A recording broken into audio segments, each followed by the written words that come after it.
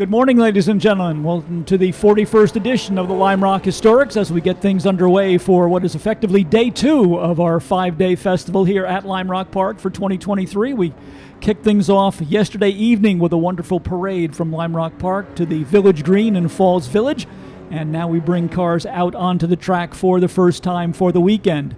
This is our Formula Junior group, and they will be the first of our practice sessions. We have a series of practice sessions on the schedule for this morning, so let's quickly run through that with you, and then we will get into some more of the details of the weekend's events. This is the Formula Junior category, 20-minute practice session scheduled to run until approximately 10:20 this afternoon. Our Vintage Sports 2000 cars will be out as group number 2. They will be on track from 10:25 until 10:45. Our 1940s era cars, the pre-1940 and early post-war cars, will be out for group number 3. That will run from 10:50 until 11:10. Tin Tops, IMSA RS sedans, and 2.5-liter category production cars will be on track from 11:15 until 11:35. Our featured group, as we celebrate the 100th anniversary of Morris Garage, the MG car manufacturer, will appear for the first time at 11:40, and they will run until noontime. We'll follow that up with the mid-century sports and GT cars under 2 liters from 12:05 until 12:25. And then the sports cars over 2-liter GT and sports racing cars will be on track until from 12:30 until 12:50. We'll take a lunch break from 12:55 until 1:25, and then bring out our big bore IMSA GTU Porsches, followed up with the final group for the day, which will be Wings and Slicks and Formula Ford. So that constitutes our 9 race groups. And once we run through that category of cars for the first time, we'll bring them up for a second practice opportunity during the afternoon. We want to welcome all of you who are joining us for our experiment in live streaming as we have our camera located down towards Big Bend, turn number 1 here at Lime Rock Park, giving you a panoramic view of the Sam Posey straightaway. And we want to welcome all of you who are tuned in from far and wide, as well as those of you who have joined us here at the track for the weekend.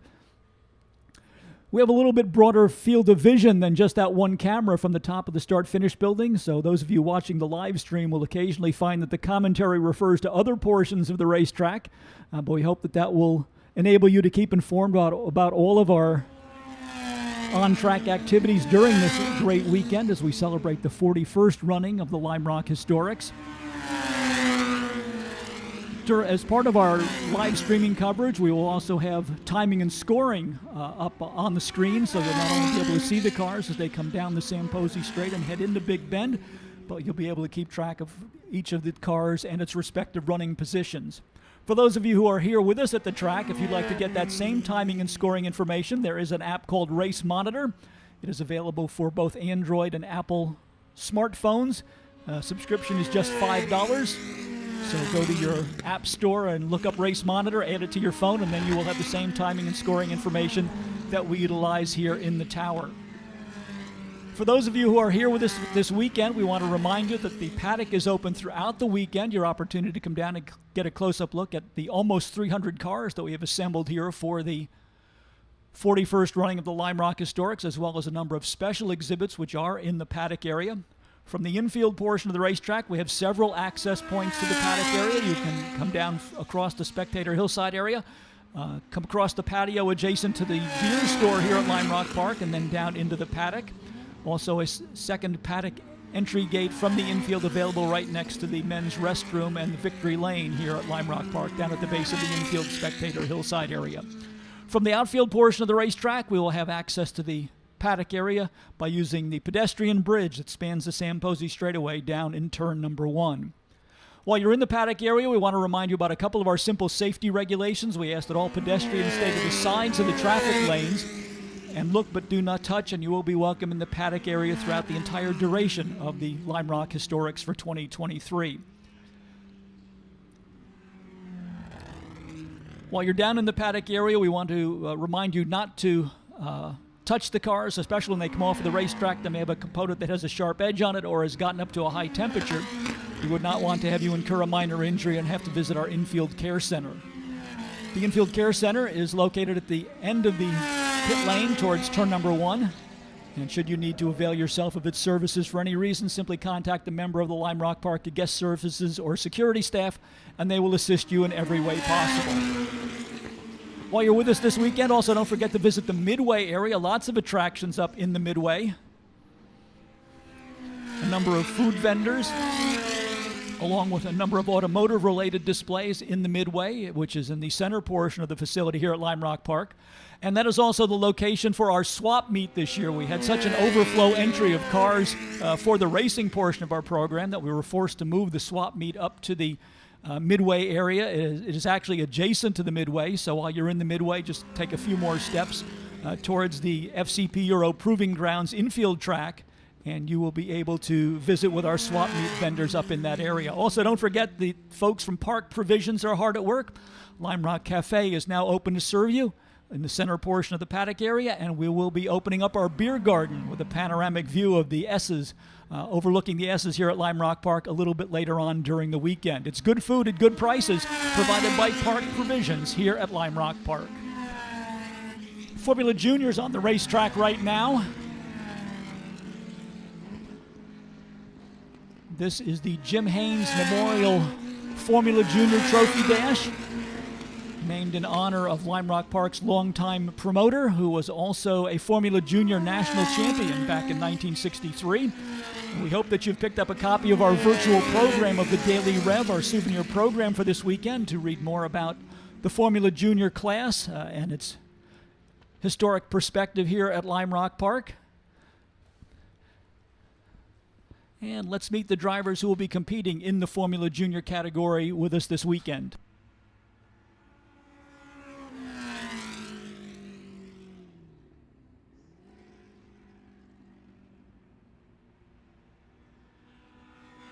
Let's go through the entry list for you, in case you haven't had a chance yet to pick up a copy of either the Daily Rev or our handy event brochure that has entry lists as well as locations of the cars in the paddock area.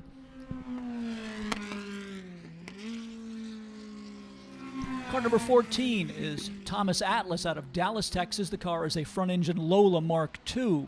Jim Ewell, also from the great state of Texas, out of Springtown, has another of our front-engine Formula Juniors. This is the number 59, and the car is a 1959 Elva 100. Third car among the front-engine category cars in Formula Junior will be the noted collector Mitch Eitel from New York City in car number 740. The car is a 1959 Oscar Tipo J with a Fiat 1100 engine. Second-generation racer Dominic Colasacco out of Greenwich, Connecticut is driving the number 3 1961 Ram Formula Junior. Longtime Lime Rock Historics competitor Art Hebert is in the number 08 out of Bluebell, Pennsylvania. The car is a 1962 Cooper Type 59. Robert Mirabili is our second entrant from Bluebell, PA, in the number 8. The car is a 1963 Brabham BT6. Spencer Patterson races out of Pittsburgh, Pennsylvania in the number 11. The car is a 1959 Lotus 18. Also in a Lotus 18, we have Eric Skibsrud from Redondo Beach, California. Charles Bamford's the driver of the number 21 Formula Junior. This is a Cooper Type 56 out of San Antonio, Texas. Joe Colasacco is driving the rare Stangolini Delfino Formula Junior, car number 30. Joe DeLucia will be in the number 34 out of Clinton, New Jersey, another of the Lotus 18s. Robert Homke is from Abilene, Texas. His Cooper Type 59 is number 42. Vignesh Ramanathan is from Morgantown, West Virginia, with his Lotus 18, number 44. Strong Texas entry in the Formula Junior category this weekend, making the long trip cross-country to be here with us. Racing out of Spring, Texas, we have Tom O'Grady in the number 53. The car is a 1962 Cooper Type 59. Sharon Adelman out of Free Union, New Jersey is back with us for another try at the Historics in the number 61. The car is a BT6 Brabham. Mitch McCullough hails from Pompton Plains, New Jersey, driving a Lotus 22. This will be car number 68. Another of our longtime historic competitors is Hervé Park. In car number 92, a rear-engine Elva, the 1960 Elva Model 200. Similar car for Tom Grudovich out of West Palm Beach, Florida, number 94. James Sharp out of Tulsa, Oklahoma, is in the number 95 Cooper Type 56 Formula Junior. Harindra De Silva hails from Palos Verdes Estates, California, in the number 96. The car is a Lotus 18. Dave Irwin, who now calls Bailey, Colorado home, is in the number 102. The car is a 1962 Brabham, the first of the Brabham Formula Juniors, a model BT2. Pete Patterson hails from Pittsburgh, Pennsylvania. He'll be driving car number 203. The car is a 1959 Lotus 18. Mark Curry out of Harvard, Massachusetts is in the number 216, another Lotus 18. J.R. Mitchell hails from Newtown, Connecticut. His Lotus 18 is number 254. Nick Gruel is from Sandborton, New Hampshire, in the 1961 Elva Model 300, one of the last of the Elva Formula Juniors. Gruel's entry is number 272. And we round out the field with a pair of Lotus 18s, Joe Fuller out of Westport, Connecticut, number 612, and Joshua Mitchell from New Milford, Connecticut, in car number 800. So that is a quick rundown of all of the cars in the first race group of the weekend, the Formula Juniors, which will participate in the Jim Haynes Formula Junior Memorial.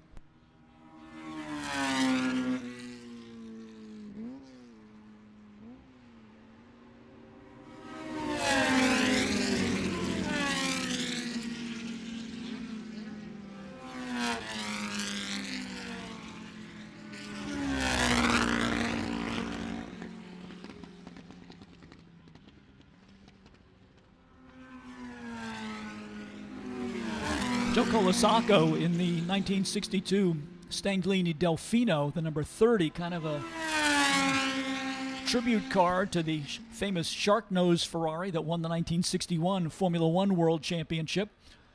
Colasacco, a noted competitor in the historics, driving cars from the Lawrence Oriana collection. Mr. Oriana, our featured collector here this weekend, with an impressive array of Italian machinery assembled in the tent directly behind the start-finish building here at Lime Rock Park, and also a second tent featuring a number of cars from the Chrysler Design Studio.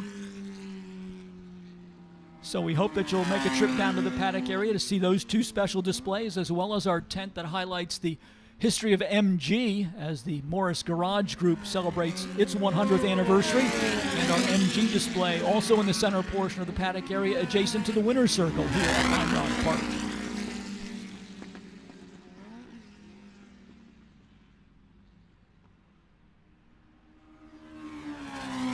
If you're at the track with us, we hope that you've picked up our handy little event schedule and entry list highlighting all of the drivers who are competing this weekend. One of the things that we have added is a paddock locator.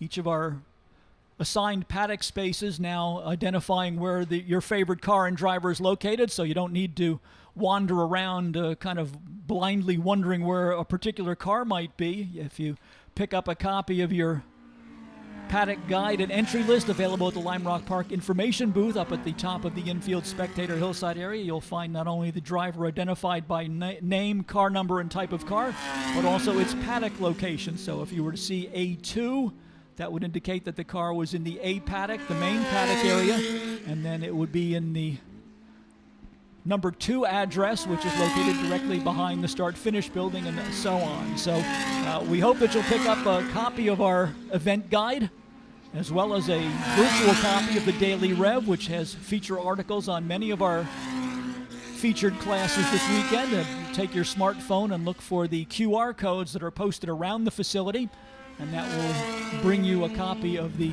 Daily Rev for the 41st edition of the Lime Rock Historics.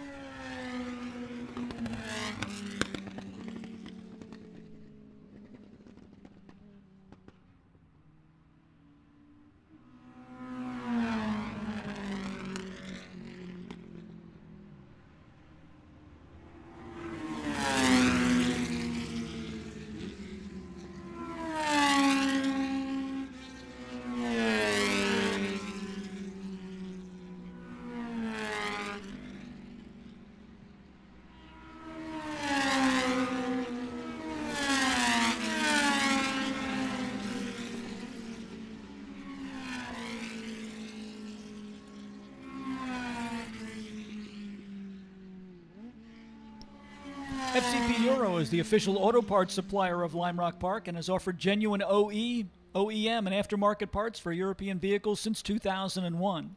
But did you know they offer more than that? Head over to fcpeuro.com to find buyer's guides, DIYs, chassis breakdowns, and more to help you keep your European ride running right.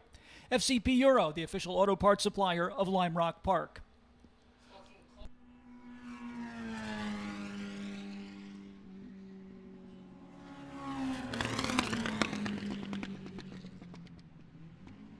Lime Rock Park would like to salute all of our partners for the 2023 season and the 41st edition of the Lime Rock Historics, including FCP Euro, Delamar Hotels, Autodromo, NBT Bank, Marsh McLennan, Miller Motor Cars, McLaren, Blazius Chevrolet, Connecticut Business Systems, a Xerox company, VP Racing Fuels, Pelote Driving Shoes, Millbrook Vineyard and Winery, Liqua Molly, Spectro Performance Oils, Hummel Brothers Hot Dogs, F&W Kubota, Pepsi, the Great Falls Brewing Company, Women in Motorsports North America, DLTC Landscape Contractors, Haggerty, Thule, Ruitt Sibley, Road and Track, Sotheby's, and Averty Storage and Office Solutions. Thanks to all of our partners for the 2023 season here at Lime Rock Park.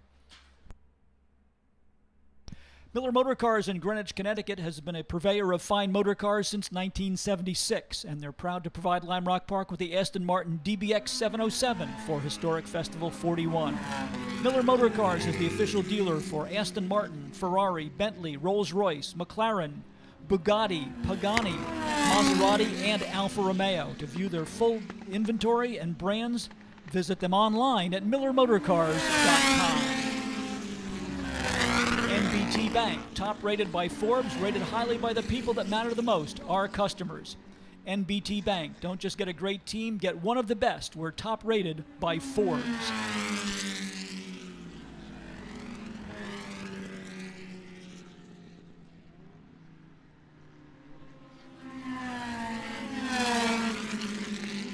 Lime Rock Gear is your place to go for the official Historic Festival 41 merchandise. Head over to A Paddock and visit them on the patio at the base of the infield spectator hillside area. And don't forget, this Sunday, it's Sunday at the Park, the Concours d'Elegance and Gathering of the Marks here at Lime Rock Park. At Delamar Hotel and Spa, we know what it means to run like a well-oiled machine. This year we are pleased to sponsor Historic Festival 41. Join us in a toast to all the drivers, crews, owners, and automotive technicians that have given us a glimpse into this time-honored tradition. Visit us at Delamar Greenwich, Southport, West Hartford, or Traverse City, Michigan to celebrate this great accomplishment.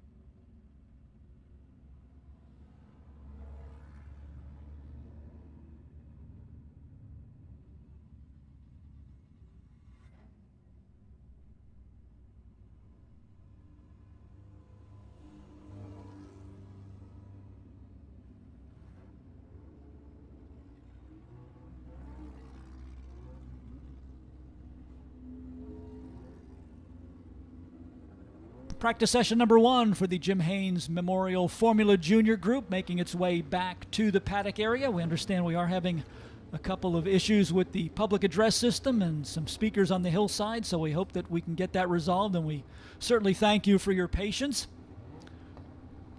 Group number 2, our Sports 2000 cars, scheduled to come out next. Another of our featured groups here at Lime Rock Park for the 41st edition of the Lime Rock Historics. If you are not familiar with Sports 2000, these are sports prototype style cars powered by a 2000cc Ford single overhead cam engine. Very popular in the Sports Car Club of America club racing category, as well as an active pro series for a number of years in the 1980s and 90s, including visits by the Sasapa Pro Series and later the Oldsmobile Pro Series here at Lime Rock Park, part of the highlights of our schedule from the late 1980s into the early 1990s. These will be among the fastest cars we will see in action this weekend. We expect lap times down in the mid to low 50-second bracket for our Sports 2000 competitors. We hope you'll enjoy seeing these cars. We have a stellar field of over 25 Sports 2000 cars on the entry list for this weekend. And as they begin to make their way down through the pit lane area, let's introduce our drivers in group number 2 for you. Mike Taradash is from St. Petersburg, Florida, driving a 1980 Ford Taiga, car number 1. Car number 16 is David Jones out of Raleigh, North Carolina, another of the popular Taiga chassis. This is an SC83 model. Robert Brady hails from Coatesville, Pennsylvania, with the number 19 Taiga. David Hughes, another of our Keystone State drivers, in the number 25, a 1981 Taiga SC81.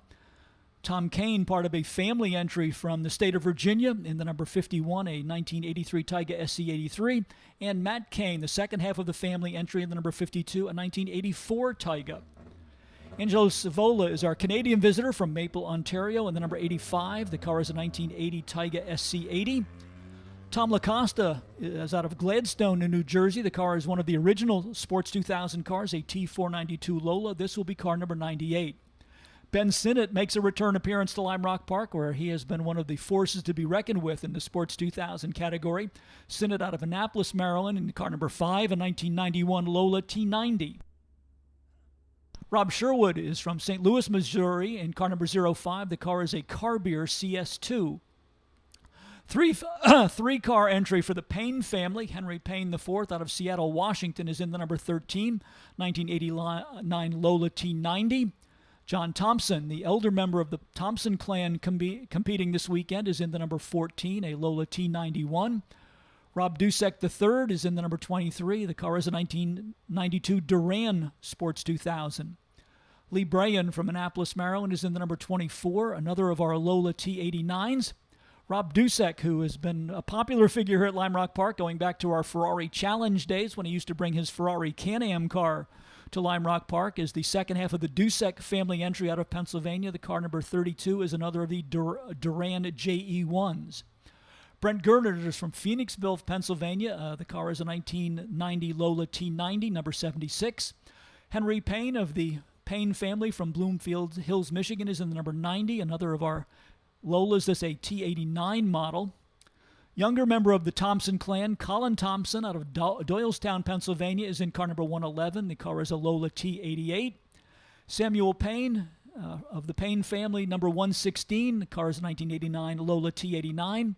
Bob Mittman is out of Stratford, Connecticut, in the T596 Lola, built in 1982. This is car number 2. Greg Miller is in a Swift DB2 from North Chesterfield, Virginia, car number 4. Former Sports Car Club of America national champion and Lime Rock regular Steve Johnson, now calling Pelham, North Carolina home, is in car number 11. This is the one-of-a-kind Lola 594 for Steve Johnson. Kevin Whitman's Swift is number 46. He's from Bradenton, Florida. Dave Handy, now living in Blanche, North Carolina, drives a Swift number 59. Simon Green, another of our longtime Sports 2000 competitors, is in the striking-looking Shrike chassis number 80 out of Oxford, Connecticut. John Stuketis is from Seekonk, Massachusetts, home of the Seekonk Speedway. The car is a 1986 Lola number 89. John Holman hails from Kitchener, Ontario, and another of our American-built Swift Formula 2000, Sports 2000 cars, number 198. And Josh Lewis rounds out the field in the Sports 2000 category, group number 2, with car number 812. He's out of Westport, Connecticut. The car is a Lola T598. So that is our Sports 2000 contingent heading out for their first of 2 practice sessions here at the 51st edition of the Lime Rock Historics.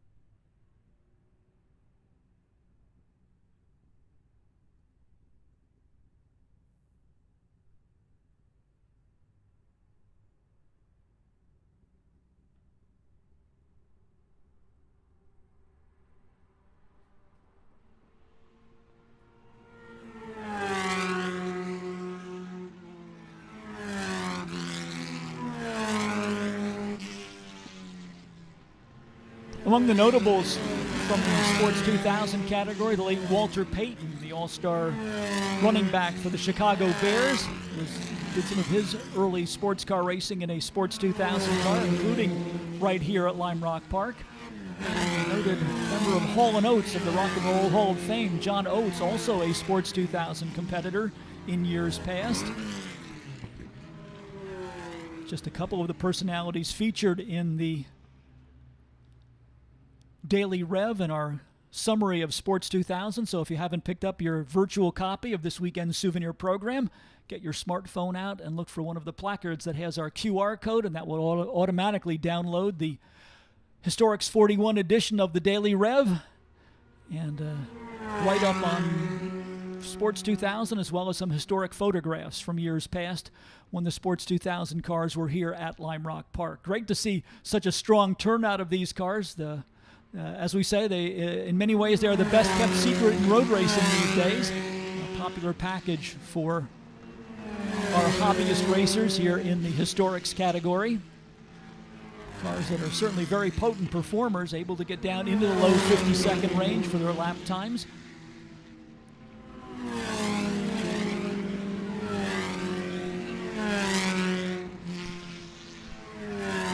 Already we're seeing a black flag, so apparently there is a car off course, and so it looks as though we're going to call everybody back to the paddock area, or rather to the pit lane. And we've got a car stopped over directly in front of the infield spectator hillside area. It looks as though it may be a mechanical issue with that car, so it should be a quick track cleanup. Then we'll get back to green flag conditions for this first of 2 practice sessions for our Sports 2000 competitors here at the 41st edition of the Lime Rock Historics.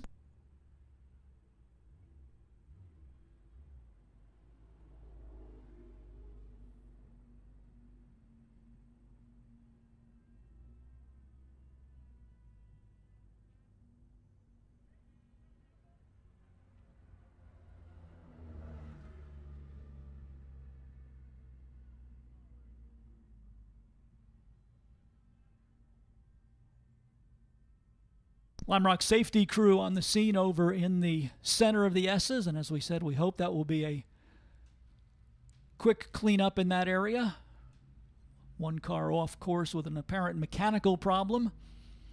And we also want to thank our technical crew. It looks as though from the reports we're getting, the sound system has been restored in the infield area. So those of you on the hillside, if you are able to hear us now, if you give us a wave, that will be our best indication that we are back in business. And we'll take this opportunity to officially welcome you to the 41st edition of the Lime Rock Historics, as we are now in our second practice session of the day. Formula Juniors led off the day, and now Sports 2000 cars out on the track for their first of 2 practice sessions. We will remind you again that the paddock area is open throughout the weekend. Your opportunity to come down and get a close-up look at all of these wonderful cars that have been assembled. Nearly 300 cars on hand for a strong turnout for the 41st edition of the Lime Rock Historics. While you're in the paddock area, we would remind you that we have a one-way vehicle flow, so we ask that pedestrians stay to the sides of the traffic lane so that we can have a smooth traffic flow getting cars in and out of the paddock area. And while you're welcome to look at the cars, we ask that you please don't touch them, especially when they come off of the racetrack. They may have a component that has a sharp edge on it or has gotten up to a high temperature. We would not want to have you incur a minor injury and have to visit our infield care center. So by following those two simple safety rules, stay to the sides of the traffic lanes and look but do not touch, you will be welcome in the paddock area for the entire duration of the 41st edition of the Lime Rock Historics. Speaking of the Infield Care Center, it is the single-story gray building located at the far end of pit lane towards turn number 1. Should you need to avail yourself of its services for any reason, simply contact a member of the Lime Rock Park guest services or security staff, and they will assist you in every way possible.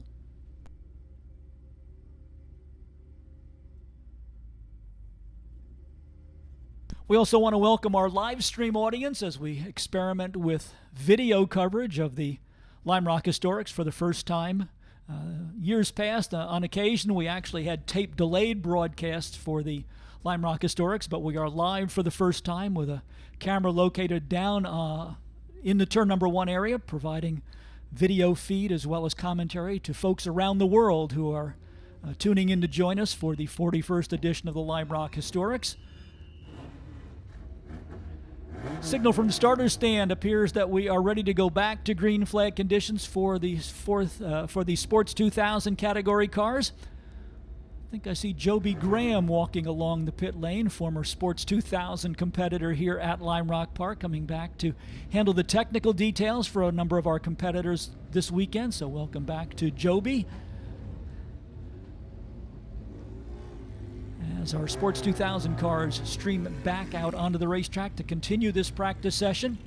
Schedule for the morning shows this session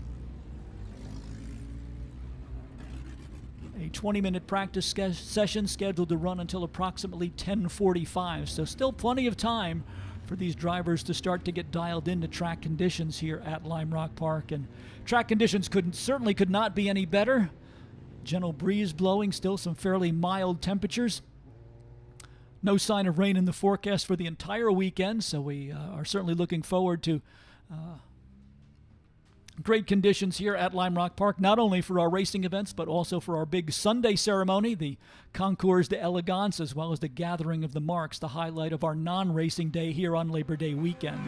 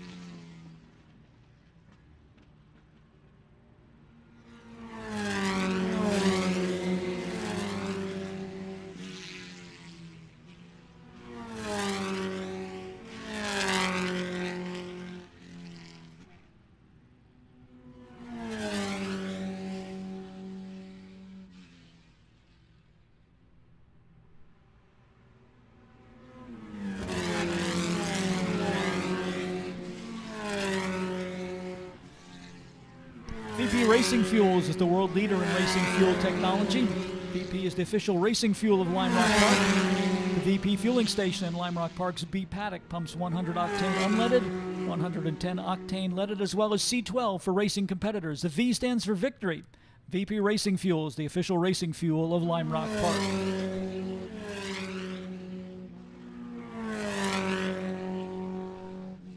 The Liqui-Moly Summer Autocross Series is now underway for 2023 here at Lime Rock Park. Compete with your friends by participating in an advanced driver coaching or autocross lapping day on the FCP Euro Proving Grounds here at Lime Rock Park.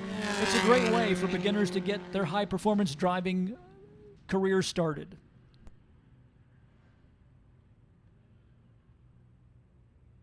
Race drivers will tell you seatbelts save lives, but only if you use them.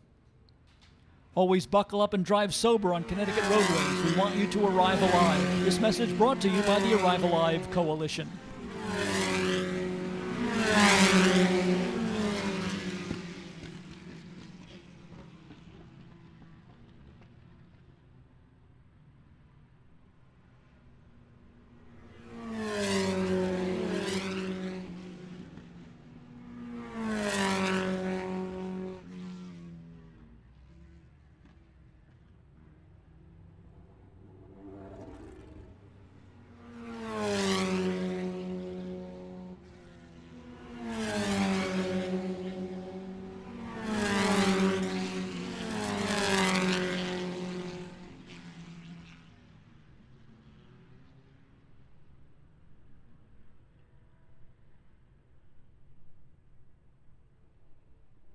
Still a couple of snafus with the race monitor scoring system, so unfortunately we are not able to pass along practice times to you.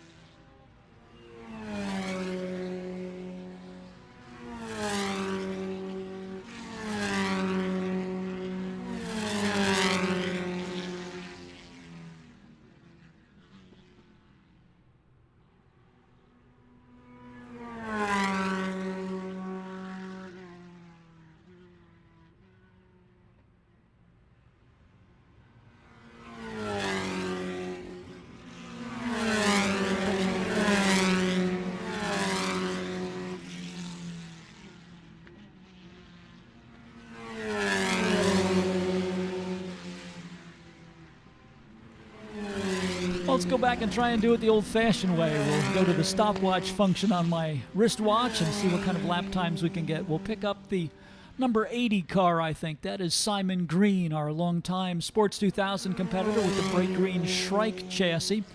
So next time by, we'll start the watch as Simon comes across the start-finish line and see what kind of lap times we're getting for the number 80 car here in our Sports 2000 group.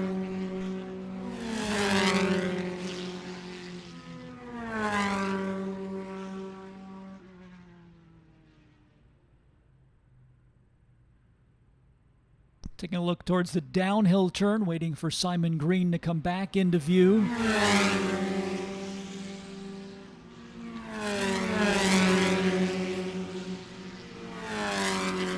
Here is the number 80, just making the turn onto the Sam Posey straightaway.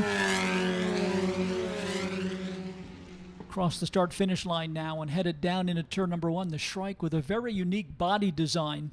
Kind of a Star Wars feel to that car with its fully enclosed bodywork. You can barely see the tires where they come down and touch the road. The car almost appears to be going along on a cushion of air as Simon Green in the number 80 goes through the S's and now heads on to the Paul Newman straight. That will bring him towards the uphill section of the racetrack.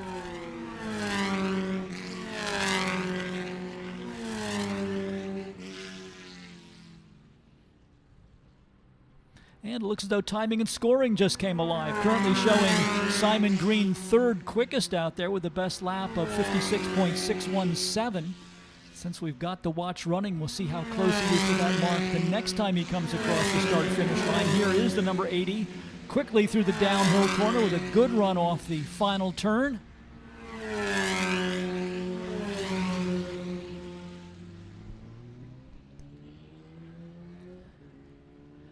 And just about a one minute flat that time for Simon Green in car number 80.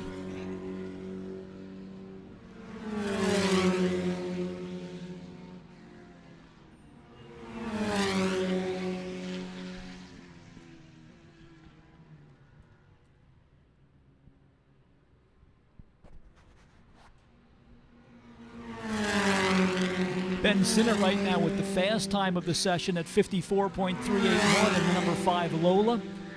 John Thompson second quickest in the number 14, another 1991 Lola with a time of 55.420. Simon Green, as we said, third quickest in the number 80 at 56.617. Brent Gernert in 76, fourth quickest, 57.322. And Davis Jones in the number 16 Tyga, rounding out the top 5 at 58.542.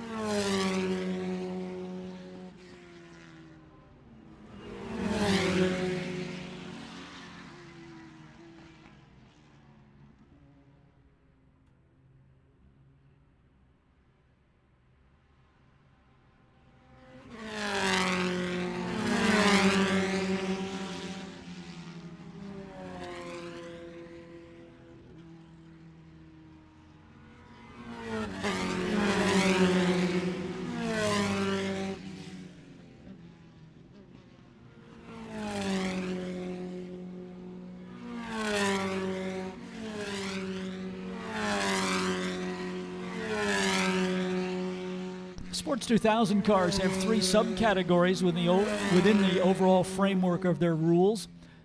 The historic category is for the original cars from the 1970s and early 1980s. The vintage group is for cars from the mid-1980s, kind of the second generation cars, the American-built Swift, the T594 Lola, as well as the Simon Green Shrike, all in that vintage category. And then the third category for the newly constructed cars, including the Lola T90 series, the Carbier, the Duran, all in the Sports 2000 category. So not only are drivers competing for overall positions, but also racing within 3 separate historic categories here for our Sports 2000 group cars. Right now showing 23 cars having posted times in this first practice session. Looks as though the car that had the problems going out on lap number 1 was Henry Payne in the number 90.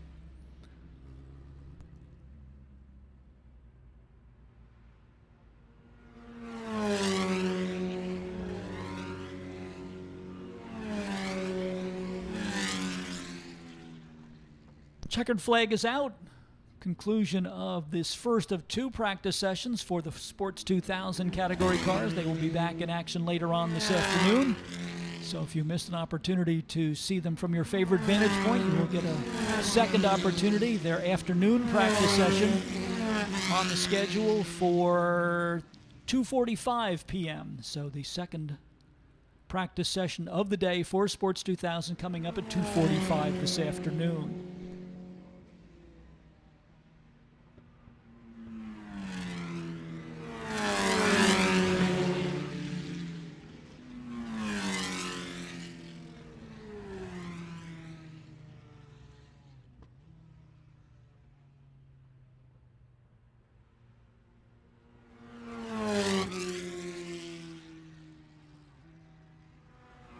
From exotic and collector cars to your homes and other valuable assets, Marsh McLennan Agency Private Client Services provides sophisticated personal insurance solutions delivered with exceptional service.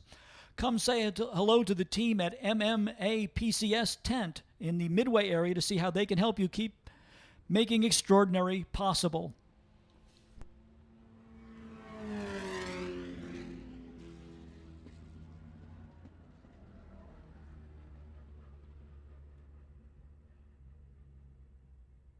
We'd also like to welcome all of the members of the Lime Rock Drivers Club who are joining us for this weekend here for the 41st edition of the Lime Rock Historics. The Lime Rock Drivers Club offers you a variety of membership options, including their Member for a Day program. So if you would like to get a good look at the racetrack here at Lime Rock Park, as well as a full day of expert driver coaching, look into the Member for a Day program and the many benefits of being a member of the Lime Rock Drivers Club.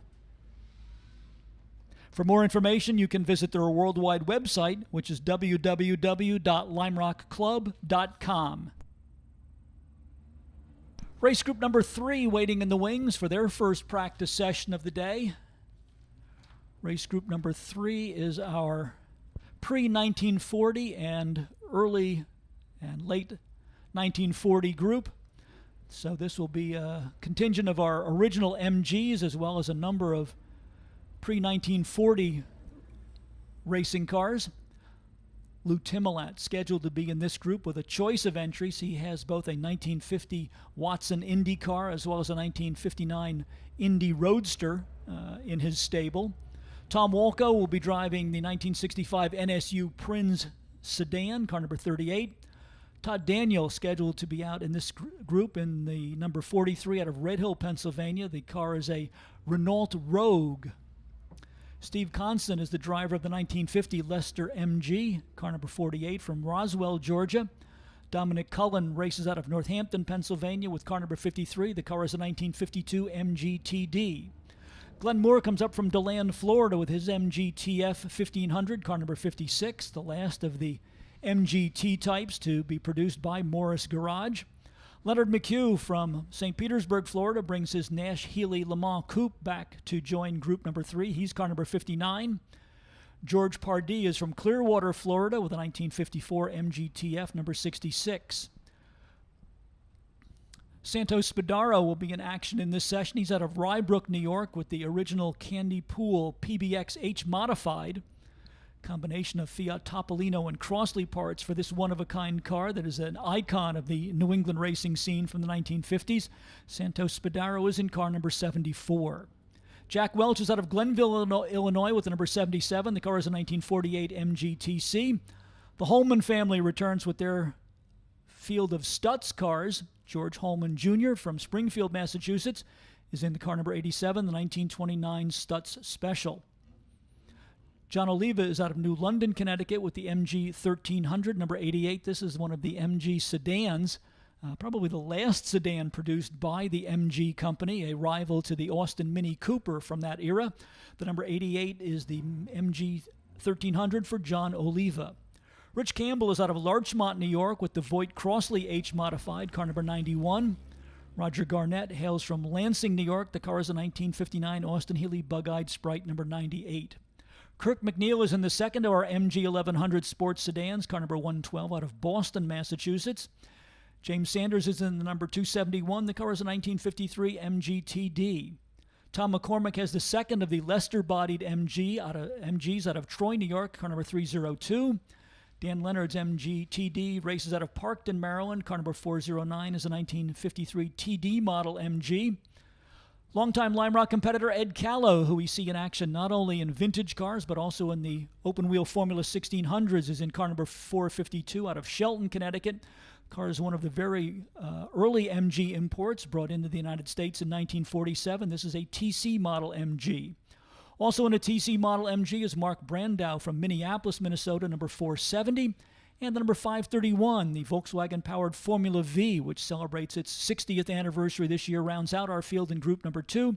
Car number 531 for Frank Ditta out of New York City. So that is the tentative lineup for group number 3. We may see some additions and deletions in that group.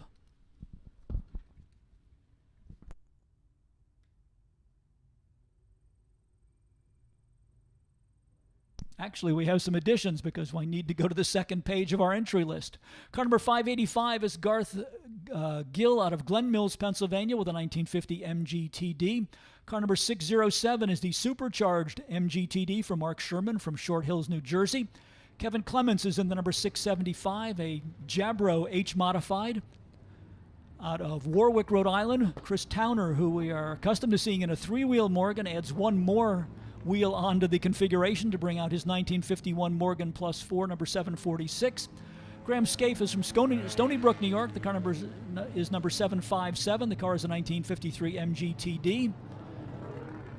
Jonathan Lane hails from Greenwood Village, Colorado. He's in the number 881, a 1949 TC model MG. Niall McCabe is in the number 909, the 1958 Austin A35 sedan. Ed McCord is in the number 915 MGTD out of Burlington, Wisconsin.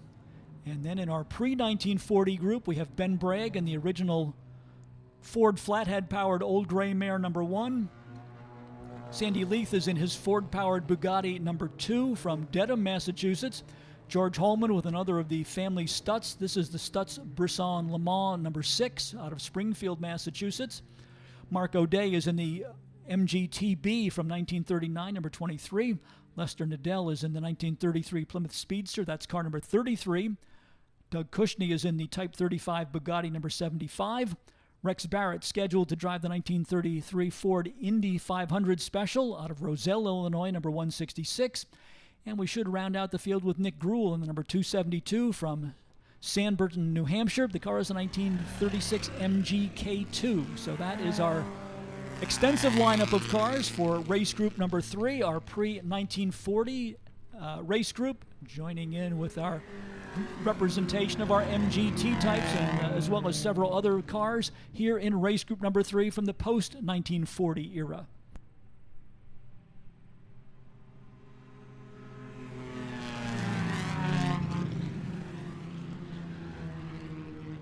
Niall McCabe in that bright blue Austin A35 sedan headed down into turn number 1. The A35 is a very popular racing category at the annual Goodwood Festival, which comes up in England in just a few weeks. Imagine a full field of Austin A35s out there enjoying some racetrack activity, and the Goodwood Festival will be available on live streaming video.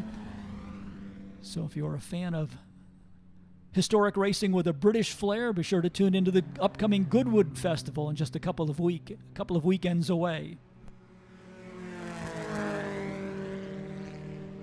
Santos Spadaro with the PBX, the original Candy Pool built H-modified car going down into turn number 1. Ben Bragg just going across the start-finish line with the Old Gray Mare, car that competed in the Around the Houses races in Alexandria Bay, New York with the Automobile Racing Club of America back in the late 1930s. This car based on Ford components, including a Ford flathead engine, flathead V8 in the Old Gray Mare for Ben Bragg.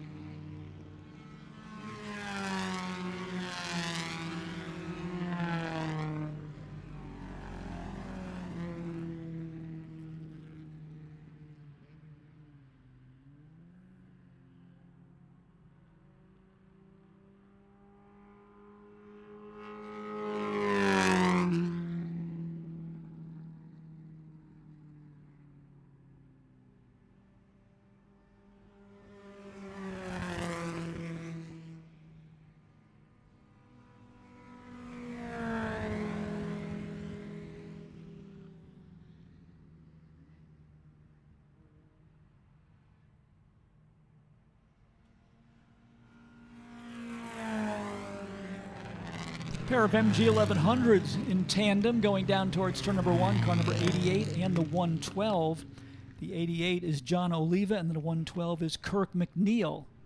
These cars were built as rivals to the Austin Mini Cooper back in the 1960s, transverse mounted front wheel drive MG 1100s, making their way now through Big Bend out onto the short chute headed towards the S's.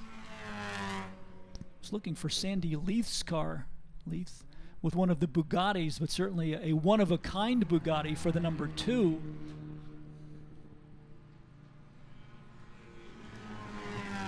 Leith was posted right among the front runners early in the session, but I'm not sure I've seen the number 2 come by lately, so we'll have to keep our eyes out for that car.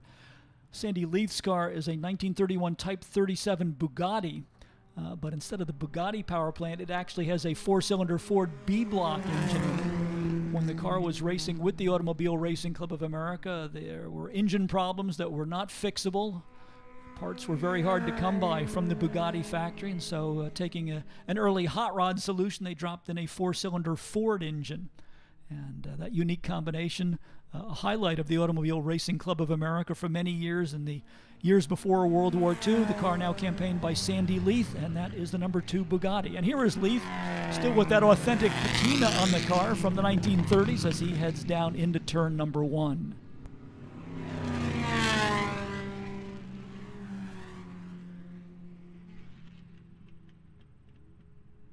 Rex Barrett enjoying a good day on the racetrack with the number 166. That is the 1933 Ford Indy Special, a car built under what was known as the junkyard formula of the 1930s to compete in the Indianapolis 500.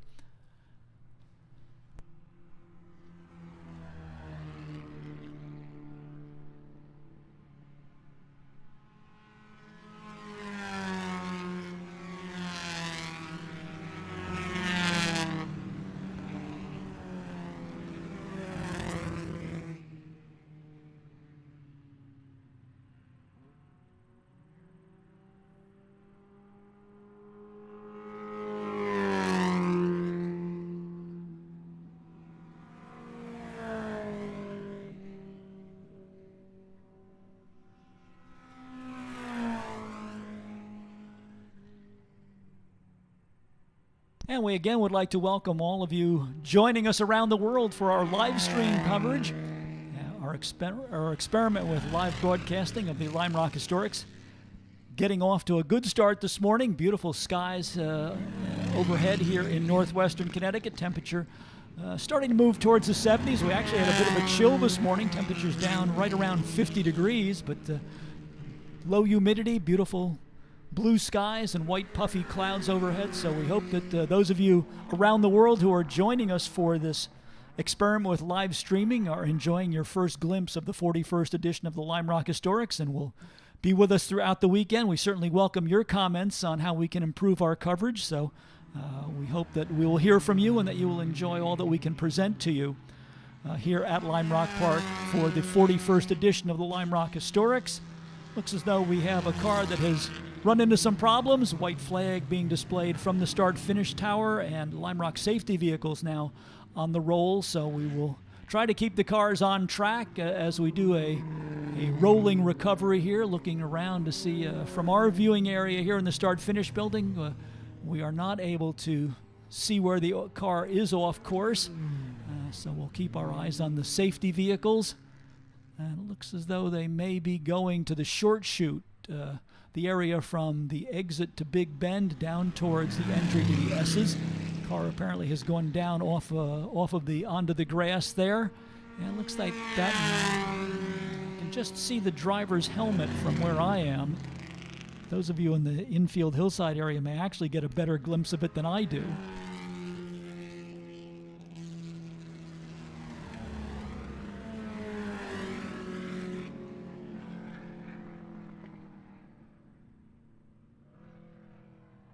With the number of transporters and canopies that we have in the paddock area, where we'd normally have a clear line of sight to that section of the racetrack, instead we're forced to just catch a glimpse of a couple of the cars as they make their way onto the short chute.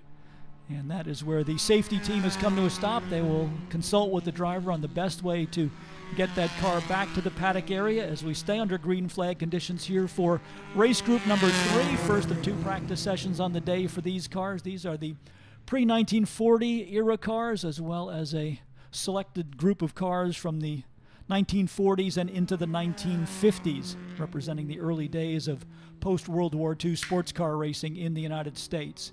Coming up following this group, in group number 4, will be our IMSA RS sedans, 2.5-liter touring cars.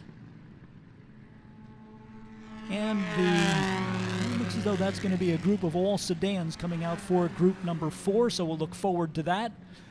Going back to the days of the 2.5-liter category in the Trans Am series, the IMSA RS class, and the SCCA B sedan category cars coming up here for practice group number 4.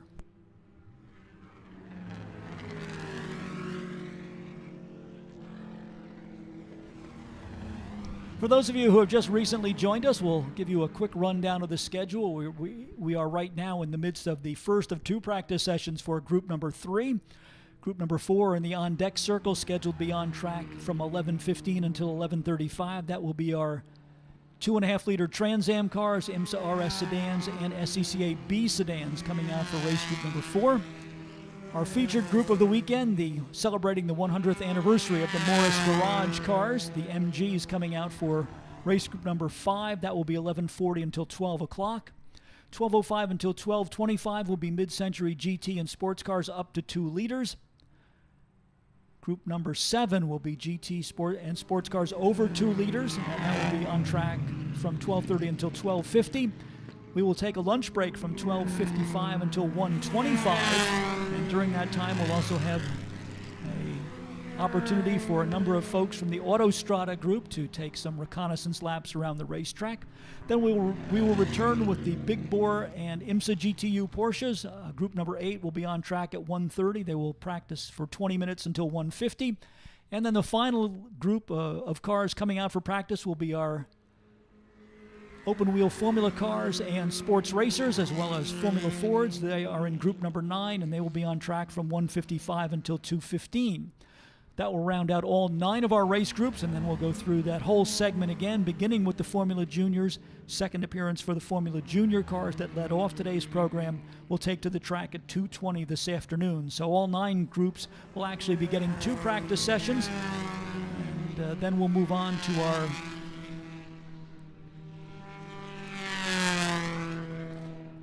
reception for all of our competitors, which will take place up on the hillside following the conclusion of today's practice sessions. So we will go right up until 6 o'clock with practice cars, as we do have a 6 o'clock curfew here at Lime Rock Park. But we're going to get all 9 of our groups in for 2 practice sessions each as we make our way through day number 2 of the 41st edition of the Lime Rock Historics.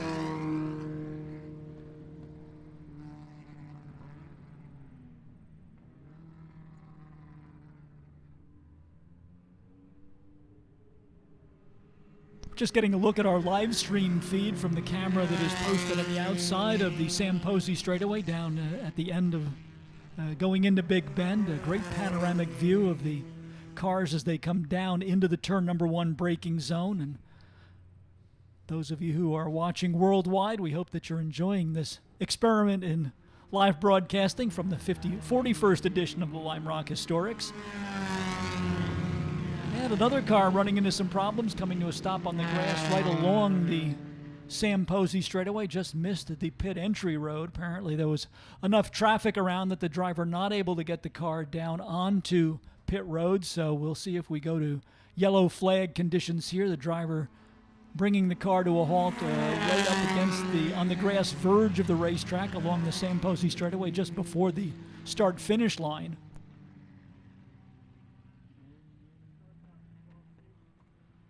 And the checkered flag is out, so we're going to call this session complete. Just a couple of minutes remaining in the session.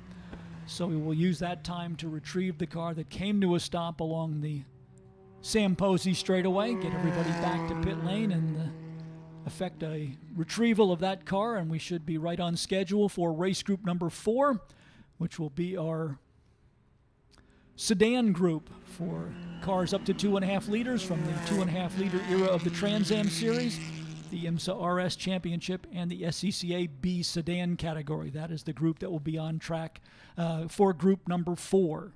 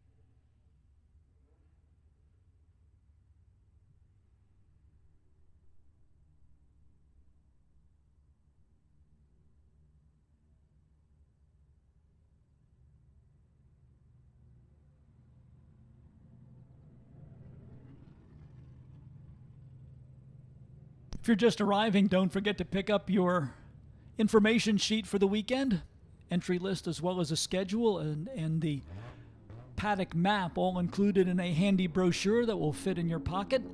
And then get your smartphone out and scan our QR code for your souvenir copy of the Daily Rev, our program highlighting the featured groups that are racing in the 41st edition of the Lime Rock Historics, giving you comprehensive information on all that will be happening here at Lime Rock Park throughout the weekend.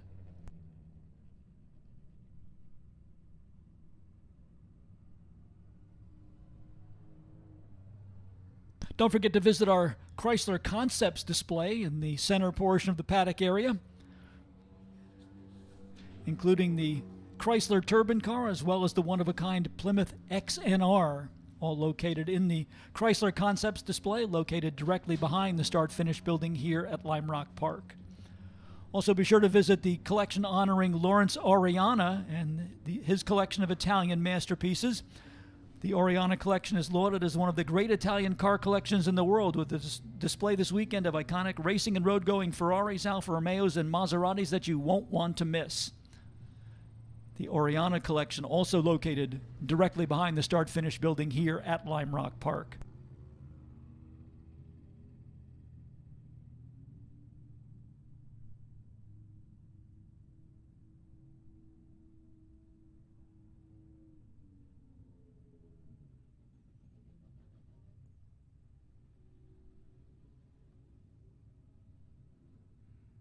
While the Lime Rock safety crew works on the retrieval of the MG that came to a stop along the Sam Posey straightaway, let's introduce the drivers to you who will participate in group number 4. Our sedan category up to 2.5 liters includes Jerry Barker in the 1963 Triumph Herald, car number 2. John Gorsline out of Rochester, New York with his Austin Mini Cooper number 3. Mark Axon from Stony Creek, New York in the 1971 Volvo number 142. That will be car number 5. John Clerk hails from Warminster, Pennsylvania, in another of our little Mini Coopers, car number 10. Peter Lombardo is in the number 13, the 1974 Alfa Romeo GTV. Stephen Early from Richmond, Vermont, drives car number 18, a 1988 BMW M3. Ed Mettleman is in the Alfa Romeo Giulietta Sprint number 19. Mike George from Litchfield, Connecticut, drives the 1982 BMW 325 number 21. John Goodman will wheel the number 24. The car is a 1967 Alfa Romeo Giulia TI out of Gladwin, Pennsylvania. Greg Amee hails from Middletown, Connecticut. The car is number 33. It is a 1974 Porsche 914. Lon Barrett races out of Worcester, Massachusetts with the number 44, a 1967 Alfa Romeo Alfetta. Michael Donnelly is from Clinton, Connecticut in the number 46, a 1974 Alfa Romeo GTV. Ramsey Potts comes up from Wildlight, Florida in the number 58. The car is a 1987 Porsche 944 RS. Dave Nicholas, who has done so much to organize our MGs for the weekend, does double duty. He'll be driving the 1968 BMW 2002 that is featured in this weekend's edition of the Lime Rock Daily Rev, car number 60. Nicholas driving the same car he drove in the Camel GT series here in the early 1970s in race group number 4. Mark Wagner is out of Bethel, Connecticut with the number 64. The car is a 1974 Porsche 914. David Porter drives the number 70, the 1965 Mark I Lotus Cortina. Joe Courtney has the 1972 Alfa Romeo in group number 4 as number 77. Courtney hails from Bridgewater, Connecticut. Josh Brown is from Sunnyside, New York with the front-wheel drive Volkswagen GTI number 85. Luca Maciescu is in the Austin Mini Cooper number 98. Similar entry for Mac McCormick out of Craryville, New York, number 109. Kate Garabedian hails from Framingham, Massachusetts. The car is 1976 BMW 2002, number 136. Joe Lyle from Charlotte, North Carolina, in a similar car, number 206. Steve Hirschenreiter is from Downington, Pennsylvania. The car is a 1989 BMW 325 IS, number 220. Ben Tarlow is from Buchanan, New York, with another of the Austin Mini Coopers, number 275. Chris Mason will be driving car number 282. He's out of Purchase, New York, with a Volvo 122. Eduardo Noble from Branford, Connecticut, is in the number 296 BMW 2002. Michael Hudson in the number 710 is in the 1989 BMW 325i. Simon Kirkby returns with the Hillman Imp that got his racing career started back in England. Car number 771 for Kirkby out of Falls Village, Connecticut. Gaspar Fazzulo is in the 1968 four-cylinder Porsche number 810.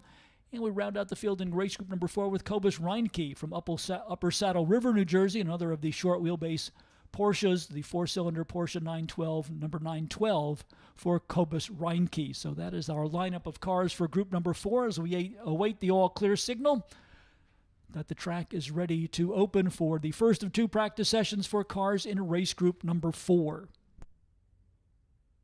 Cars representative of the Sports Car Club of America 2.5-liter Trans Am, the IMSA RS sedans, the SCCA B sedan categories, as well as a smattering of cars from the Firestone Firehawk Challenge from the 1980s, all coming out here for race group number 4.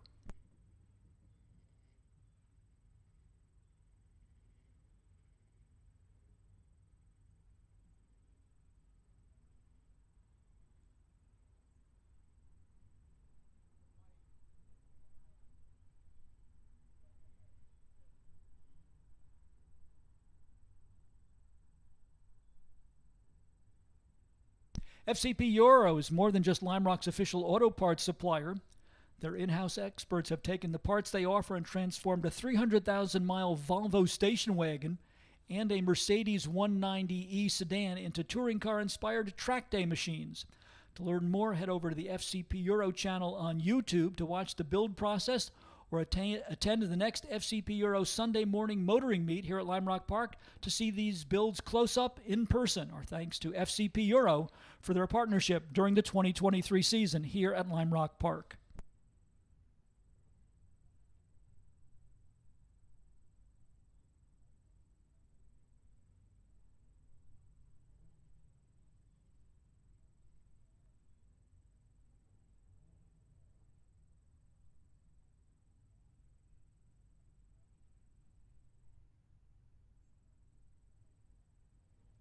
Pelote driving shoes are handcrafted in Portugal to provide all-day comfort and are packed full of technology. They're perfect for your next drive. Pelote, the official driving shoe of Lime Rock Park.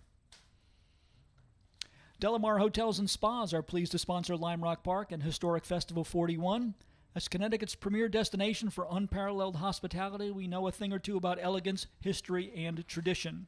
Spend a day relaxing at the spa, indulge in a decadent meal at our award-winning restaurant, or simply relax in the comfort of your well-appointed guest room. We look forward to welcoming you soon in Greenwich, Southport, West Hartford, or Traverse City, Michigan.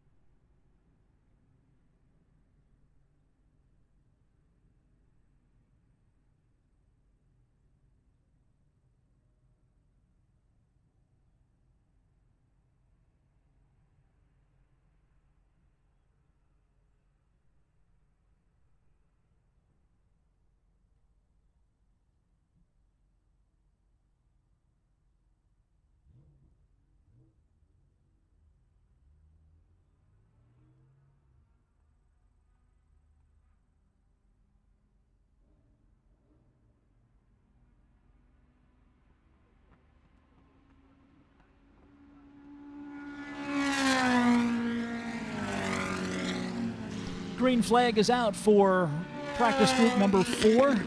This is our sedan category. Simon Kirkby and the little Hillman Imp headed down into turn number 1. Dave Nicholas going by in the GTU category, BMW 2002, the same car that he raced here in the Camel GT series back in the 1970s.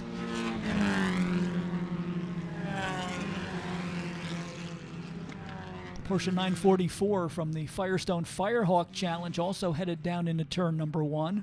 And a good turn out of the original Mini Coopers here.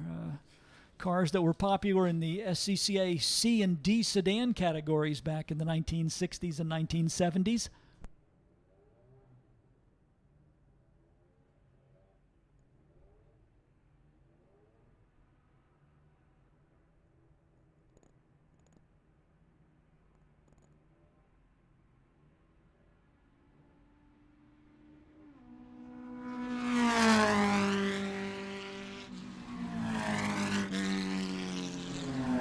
Car number 21 just going down into the first turn is Mike George out of Litchfield, Connecticut. This is a DTM tribute car, a BMW M3. Let me correct that. That's Steve Early, I think, going down into turn number 1. In any case, we'll verify the number the next time the car comes by, but the BMW M3, a car that really kind of revolutionized the performance sedan category in the 1980s.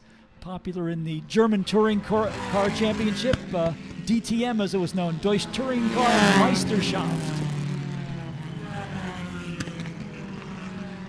Let's try and get a look at that BMW the next time it comes by.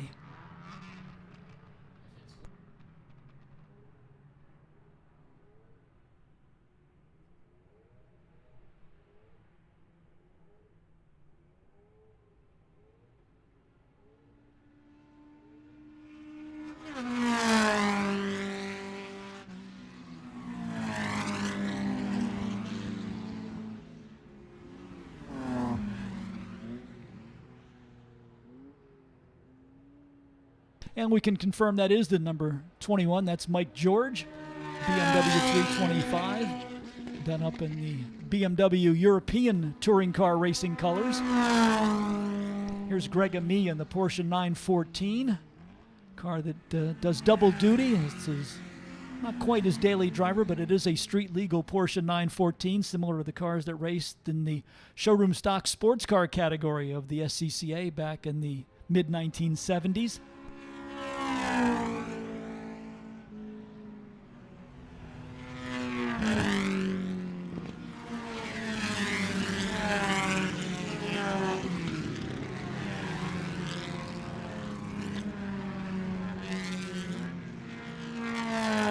Number 2 getting up to speed, that is Jerry Barker from Hesperia, California. The car is a Triumph Herald. Similar car raced in the 2.5-liter category of the Trans Am Championship, the Trans Am Sedan Championship of the 1970s, the companion to the big American V8s that raced here at Lime Rock Park for the Trans Am Series in the 1960s and 1970s. Simon Kirkby just coming on the pit road with the Sunbeam, rather with the Hillman Imp, rear-engine 4-cylinder power plant in this English sedan.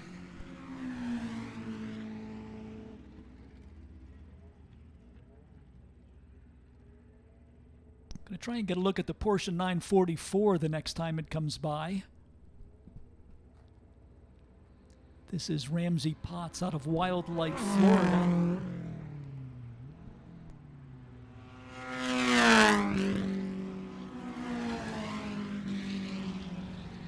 Michael Hertzen in the FCP Euro BMW just headed down pit road. That 944 RS, as we mentioned, for Ramsey Potts, a good example of the type of Porsche 944s that competed in the IMSA Firestone Firehawk Endurance Championship for many years here in the mid-1980s at Lime Rock Park, as well as other road racing circuits that were part of the International Motorsports Association tour of that era.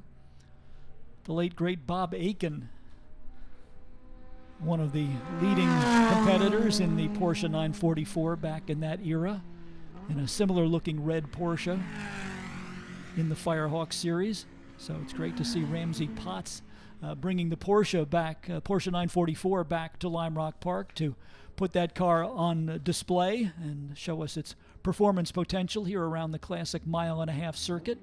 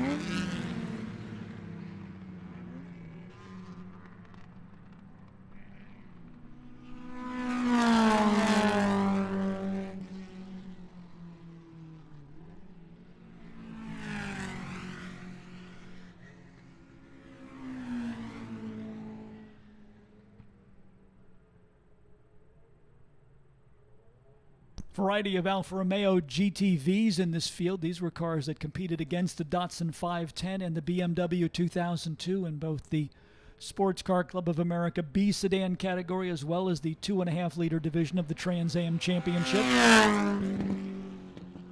Joe Courtney, one of the leading contenders among the Alfa Romeos, he is in car number 77 out of Bridgewater, Connecticut.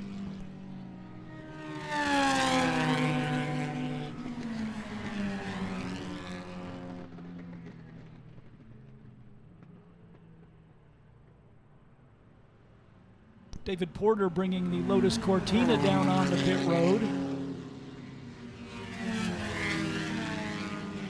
That is the number 70.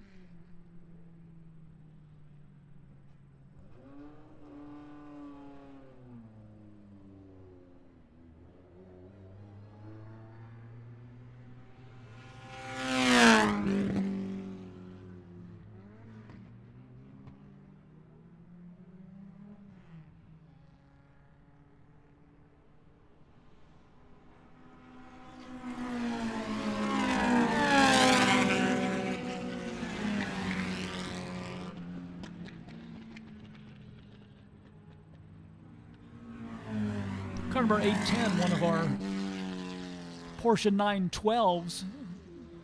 Most sports car enthusiasts are familiar with the Porsche 911 with the 6-cylinder power plant. This was an alternative briefly constructed by Porsche using the original 4-cylinder Porsche engine out of the Porsche 356, the model that came immediately before the 911 and 912. So this was something of the poor man's version of the Porsche 911, the Porsche 912 with its 4-cylinder engine. A pair of them in this group, Gaspar Fazzulo in the number 810 and Kobus Reinecke in the number 912.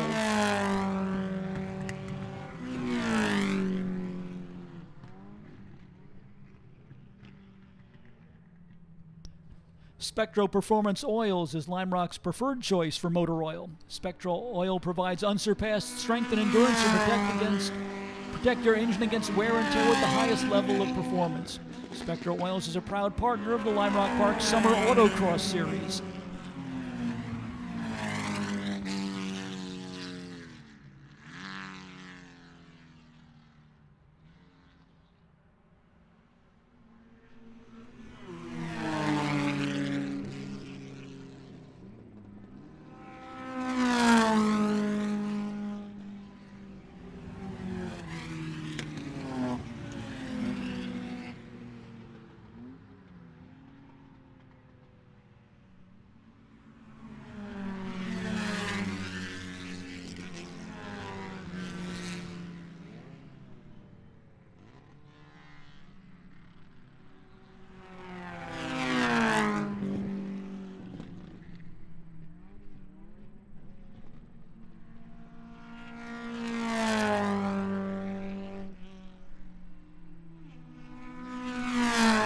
Officially now showing Joe Courtney with the fast time of the practice session with the number 77 Alfa Romeo at 1 minute 5.141. Dave Nicholas in the BMW 2002 second quickest. That's car number 60 at 1 minute 6.217. Mike George in the BMW 325 IS number 21 third quickest at 1 minute 8.039. Eduardo Noble in the BMW number 296 is fourth quickest, 1 minute 7.738. And John Goodman rounds out the top five with his Alfa Romeo Giulia TI, car number 24, with the best lap of 1 minute 7.091.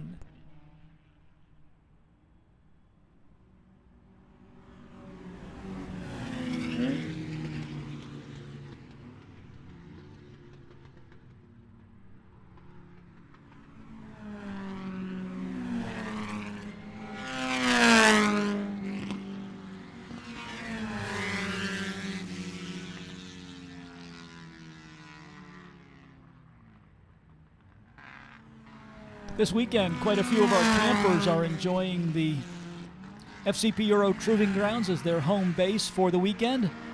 And as soon as the weekend is over, the fast-flowing autocross and the 600-foot wide skid pad will be back in action again to provide driving challenges at all levels. For more information on how to get you and your car on track on the FCP Euro Proving Grounds, visit provinggrounds.fcpeuro.com.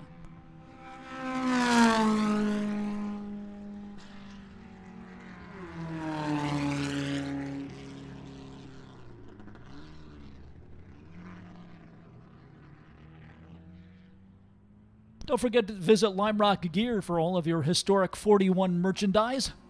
Great way to get the kids outfitted for back to school.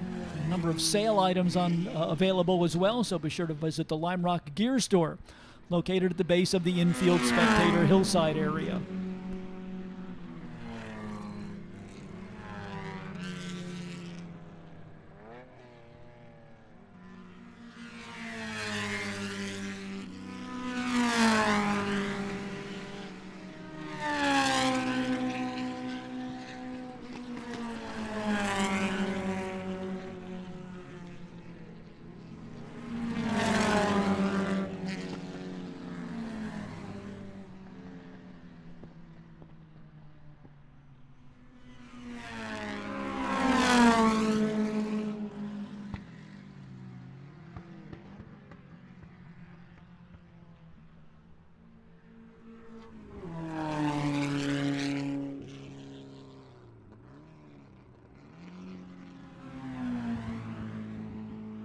Our statistician Craig Robertson doing a little bit of analysis on the entry for the 41st edition of the Lime Rock Historics. We have representatives from 29 states, 2 provinces of Canada, as well as from England. An international field of cars assembled for the 41st edition of the Lime Rock Historics. Total entry has varied a little bit, somewhere around 274 cars signing in for this weekend's event, spread across 9 different race groups.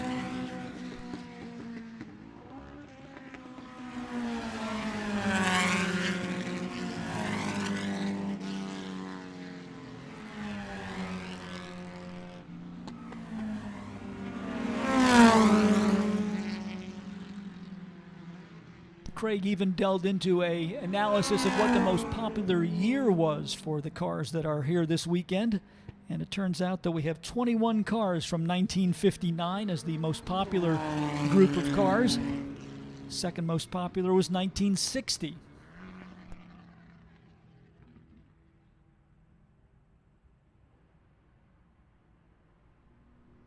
And the third most popular year was 1963, so right around the transition from 1959 into the decade of the 1960s, proving to be the most popular year of origin for our cars competing with us this weekend here at Historic 41 at Lime Rock Park.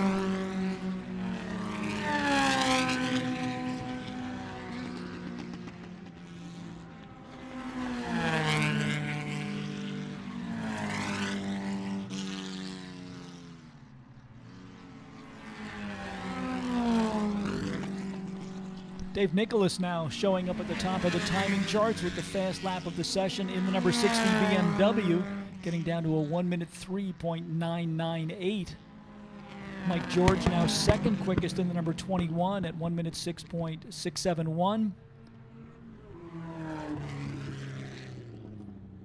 Let me correct the second car. It's now Steve Early who is second quickest at 1 minute 4.589. Joe Courtney, who was at the top of the leaderboard a bit earlier in the session, now third quickest in the 77 at 1 minute 4.617. And the little Mini Cooper number 10 for John Clark, currently fourth quickest, 1 minute 4.857.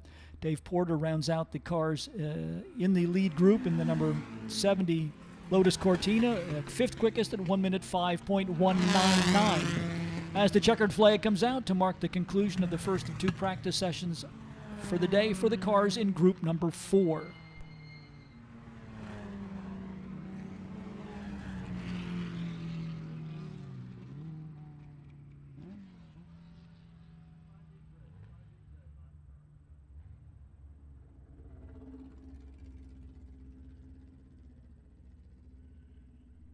Coming up next will be the featured group of the weekend, celebrating the 100th anniversary of the cars from MG.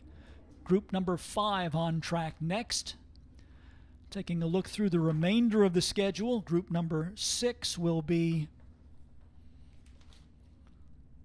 cars for our mid-century GT and sports cars under 2.5 liters. Group 7 will be the GT and sports cars over 2 liters, as well as sports racing cars. And then we will go on lunch break and be back in action with the final two groups, Group 8 and Group 9. Coming up immediately following the lunch break, Group number 8, the big bore GT and production cars, as well as our air-cooled Porsches. And then the sports racers and winged open-wheel cars coming out for Group number 9.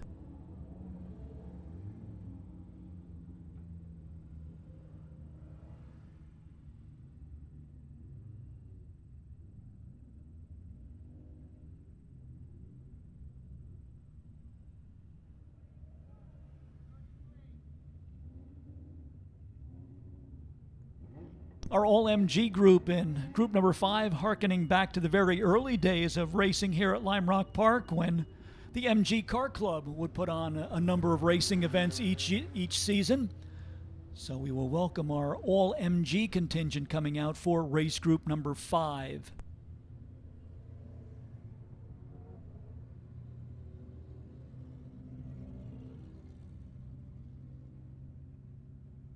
We have everything from MGT types, the original MGs brought into the United States for racing in the late 1940s and early 1950s, all the way through the last of the line, the MGBs, coming out for our next group.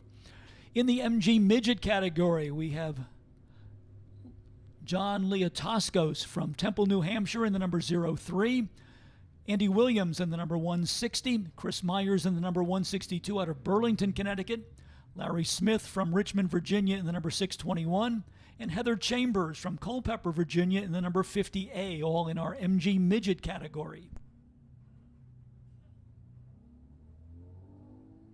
In the MGA class, entries include the number 2 for Mark O'Day from Kensington, New Hampshire. Car is a 1960 MGA. David Smith out of Holt, Michigan with his MGA number 49. The very rare MGA twin cam for Canada's Jim Holliday in the number 51. Leonard McHugh's MGA Coupe is number 59. Eric Russell in his number 61 MGA, built in 1961. Dave Nicholas will switch from his BMW to his bright yellow MGA number 76 for race group number 5. Jason DeCesar from Brossard, Quebec, Canada is in the number 93 MGA. Carl George comes up from Brentwood, Tennessee with his MGA entry, number 107. Kevin Richards is out of Culpeper, Virginia with the number 167 MGA. James Goodson hails from Marshfield, Massachusetts with the MGA number 180. James Warren is out of nearby Bennington, Vermont with the MGA Coupe number 298. And longtime Vintage Sports Car Club of America competitor James Juhas from Cheshire, Connecticut is in the MGA Coupe number 311. Jeff Sinkowicz is in the MGA number 645 out of New Milford, Connecticut, and that will round out our MGA category cars. Among the MGBs, we have the number 01 for Alan Tossler, John Fantanella from Annapolis, Maryland in the number 18. Doug Sharippa from Orange, California in the MGB number 34. Alex Heckert in the number 45 MGB from Ridgefield, Connecticut. Andrew Moore in the MGB number 50 out of Stroudsburg, Pennsylvania. And Phil Cooper in the number 62 out of Lorraine, Quebec, Canada. The MGB-powered TVR Grand Tour is Anthony Hess's mount for the weekend, car number 84. The number 95 MGB is Marcus Jones from Moseley, Virginia. Jeff Baer is from Woodbridge, Virginia. His MGB is number 151. Another of our Canadian visitors from Picton, Ontario is Joe Lightfoot in the MGB number 169. And Jody Leclerc rounds out the MGB field from Pointe Claire, Quebec in the number 212. Among our MGT types, we have Steve Conson from Roswell, Georgia in the number 15 MGTD. Kurt Byrne from Pittsburgh, Pennsylvania in the MGTD number 283. Graham Scaife from Stony Brook in the MGTD number 757. Russell Lane in the MGTD number 833. And Frank Filingeri in the MGTD number 928. So that is our group of cars that will be coming out for race group number 5.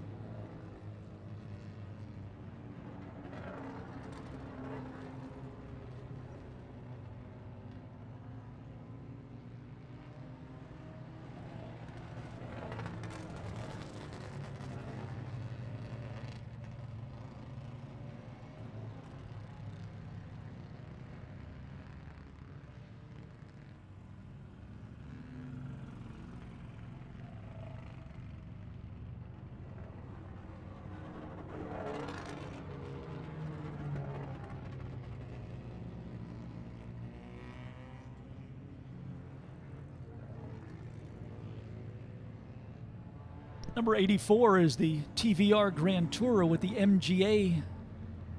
I'm not sure if that's an MGA or an MGB engine. This was a limited production British sports car steel tube chassis with a fiberglass body, and then used the MGA drivetrain components on the TVR. That is the number 84 for Anthony Hess, mixed in amongst the pure MGs, I guess we would call them, here in race group number 5. Certainly covering a broad spectrum of levels of modification for racing purposes. Alan Tossler in the number 01, the light blue MGB with the hardtop, the car as it was used in European racing and rallying configuration. Many of the other MGBs configured to race in the SCCA E-Production category. And included in our MG exhibit is the that is in the center portion of the paddock area, is the MGB that was a 2-time Sports Car Club of America National Championship winner. The late Brian Firstenow from Bob Tullius and the Group 44 Quaker State team, the first of the champions in that car, and then Paul Brand came back to win another national championship with this very same MGB that is featured in our MG display located adjacent to the winner's circle here at Lime Rock Park.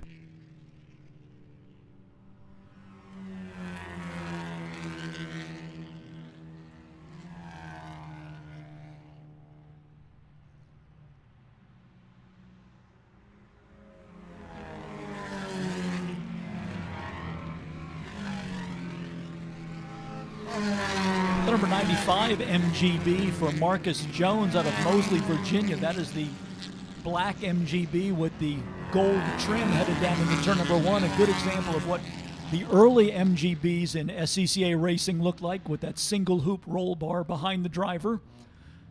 Later MGBs, of course, adopting the full roll cage as well as the fender flares in order to fit wider wheels and tires on the cars.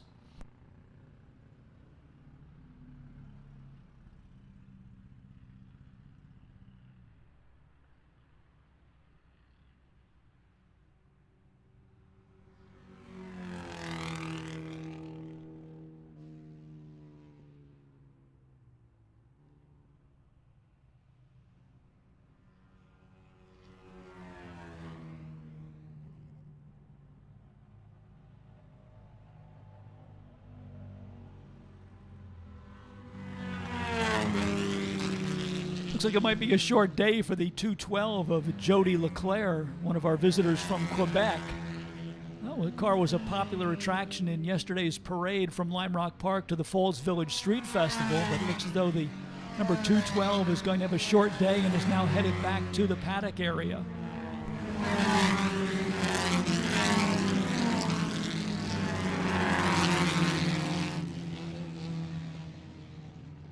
Dave Nicholas just now rolling down pit lane in the bright yellow MGA. That is the number 76 car. Dave has campaigned this car extensively with the Sports Car Vintage Racing Association, winning an SVRA National Championship with the number 76. And Dave, one of the people who's put in a lot of time and effort to bring the strong MGA contingent to us here at Lime Rock Park to celebrate the 100th anniversary of the cars produced by the firm that was originally known as Morris Garage in England, later shortened to MG, the car that really popularized the sports car movement in the United States in the years following World War II.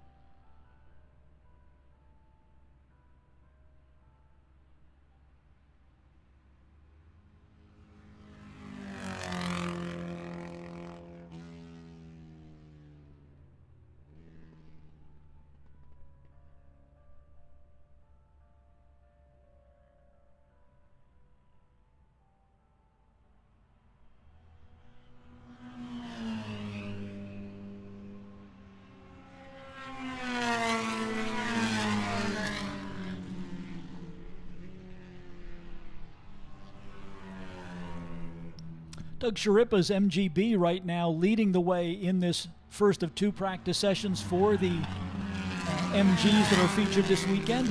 Number 34 with the best lap time of 1 minute 10.180. Eric Russell.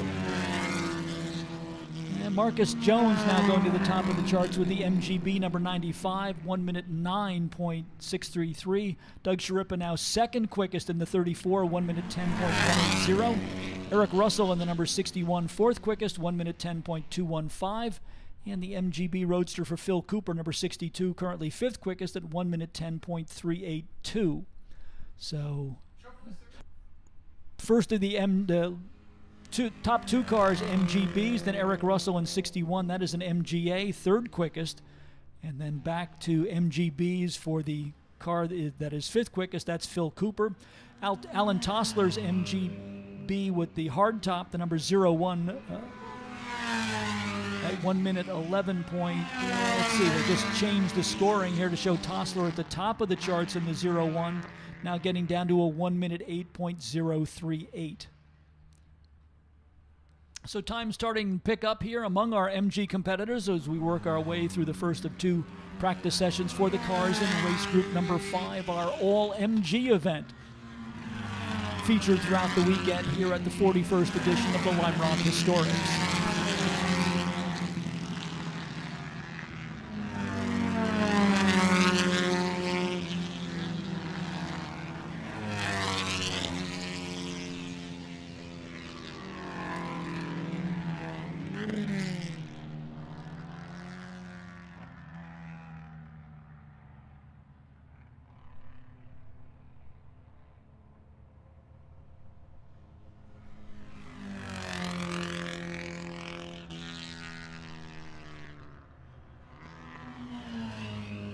We want to welcome those of you tuned in worldwide to our live stream experiment for Historics 41 here at Lime Rock Park. Right now we are in the midst of practice session number 5, our all MG group. And as you can see from the screen, it is a beautiful day here in northwestern Connecticut. Temperatures hovering right in the mid-60s, blue skies overhead. And we want to thank you for joining us here at Lime Rock Park virtually as we do our experiment with live streaming of the Lime Rock Historics for the first time. We certainly welcome your comments about our coverage. We want to look at this as a building block towards the future.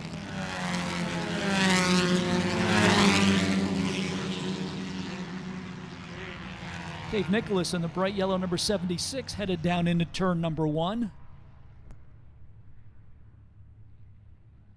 Nicholas, part of the original Bark Boys, the Binghamton Auto Racing Club that was active in the 1960s.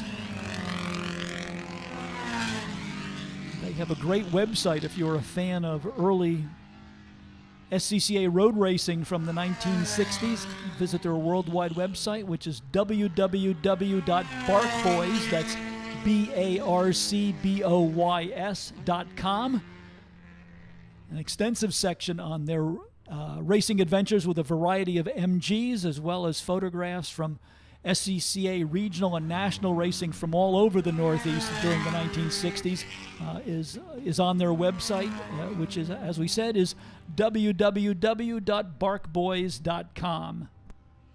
Hopefully we'll get Dave Nicholas up here sometime during the weekend to tell us more about the great heritage of the Bark Boys and the Binghamton Auto Racing Club and their longtime connection to the MG in racing configuration.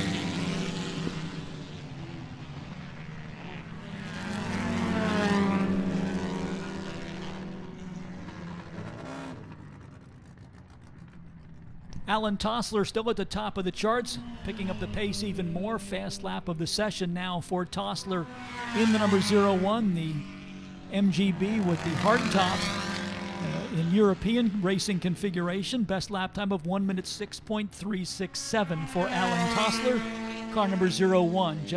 Doug Sharippa still second quickest in the MGB number 34 at 1 minute 7.195. Marcus Jones in the MGB number 95, now third quickest, 1 minute 7.269.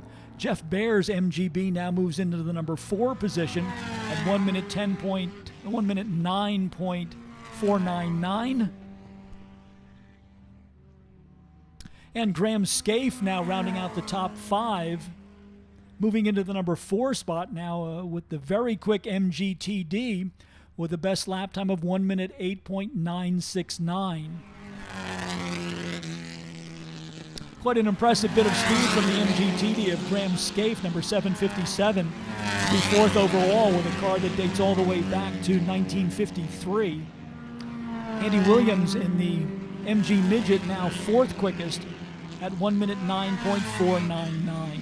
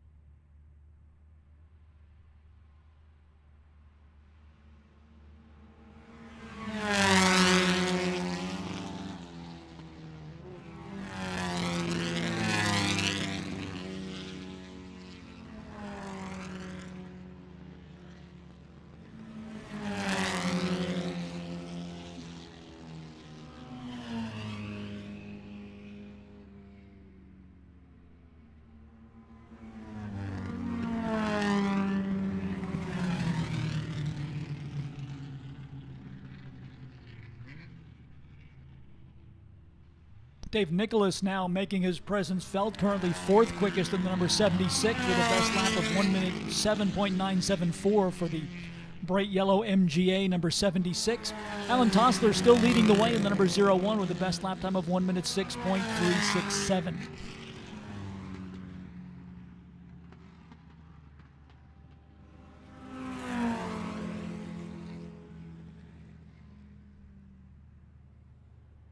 Frank Filangieri bringing the number 928 on to pit road and headed back to the paddock area.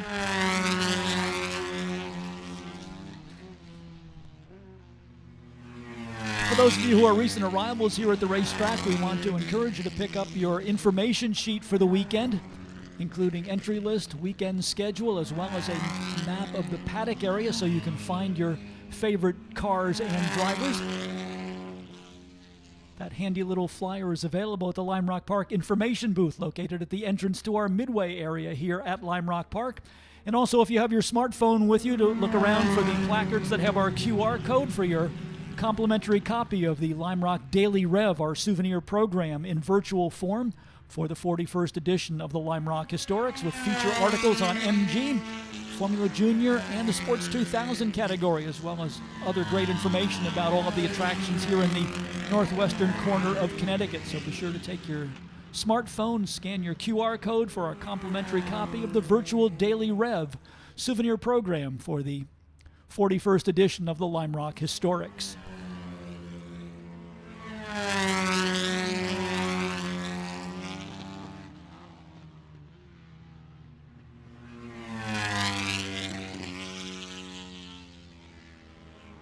Beginning to close in on noontime and thoughts of the upcoming lunch break.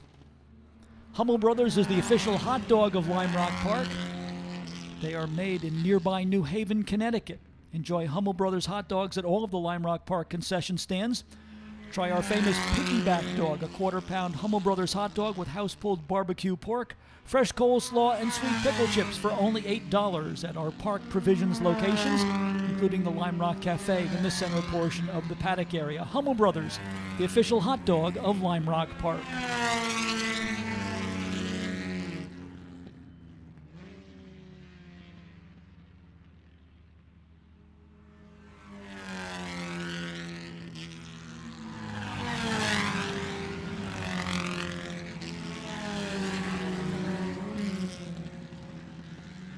Our TVR with the MG drivetrain continuing to circulate out there. That is Anthony Hess out of Kintnersville, Pennsylvania, car number 84.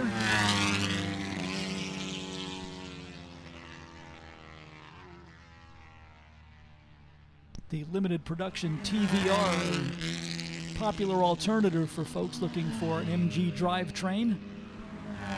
Fiberglass body with a steel tube chassis, the design features of the TVR Grand Tourer. Alan Tossler in the number 01 down across the start-finish line, still the car with the quickest time of the session at 1 minute 6.367. As we have described it, this car is in European racing configuration according to the rules of the FIA, the International Governing Board of Motor Racing. The car races with its full fiberglass hardtop in place for both rally and racing competition under the various European categories, quite in contrast to the open cockpit roadster style cars that were used for in SCCA competition, both the MGA and the MGB racing in that open top form. But right now the closed cockpit version of the MGB leading the way in qualifying, and the number 01 with a best lap of 1 minute 6.367, but now closing in on him, Dave Nicholas has the number 76 MGA into the number 2 spot at 1 minute 6.410. Doug Sharippa now posted in third position, and then the MGB number 34 at 1 minute 6.552. Marcus Jones in the MGB number 95, fourth quickest, 1 minute 7.269. And rounding out the top 5 is Andrew Moore's MGB car number 50 with a best lap of 1 minute 7.635.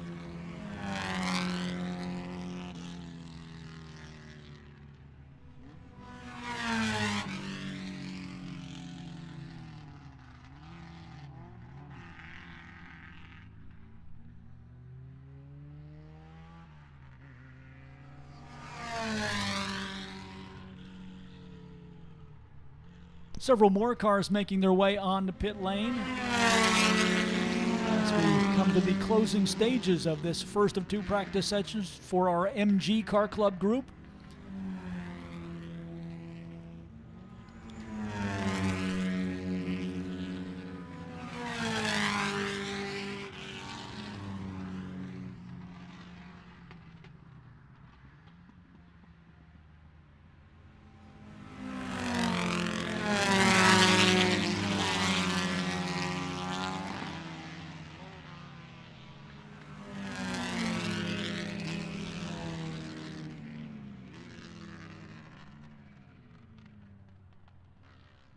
Lime Rock Park would like to take this opportunity to salute all of our partners for the 2023 season, including FCP Euro, Delamar Hotels, Autodromo, NBT Bank, Marsh McLennan, Miller Motor Cars, McLaren, Blazius Chevrolet, Connecticut Business Systems, a Xerox Company, VP Racing Fuels, Pelote Driving Shoes, Millbrook Vineyard and Winery, Liqua Molly, Spectro Performance Oils, Hummel Brothers Hot Dogs, F&W Kubota, Pepsi, Great Falls Brewing Company, Women in Motorsports North America, DLTC Landscape Contractors, Haggerty, Thule, Ruitt Sibley, Road and Track, Sotheby's, and A. Verde Storage and Office Solutions.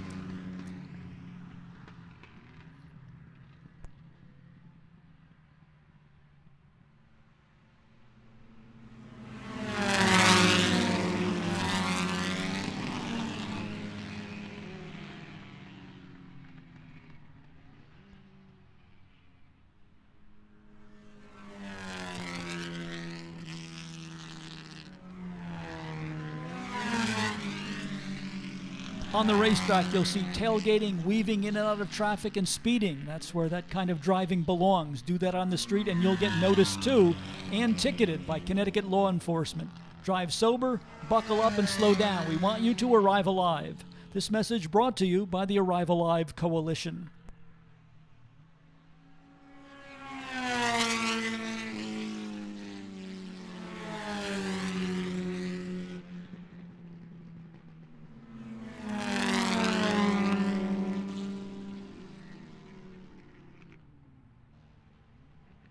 How do you relax after a long drive? How about an indulgent massage at Delamar Hotels and Spas? Or perhaps a perfect handcrafted cocktail and a sumptuous meal at one of our award-winning restaurants. Delamar is pleased to sponsor the Historic Festival 41 here at Lime Rock Park.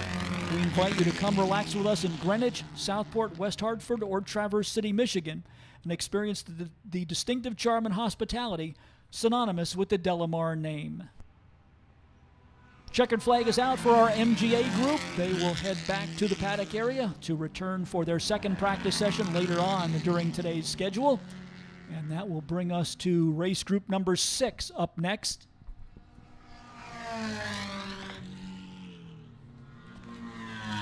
Race group number 6 is our mid-century GT and sports cars with engines up to 2.5 liters displacement. We look forward to seeing a full complement of those cars coming out as soon as the cars from this MG group, group number 5, complete their cool-down lap.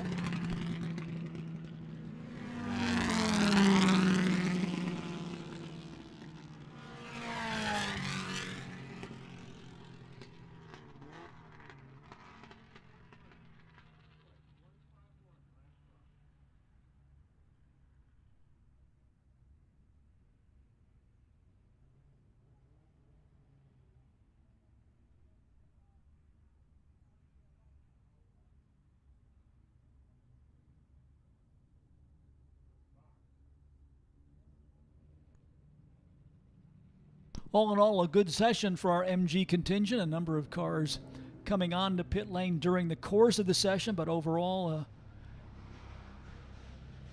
session for the MGs that didn't see any difficulties on the track itself. So hopefully those cars that had to go to pit lane will be able to make repairs and come out for our second practice session later on for the MG group, featured here as the MG cars celebrate their 100th anniversary as part of the 41st edition of the Lime Rock Historics.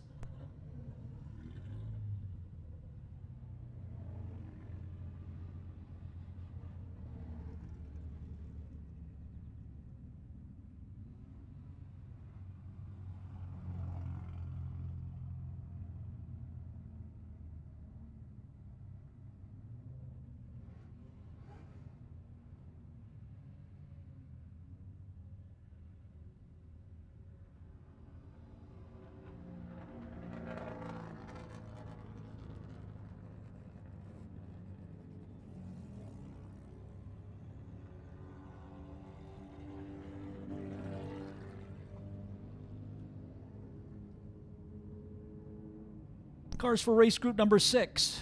Waiting in the wings. Number 01 is Russell Lane from Evanston, Illinois. The car is a 1966 Lotus Super 7. Similar car for Craig Chima from Akron, Ohio, car number 5. Norm Burke is one of our regulars in the Lime Rock Historics out of New Milford, Connecticut. His car is a 1959 Elva Courier, car number 6. Paul Stinson, another of our regulars at the Lime Rock Historics, with another of our Lotus Super 7s out of Center Hall, Pennsylvania, car number 7. Longtime VSCCA racer Kent Bain with his 1965 Triumph Spitfire is car number 9. Joe Colasaco, the well-known vintage and historic racer out of Greenwich, Connecticut, racing cars out of the Lawrence Oriana collection, is in group number 6 with the Alfa Romeo TZ1 number 10. Chris Domingo, who we have seen in Malik Clubman's cars in years past, returning to Historics 41, this time with a Series 2 Lotus 7, car number 11 out of Scottsville, New York. Tim Moran comes from Valley City, Ohio with his Mark I Austin Healey Sprite number 13. Todd Wetzel is from Richfield Springs, New York. The car is a 1957 Turner Mark I number 17. Tom Brown hails from Stratford, Connecticut with car number 18, a 1963 Triumph Spitfire. Mark Sendrin with one of our sports racers in race group number 6. This is the Coventry Climax powered Tojero out of Newburyport, Massachusetts for Sendrin number 25. John Dunnock is from Hanover, Pennsylvania with a Renault Sports Racer, one of the original Sports Renaults, number 26. Celebrating its 40th anniversary, the SCCA Spec Racer and its original Sports Renault configuration introduced for sale at the SCCA National Championship runoffs in October of 1983. So now seeing the Spec Racers, or Sports Renaults as they were known coming into vintage competition. Car number 29 is Chris Turner from New Canaan, Connecticut, 1960 Porsche 356. Richard Brown's Triumph Spitfire is number 36. He is out of East Hampton, Connecticut. Longtime Lime Rock racer Stu Forer is in his Turner for the weekend, a 1958 Turner 950S, number 48. James Trudeau hails from Beverly, Massachusetts. The Triumph Spitfire is car number 49. Cosmo Fume is in the Lotus 7, number 50, out of Madison, Connecticut. Ed Sanson from Solebury, Pennsylvania, brings his Alfa Romeo Giulietta Spider into action in race group number 6, car number 55. Dirk Burrows is from Fitchburg, Massachusetts, an Alfa Romeo Giulietta 101 Spider, car number 059. Mark Goebel is from Monetta, Virginia. His Elva Courier is car number 59. Former New England racer, now relocated in Orlando, Florida, David Stern brings out the 1970 Fiat 124. He will be car number 61. Another of our Vintage Sports Car Club of America stalwarts is Jim Bach from Southport, Connecticut. The 1961 Lotus 7 is number 65. Ed Boyajian is from Concord, Massachusetts. The car is a 1957 Alfa Romeo Giulietta Spider number 69. Mike Harmuth has the ex-Dave Belden number 71 in the field this weekend. Triumph Spitfire out of Poughkeepsie, New York. John Greller's Elva Mark V is from Sherman, Connecticut, number 78. Ralph Solomon is another of our sports Renault drivers in the car number 98. James Goodson's Lotus 7 is number 110. Rick McCurdy is out of Newburgh, New York with the 1957 Triumph TR3 number 132. Ariel Dora hails from Jupiter, Florida with the 1967 Alfa Romeo Duetto number 177. Anthony Thompson is the driver of the Lotus 7 number 181 out of Shirley, Massachusetts.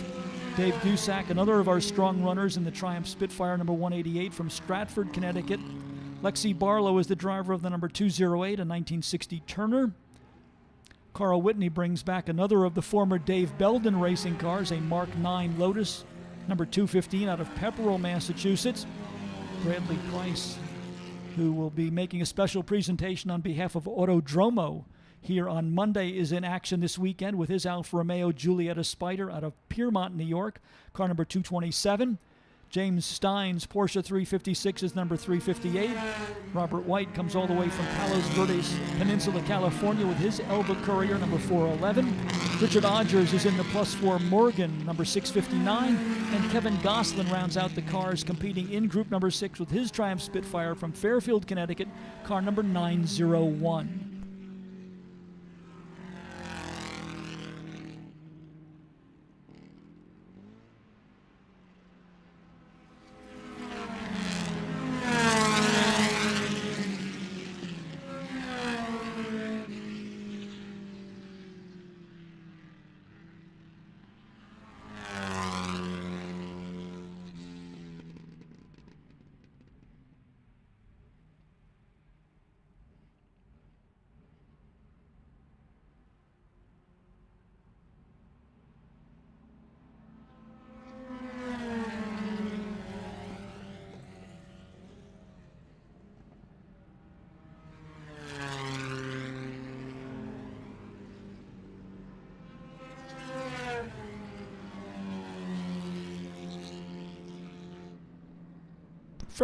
A fair representation of Turners in this group.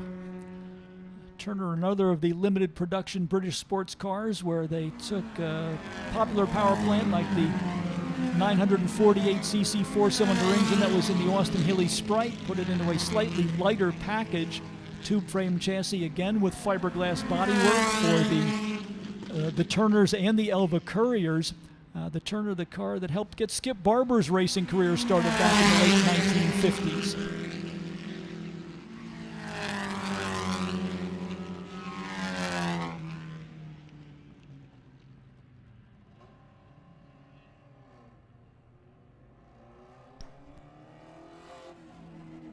The Elva Courier, another car with that similar design theme, this time relying very often on either a four-cylinder Ford or an MG power plant. Again, fiberglass bodywork with the steel tube chassis. Norm Burke's car, always one of the popular attractions.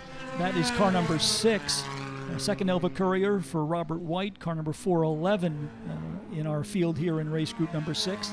Another well-known driver who got his start in the Elva Courier was the late, great Mark Donohue, who raced here at Lime Rock Park in the early years of his career in an Elva Courier among his other early endeavors in Sports Car Club of America competition.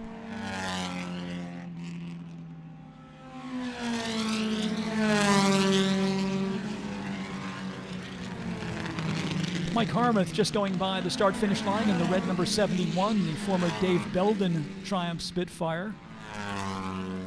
And a couple of those sports Renaults out there circulating as well. As we said, this is what is known in the SCCA these days as a spec racer with a Ford power plant, single design chassis with fiberglass bodywork. The cars are constructed by a subsidiary of the Sports Car Club of America called SCCA Enterprises, but the original spec racer was called the Sports Renault.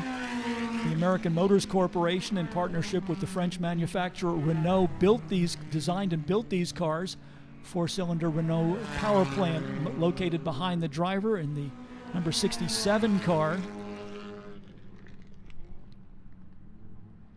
And the number 98 is Ralph Salomon, and the number 26, John Dunnock, listed as the other car that is a Renault, sports Renault here in race group number 6, as these cars celebrate their 40th anniversary. Hard to believe that it was actually 40 years ago when this category was introduced into Sports Car Club of America competition. It's gone through several engine changes over the years, but the basic design still part of the regular club racing package of the Sports Car Club of America.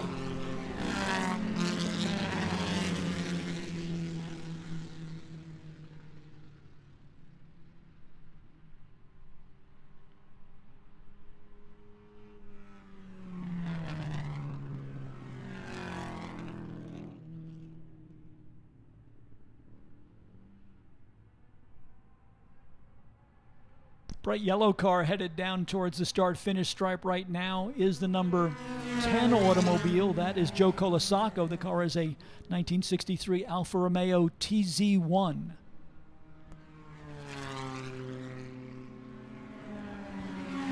Looks like we've got a piece of bodywork laying on the racetrack. Apparently, it looks like it might be a hood off of one of our Lotus 7s. Somewhat off the racing line, but forcing all of the drivers to the middle and upper portion of the racetrack to avoid that piece of bodywork that has become dislodged and is sitting just past the start-finish line.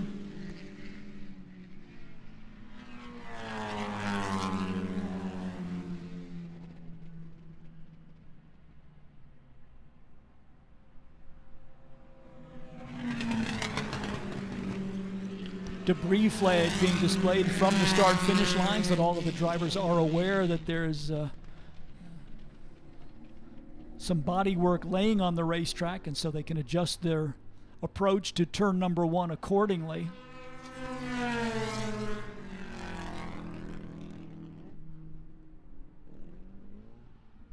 Early model Porsche going across the start-finish line. That's the number 358 for James Stein, a 1959 Porsche 356A, the hardtop version of the popular Porsche bathtub from the 1950s and 1960s, the car that first established Porsche in the marketplace in the United States.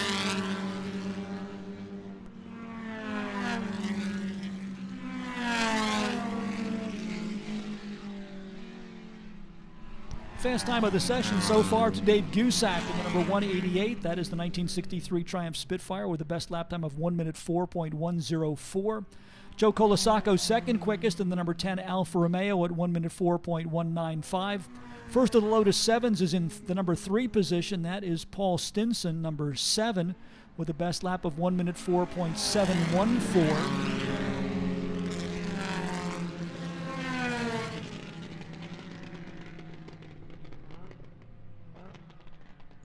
Tom Brown's Spitfire is currently 4th quickest, 1 minute 4.451. And Craig Chima's Lotus 7 rounding out the top 5 at 1 minute 4.968. Chris Domingo currently 6th quickest in his Lotus 7, number 11 at 1 minute 5.514. Then it's Norm Burke's Elva Courier in the number 7 slot at 1 minute 6.028. The Spitfire of Kent Bain currently posted in 8th position, 1 minute 6.149. Kevin Gosselin's Spitfire number 901 is 9th quickest, 1 minute 7.961. And Carl Whitney in the Lotus Mark 9, the prototype version of the car that eventually became the Lotus 11. Whitney currently 10th quickest in the number 215 at 1 minute 8.079.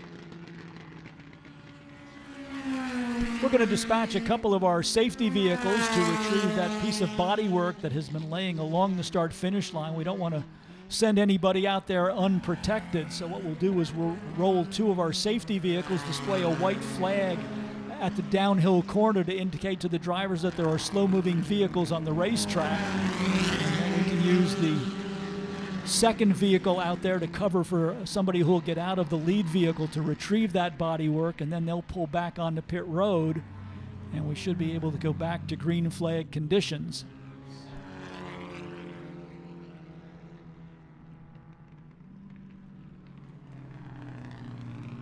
Yellow flag now being displayed from the start-finish line so that the drivers indicate there is no passing allowed. They'll get in a single file formation, but we won't need to dispatch the safety car. The bodywork already retrieved. Safety vehicles will head towards the pit lane, and we should be ready to go back to green flag conditions for the cars here in race group number 6.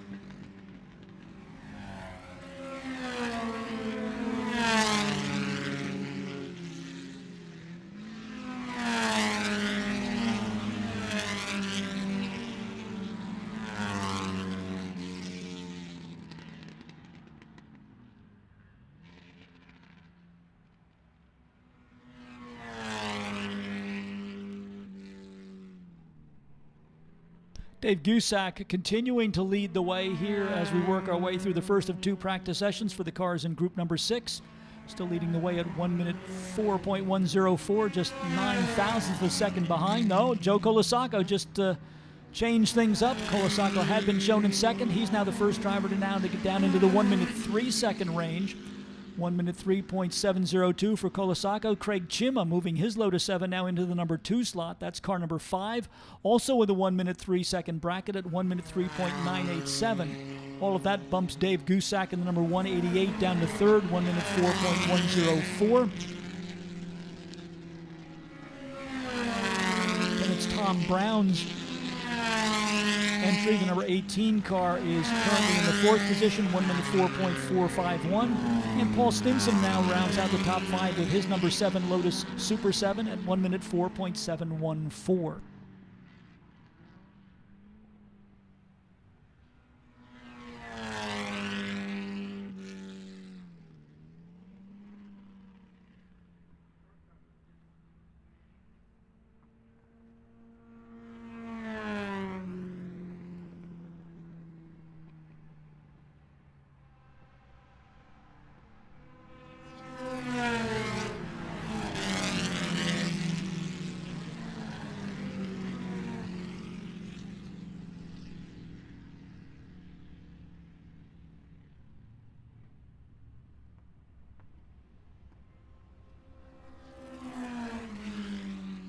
Checkered flag is out for the cars in race group number 6. And we end the session with Joe Colasacco with the fast time of the session in the bright yellow 1963 Alfa Romeo TZ1 with a best lap of 1 minute 3.702.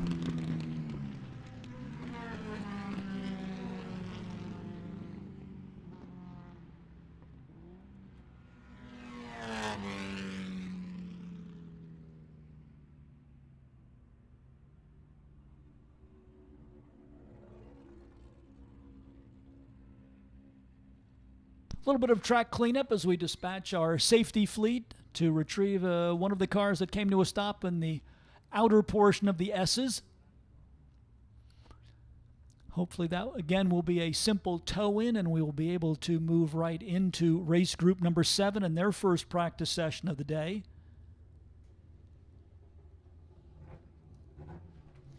Race group number 7 is our GT and sports cars over 2.5 liters, as well as a representation from sports racing style cars.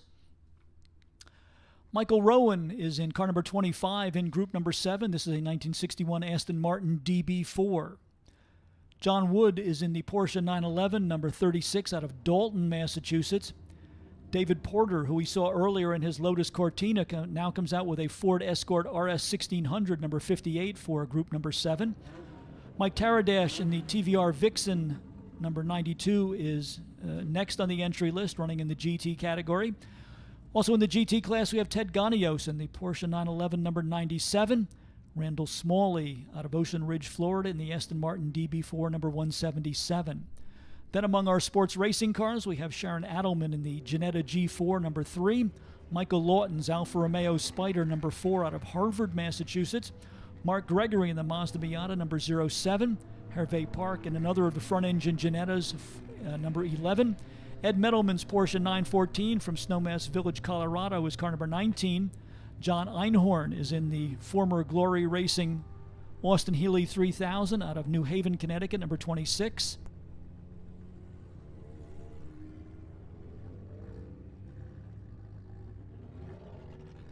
This was one of the original Bob Kilpatrick former Glory Racing entries. John Einhorn now wheeling the number 26 Austin Healey 3000. Henry Fry is in the Triumph TR250 number 29. Patrick Daly in another of our Mazda Miatas number 53. Thomas Donatelli from Stratford, Connecticut is in the number 67, another of our front-engine Ginetta G4s. Our neighbor from just across the road, Greg Mendel, is in the Mazda number 77, another of our Mazda Miatas. Michael Orrit is in the Ginetta number 82. Rick Nevis from Millis, Massachusetts is in the 4-cylinder Austin Healey, the predecessor to the Austin Healey 3000 number 102. And in a similar car, longtime Lime Rock Historics participant Rich Malumian out of Fort Washington, Pennsylvania. His Austin Healey 104 is car number 347. Among our sports racers, we have the Lister Costin for Jason Hancock from Greenwich, Connecticut, number 1.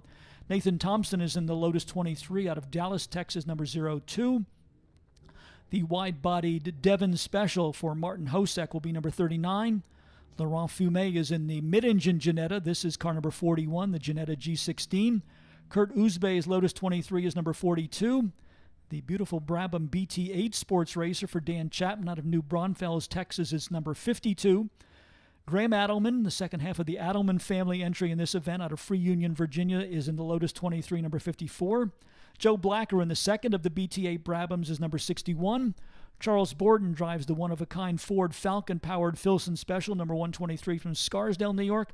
And we are scheduled to round out the entry with the original Rutherford Special, built by Stuart Rutherford, and now campaigned by Malcolm Rutherford out of Windham, New Hampshire, and that would be car number 266. Quite a bit of storied history in this race. The Brabham BT8 at one time held the absolute lap record here at Lime Rock Park, driven by Peter Sachs. Bill Mitchell was another driver in a Brabham BT8, and if I remember correctly, I'll have to check, but I thought that Skip Barber was a Brabham BT8 racer for a while as well. Of course, the Lotus 23, one of the standard bearers among the sports racing category cars of the 1960s, and we have several of the Lotus 23s in the field. Nathan Thompson in the 02, Kurt Uzbe in the 42, and Graham Adelman in the number 54. Hard to believe, but the Mazda Miata is now moving into historic consideration, a car that is now more than 30 years old. The popular Japanese-built Roadster represented not only in the Lime Rock Drivers Club and their regular racing events here at Lime Rock Park, but also incorporated into the Lime Rock Historics now. And a trio of Mazda Miatas, Mark Gregory in the 07, Patrick Daly in the 53, and Greg Mendel in the 77. All competing in the sports car category here in group number 7. Speaking of Mazda Miatas, if you are a fan of the Japanese sports car that has become the leading two-seater in terms of sales, displacing the MGB, which was the former title holder, the Mazda Miata, a very popular option for people for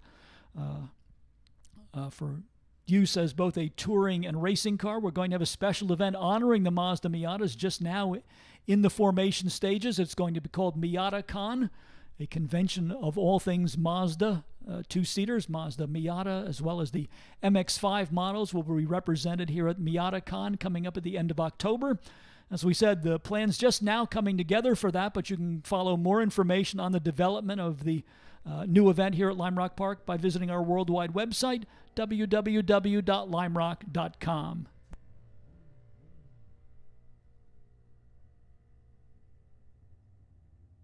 Race group number 7 will be the final race group before we move to our lunch break.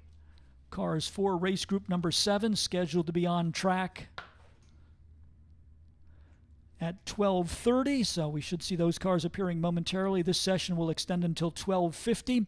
We will then go on to a brief lunch break from 12:55 until 1:25, and during that time we will welcome the members of the Autostrada group who will be getting a few parade laps around the racetrack before we move back into activity on the track with our big bore production cars and IMSA-era GTU Porsches. Group number 8 will resume the afternoon's track activities beginning at 1:30. And then we'll round out the first practice session with cars in group number 9, our winged open-wheel cars, as well as sports racers and Formula Fords in group number 9. Group number 9 cars will be on track from 1:55 until 2:15. And then we'll go back to the top of the order, bringing the Formula Juniors back, the Jim Haynes Memorial Weekend for the Formula Juniors. Second practice session for those cars beginning at 2:20 this afternoon, and we will run through all 9 of our race groups and their second practice sessions leading up to the conclusion, the final checkered flag of the day coming out at 6 p.m. Cars for race group number 7 now rumbling down pit lane, led by the Ford Escort, the RS 1600 for David Porter. You might almost call this the second generation of the Lotus Cortina. When Ford introduced the Cortina sedan in the 1960s, they sent it to Colin Chapman at Lotus Cars, who upgraded the suspension, put the Lotus twin cam engine in place of the Ford pushrod power plant, and turned it into one of the first of the performance sedans. The Ford Escort, a development of that, an evolution of that, you might say. The Ford Escort Economy sedan equipped with the 4-valve per cylinder BDA power plant, the same engine that was used in the Formula Atlantic cars of the era, and all of a sudden they had another high-performance economy car and a strong performer in both European road racing and rally competition. And David Porter bringing the 1973 Ford Escort RS 1600 to be part of the program here for the Historics 41 here at Lime Rock Park.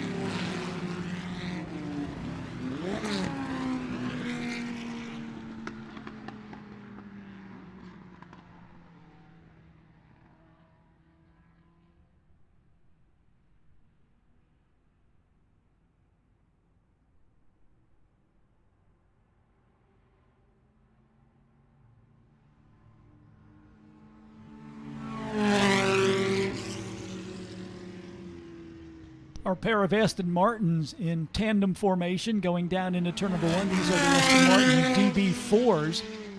Car made famous in the James Bond series of movies. If you're a fan of the Bond cars and the Aston Martins that were featured in so many of those films, we hope you'll plan a visit to the Saratoga Automobile Museum in Saratoga Springs, New York. Their featured collection these days is the cars of the James Bond movies. And for more information, you can go to their worldwide website, which is www.saratogaautomuseum.com.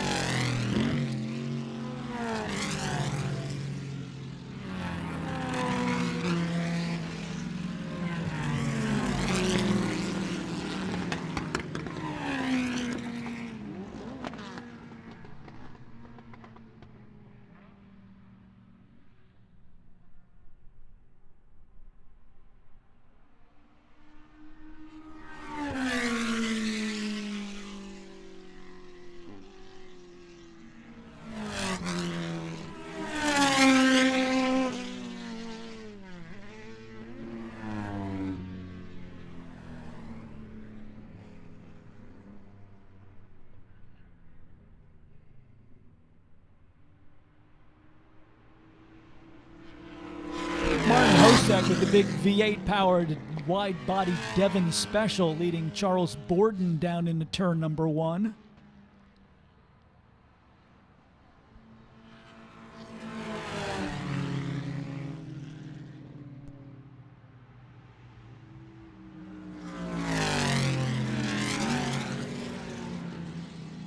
Quick time of the session early in the going to Joe Blacker in the Brabham BT8 number 61 out of Ellicott City, Maryland. Real swarm of cars all packed together going down into turn number 1 here, led by John Einhorn in the Austin Healey 3000.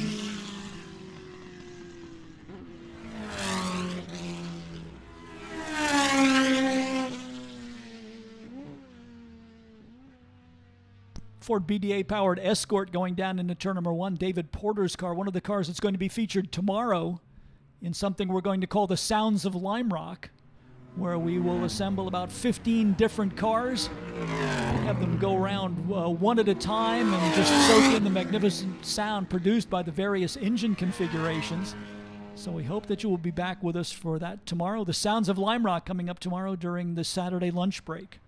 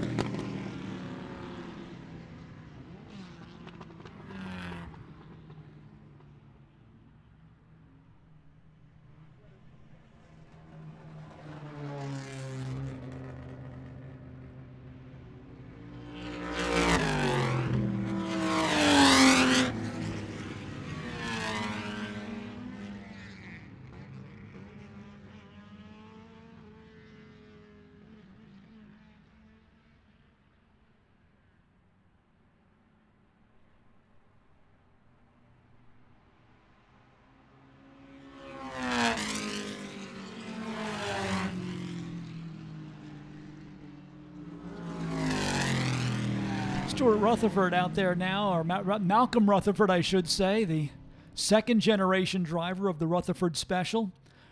Malcolm Rutherford, the original builder of this car back in 1958. It raced here at Lime Rock Park in our Sports Car Club of America regional and national racing programs. Also competed in the hill climb that was held at Mount Washington in New Hampshire. So this car with quite a bit of historic significance here, the Rutherford Special, driven by Malcolm Rutherford from Windham, New Hampshire. That is car number 266.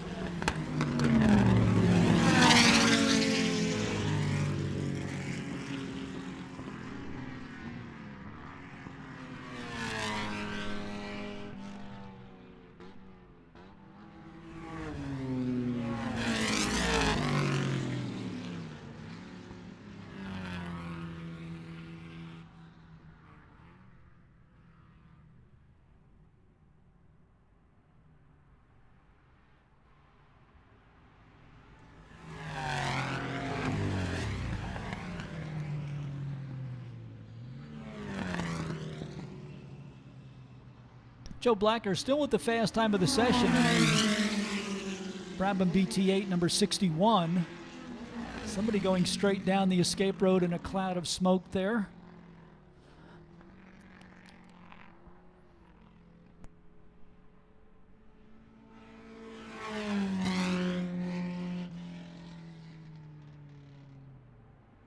Pretty pungent aroma as that car went down the escape road, still showing quite a bit of smoke from the front of the car, the driver getting out of the automobile. Looks as though that engine may have cried enough. And also the red and yellow striped flag being displayed from the start-finish line, indicating that there could be some fluid down on the racetrack. That would not be a surprising outcome considering the cloud of smoke that car pushed out as it headed down the escape road.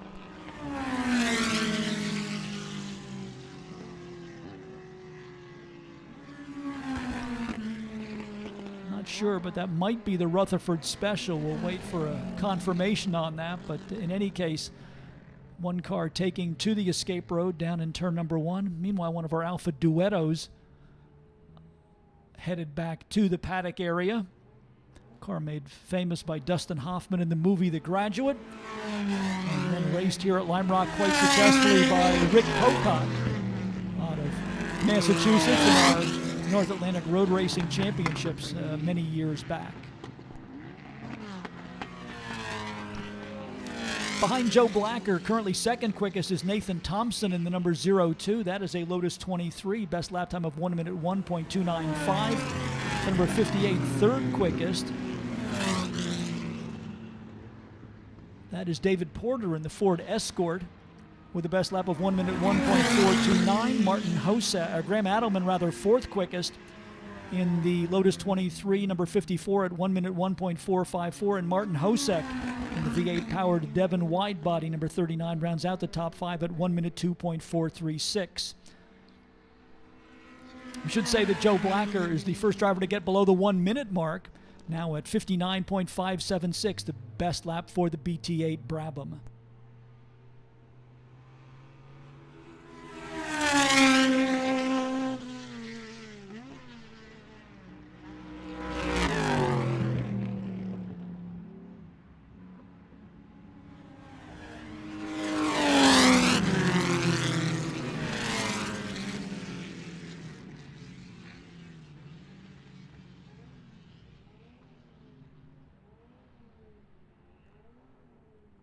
Black flag all, the signal from the starters stand. Apparently we're going to bring all of our cars back to pit road.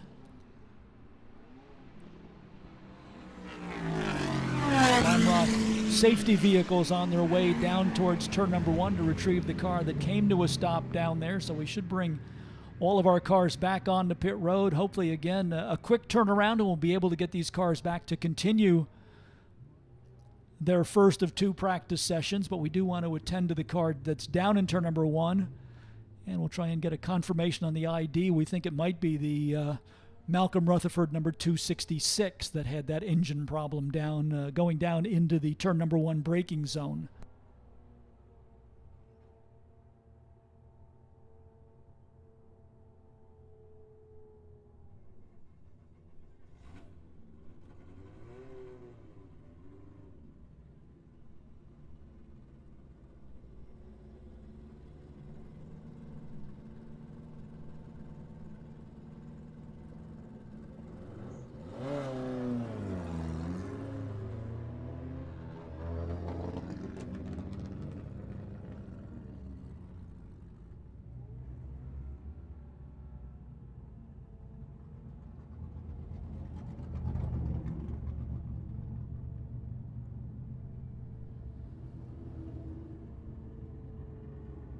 This session is scheduled to extend until 12:50. We'll see if the officials decide to extend the session by a few minutes as a result of the time devoted to cleanup, or whether they will call it complete on the original time schedule. We'll wait for that to be determined by the track officials, as they are now working to retrieve the car that was stopped in the escape area down in turn number 1. Looks as though they're waving a number of cars back to the paddock area.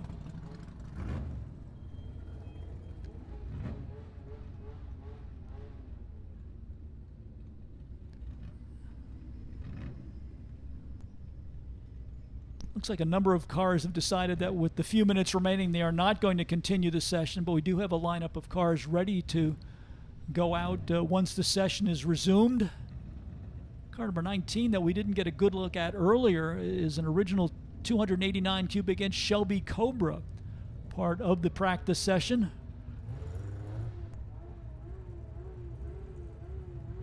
And the indication now seems to be that quite a few of the cars are going back to the paddock area.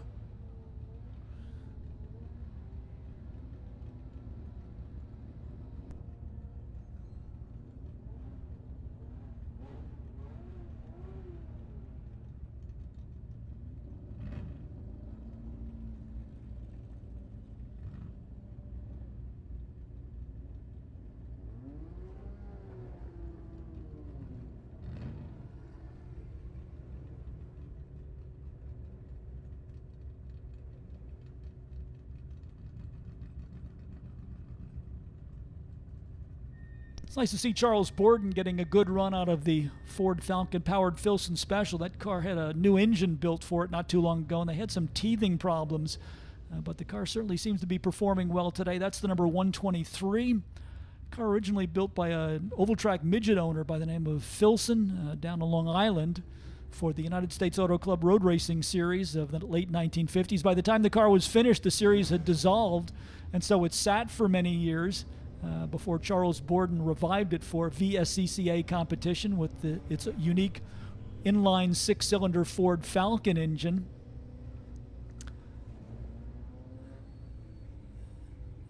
And signal from the starters stand is that the checkered flag is out, so this session is being called complete. That is going to bring us to our lunch break, as they need to take some more time to retrieve that car down in turn number 1. So we will begin our lunch break in just a couple of moments. All of the cars in this group now making their way back to the paddock area. And we are scheduled to resume activities on track with the big bore production cars and our IMSA air-cooled Porsches. That group will be on track following the lunch break beginning at 1:30 this afternoon. We want to welcome our visitors from the Autostrada group who will be taking some parade laps during the lunch break.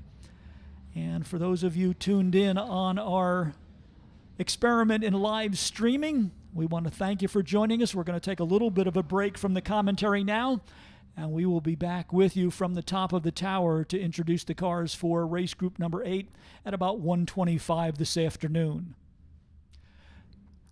So we wish you bon appetit. Be sure to visit all of our options for the Epicurean delights that we have here at Lime Rock Park. The Lime Rock Cafe is in operation down in the center portion of the paddock area. A number of our vendors are already hard at work preparing various treats up in the midway area, so there are lots of choices for your dining pleasure during our lunch break, and we will look forward to joining you again with additional commentary for day number 2 of the Lime Rock Historics, beginning at about 1:20 this afternoon.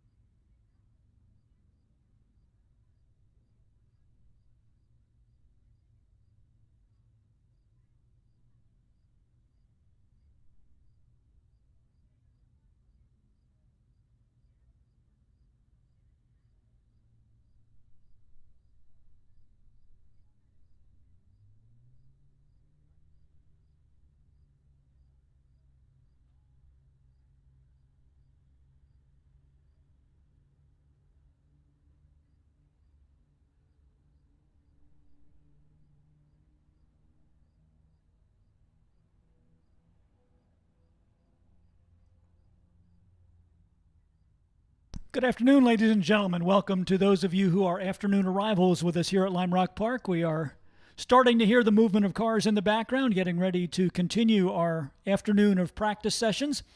And also a welcome to those of you joining us for our experiment in live streaming from around the world as we, for the first time, have some broadcast capabilities for the live presentation of the Lime Rock Historics. For those of you who go back to the 1980s, you may remember there was a period of time where we actually had the Lime Rock Historics on a tape-delayed broadcast. Great production by ESPN back in those days, but now live streaming opening up some new possibilities. And so we are going to begin our experiment with the live streaming here at Lime Rock Park, beginning with this weekend's Lime Rock Historics. So we certainly appreciate your comments and insights to help us improve and expand this service. We are about ready to bring the cars out for our Group 8 practice session. But before we do that, let's take a moment to salute our partners for the 2023 season and Historic Festival 41, including FCP Euro, Delamar Hotels, Autodromo, NBT Bank, Marsh McLennan, Miller Motor Cars, McLaren, Blazius Chevrolet, Connecticut Business Systems, a Xerox company, VP Racing Fuels, Pelote Driving Shoes, Millbrook Vineyard and Winery, Liqua Molly, Spectro Performance Oils, Hummel Brothers Hot Dogs, F&W Kubota, Pepsi, the Great Falls Brewing Company, producers of the Lime Rock Lager, Women in Motorsports North America, DLTC Landscape Contractors, Haggerty, Thule, Ruitt Sibley, Road and Track, A Verity Storage and Office Solutions, and a welcome back to Vriedenstein Tires. For those of you who go back to the era of showroom stock sedan racing here at Lime Rock Park, Vriedenstein Tires was one of the tires of choice back for the Car and Driver Showroom Stock Challenge of the 1970s, and we're happy to welcome Vriedenstein Tires back as a partner for the 2023 season and Historics 41. As we said, we are getting ready to bring the cars out for race group number 8, first of 2 practice sessions for these cars. Race group number 8 is our GT and IMSA Porsches. This will be the big bore V8s, the Chevrolet Camaros, Ford Mustangs, Chevrolet Corvettes, along with air-cooled Porsches that competed in both the IMSA Camel GT Series and the Sports Car Club of America Trans Am Championship. Very strong field of cars coming out, so let's introduce the drivers to you. First of all, in our Porsche category, we have James Hamblin from Franconia, New Hampshire. The car is a 1968 Porsche 911 ST number 18. Mark Stilson comes out of Danbury, Connecticut with the Datsun 240Z number 22. Chris Turner is the driver of the Porsche 911 number 29. Bates McLean joins us from Madison, Virginia with his Porsche 914-6 number 32. Car number 050 is longtime Porsche racer Rich Strahota out of Scottsdale, Arizona. The car is a Porsche 911 ST. Frank Rauscher hails from Wayne, Pennsylvania in car number 57. It's a 1974 Porsche 911 RSR. Lou Yorio is in the number 61 Porsche 911 out of New Fairfield, Connecticut. Longtime Lime Rock racer Jim Scott is in number 85 out of Woodbury, Connecticut, a 1973 Porsche 911. Dennis Jones comes up from Decatur, Georgia with his 1968 Porsche 911S. Those will be car number 86. The number 201 is Lee Lasberg from Ridgefield, Connecticut. The car is a 1979 Porsche 911. Jeff Nyblum, another of our Porsche regulars here at Lime Rock Park at the Historics, is in car number 249. This is a 1969 Porsche 911. David Hutchings drives the car number 310, a 1973 Porsche 911 RSR. Christian Taylor is in the Porsche 911 SC from 1980, car number 388. Mike Piera with a new number, usually running as 44, running as 441 this weekend. Mike Piera out of Newtown, Connecticut, in his yellow and green Porsche 911 RS. Del Ore, another of our second-generation racers, is in the number 521, a Porsche 911 SC from 1979. Mike Jacobellis is in the Porsche 911S number 711. Hans Warner from Portland, Maine, is in the number 771, another Porsche 911 RSR. And we round out our Porsche entries with the Porsche 911 Euro SC for Todd Pahonis from Reading, Connecticut, number 808.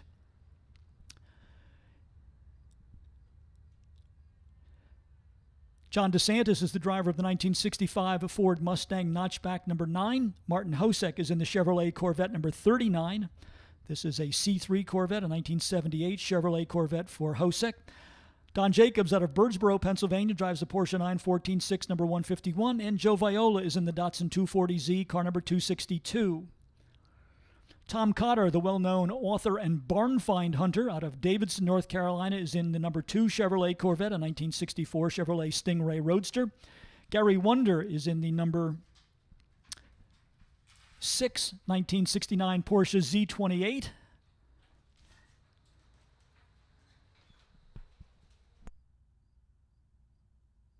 Searching through my notes here because I have a note on the Gary Wonder car that I need to find.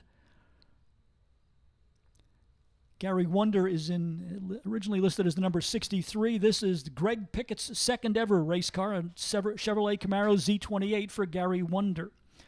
Colin Doherty is out of Keswick, Virginia, with a Porsche 944 Turbo Cup car, number 7. John Romano from Duxbury, Massachusetts, is in a 1963 AC Cobra Ford V8, number 4. George Ladyman is in the 1970 Corvette number 21. Cliff Ryan from Watford, England, returns with his 1964 notchback Ford Mustang number 23. Mark Carluzzi is in the Datsun 240Z number 25. Scott Heckert comes up from Huntersville, North Carolina, with his 1966 Chevrolet Corvette number 34. Jim Glass is in the Chevrolet Camaro number 37. Joe Foley is in his Chevrolet Corvette number 50. Taz Squire comes out of Lincolnville, Maine, with the Datsun 240Z number 51. Then we have our trio of Jaguars from Brian Donovan's shop, Donovan Jaguar and Motorsports. Jack Bush is in the number 061. John Ogle is in car 62. And Art Hebert out of Monterey, Massachusetts, in the third of the Donovan entries, the Jaguar XKE number 63. We round out the field with the former Glenwood Acres Ski Area Ford Mustang for Greg Mendel, number 77, from just across the road here in Lakeville, Connecticut. And Jake Clapp is in the number 88 out of North Haven, Connecticut. The car is a 1970 Datsun 240Z. That is our field of cars. First of 2 practice sessions coming up for cars in group number 8.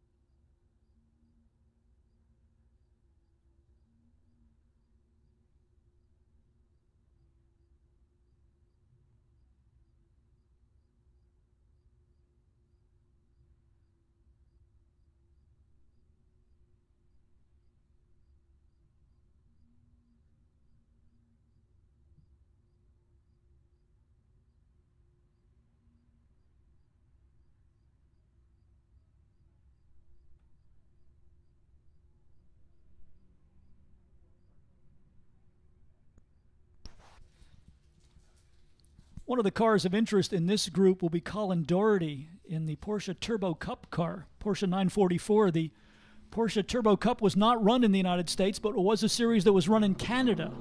So it will be interesting to see how the turbocharged version of the Porsche 944, which was very popular in both Trans Am and Firestone Firehawk competition shows here in its tour around the mile-and-a-half circuit at Lime Rock Park.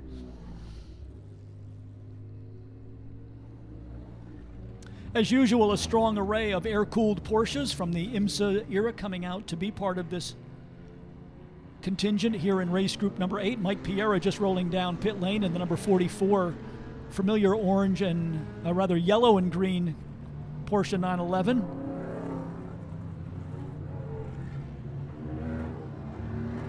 Greg Mendel in the 77, the Glenwood Acres Ski Area Ford Mustang, reporting for duty.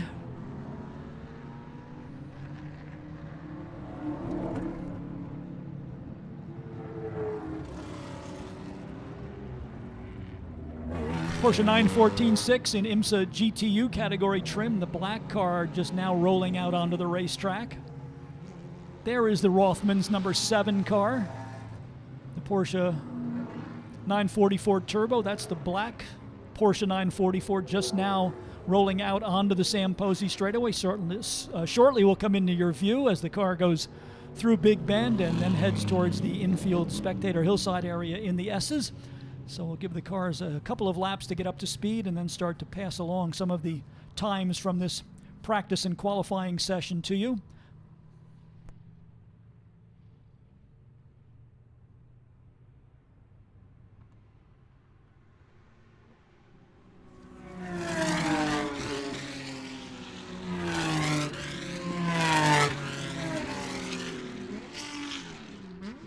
Datsun 240Zs, of course, with a long history racing here at Lime Rock Park, introduced back around 1970-71 by Bob Sharp. And Bob Sharp Racing out of Wilton, Connecticut. Other notables who got behind the wheel of Datsun 240Zs in the Bob Sharp colors included our favorite son here at Lime Rock Park, Sam Posey, as well as our dear friend Paul Newman, looking to build Datsun and later Nissan's racing reputation. So going back to a bit of early Nissan racing history here with this contingent of Datsun 240Zs that show up here in race group number 8.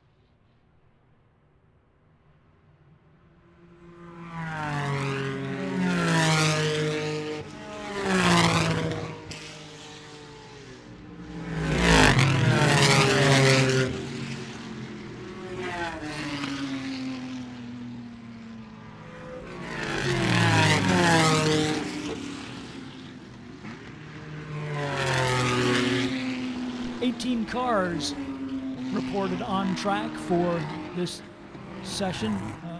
First of two sessions for our big bore production cars and air-cooled Porsches.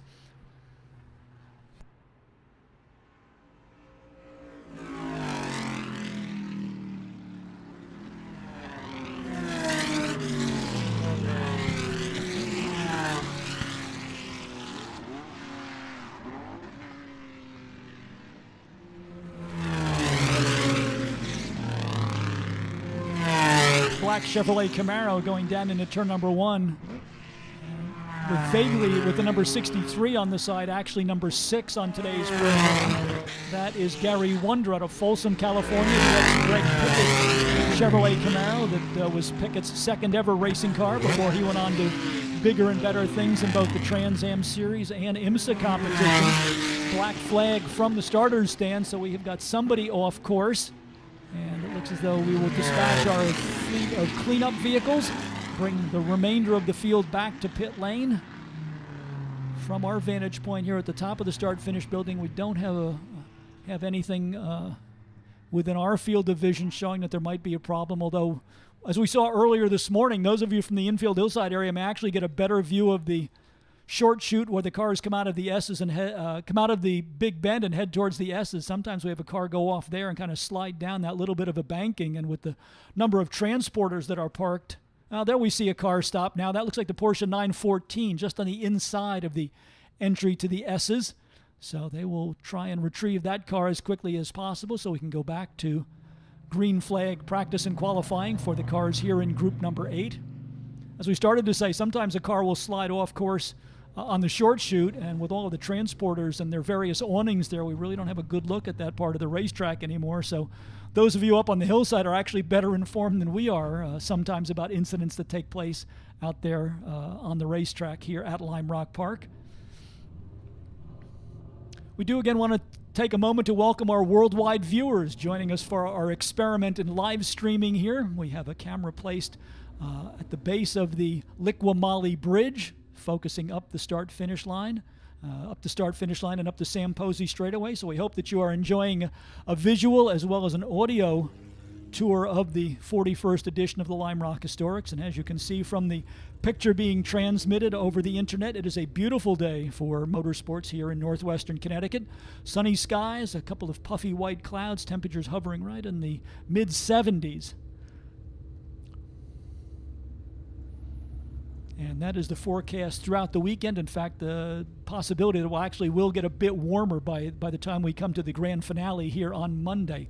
Looks as though they are going to need to get the rollback out for that Porsche that came to a stop over there in the S's, so that is going to extend the time for cleanup just a little bit. Rather than being able to just tow the car off, it looks as though it's going to need to be lifted, so that suggests that there might be some sort of problem in the drivetrain of the car, that it cannot roll freely, and so we will need to devote a little bit of extra time to getting the track cleaned up and that vehicle retrieved before we can go back to this practice session for the cars in Group 8.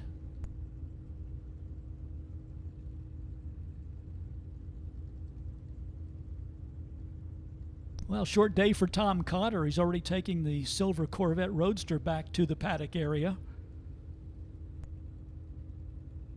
Tom is going to be up to join us later. He has a new book that has just come off the presses and that he'll be telling us about, so we'll look forward to a visit from the noted barn find hunter, Tom Cotter. In fact, maybe we'll get Tom up here if we'll see how if this session is not going especially well. Maybe he'll join us for a bit as today progresses, but we are expecting that Tom Cotter is going to come up and join us tomorrow to tell us more about the new book that has just come off the presses on his latest driving adventures.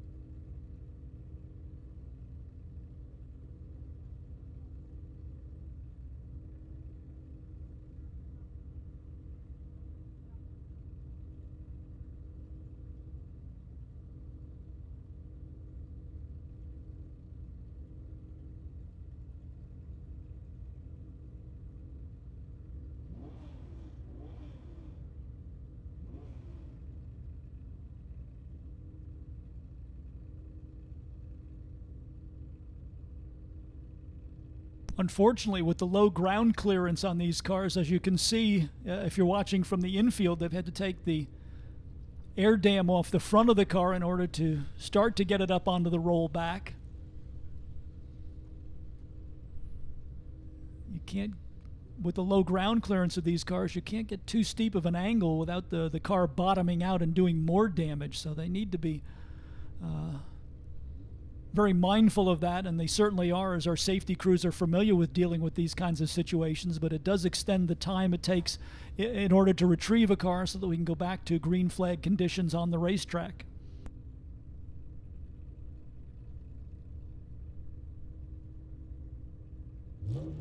We hope that you're going to be part of our gathering again here tomorrow for day number 3 of the Lime Rock Historics.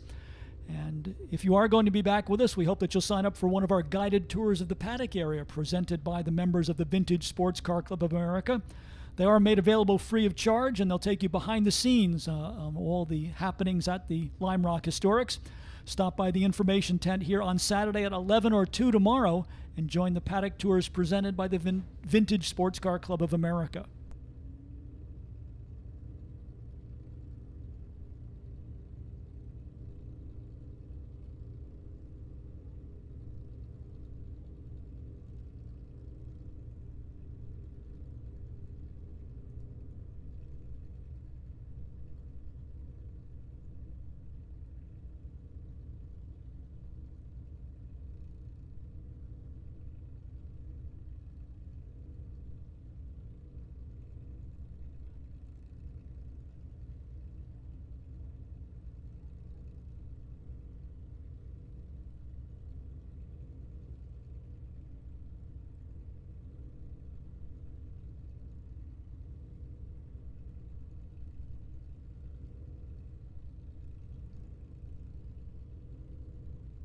One more practice group on the schedule for their first track appearance following the cars in group number 8. The group 9 cars will be out next. This will be our open-wheeled Formula cars as well as sports racers and Formula Fords.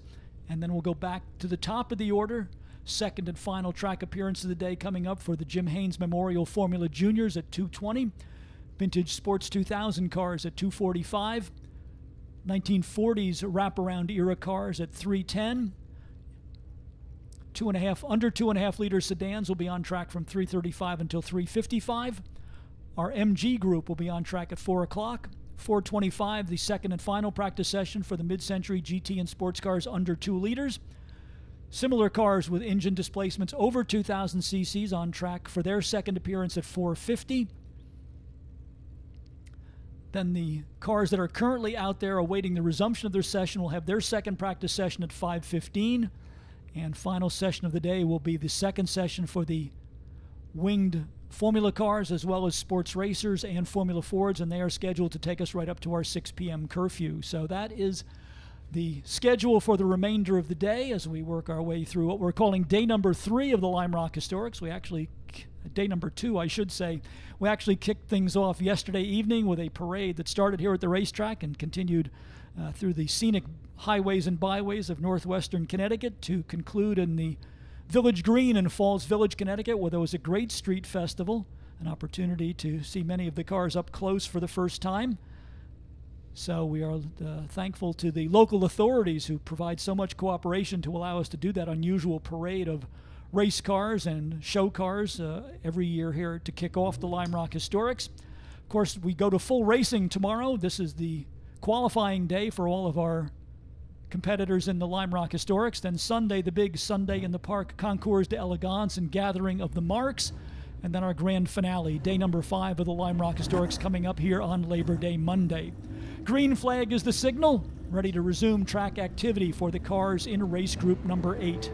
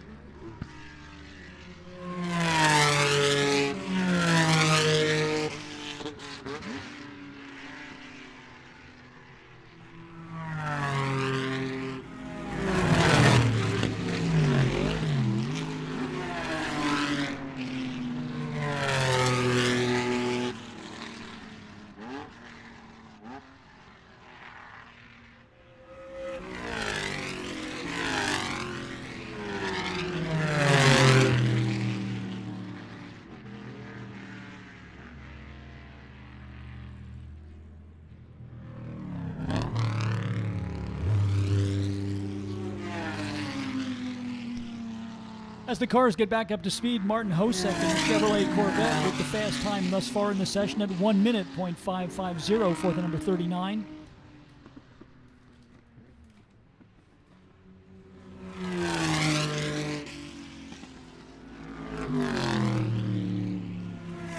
Currently second in the run is the number 18, the Porsche for Jim Hamlin at 1 minute, .872. Lee Lasberg. Yeah, Mike Piero is second in the Porsche 911, number 441, 1 minute, .819. And now Jack Bush jumping to the top of the charts with the Donovan Jaguar Roadster, number 61, with a best lap of 1 minute, .199. So lots of changes going on at the top of the order as drivers begin to get up to speed here in the first of 2 practice sessions for this group of cars.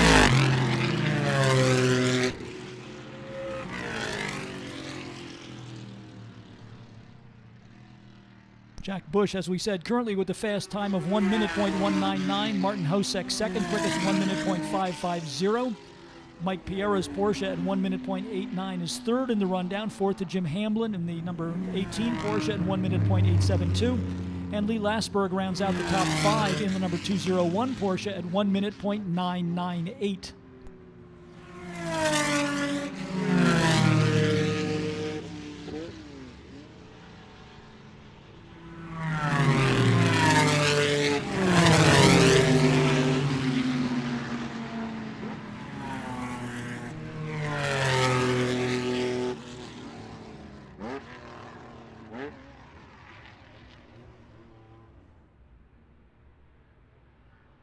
Checkered flag is out as a result of the time needed to retrieve the Porsche that ran into mechanical difficulties. A somewhat shortened track session for the cars in group number 8 as we need to stay on a time-certain schedule in order to give each of the groups a second opportunity for practice and qualifying. So, somewhat abbreviated session for our cars here in group number 8.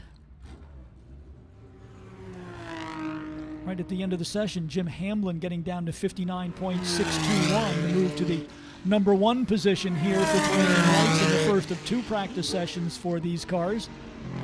First driver to get below the 1 minute mark, Jim Hamlin in the Porsche number 18.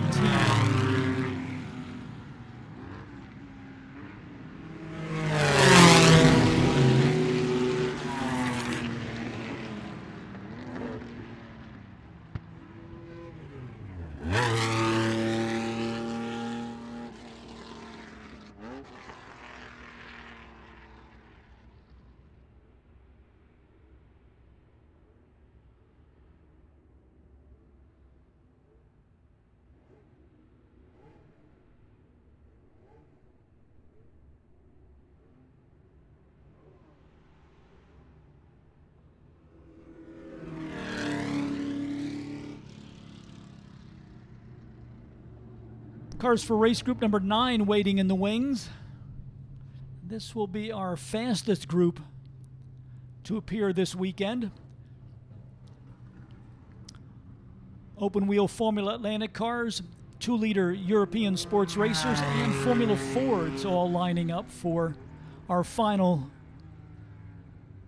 practice group in the first round of practice and qualifying. A number of cars apparently still getting the checkered flag and completing their cool-down laps.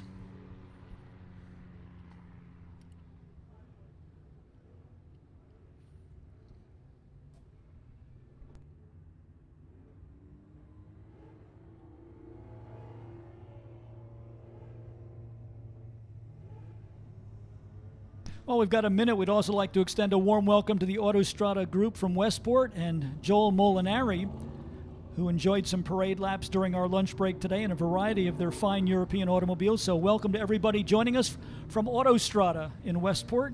We hope you're enjoying your visit with us here at the 41st edition of the Lime Rock Historics.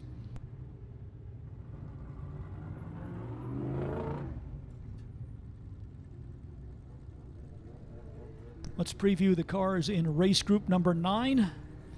Gary Rutherford will be out in his Formula Ford Crossley. That's number 5 out of Groton, Massachusetts.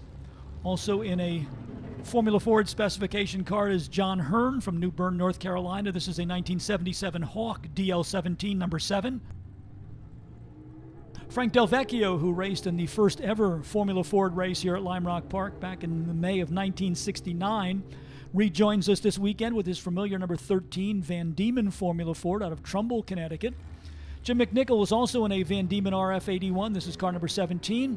And longtime Lime Rock racer Chris Fayen out of Reading Center, Connecticut is in the number 39 Model 2000 Van Diemen. Rounding out our Formula Ford entries is Sivan Dorr from Clinton Corners, New York. The car is a 1969 Mark 15 Alexis number 80. In the 2-liter sports racer category, we have Kyle Collins from Redondo Beach, California, 1972 Chevron B21 number 8. Longtime Porsche enthusiast Joe Bezzetta switching his allegiance to a Chevron B19 for the weekend out of Stony Brook, New York, number 16. Graham Adelman also Chevron mounted with the Chevron model B36, number 34 from Free Union, Virginia. The Mazda-powered Ralt C Sports Racer for Clint Chichester out of Wakefield, Rhode Island is number 41. Kurt Uzbey brings back his Chevron B16 Coupe, the number 42. And Mitch Eitel is in the Chevron model B31, number 62. Final car in the sports racing group will be Phil Meany's Gropa Chevron out of Arlington, Virginia, number 81. In our Formula Atlanta category, we have Nick Fonte from Sudbury, Massachusetts. The car is a 1985 Ralt RT. Tony Carpenzano out of Danbury, Connecticut brings his Reynard Toyota back to historics action, number 25. Matthew Christ from Colorado Springs, New York is in a 1972 GRD model 372, number 31. Gordon Medenica returns with the number 69, the former Gilles Villeneuve Ski Rule March 75B Formula Atlantic car. Longtime Formula Atlantic competitor Claude Bourbonnais returns to Lime Rock Park. A warm welcome. Bienvenue to our Canadian visitor, Claude Bourbonnais, in the March 76B number 75. And local favorite Rick Bell rounds out the Formula Atlantic contingent in group number 9 out of Salisbury, Connecticut with the 1978 Ralt RT1 number 78. This is the same car that Rick drove here in the Labatt's Formula Atlantic Championship on 4th of July weekend back in 1978 against a stunning field of cars that included a future world champion, Keke Rosberg, as well as two Indy 500 winners, future Indy 500 winners, Danny Sullivan and Bobby Rahal. And Rick Bell more than held his own against the talent that day. And Bell now returns today with the same number 78 Ralt to compete here in race group number 9.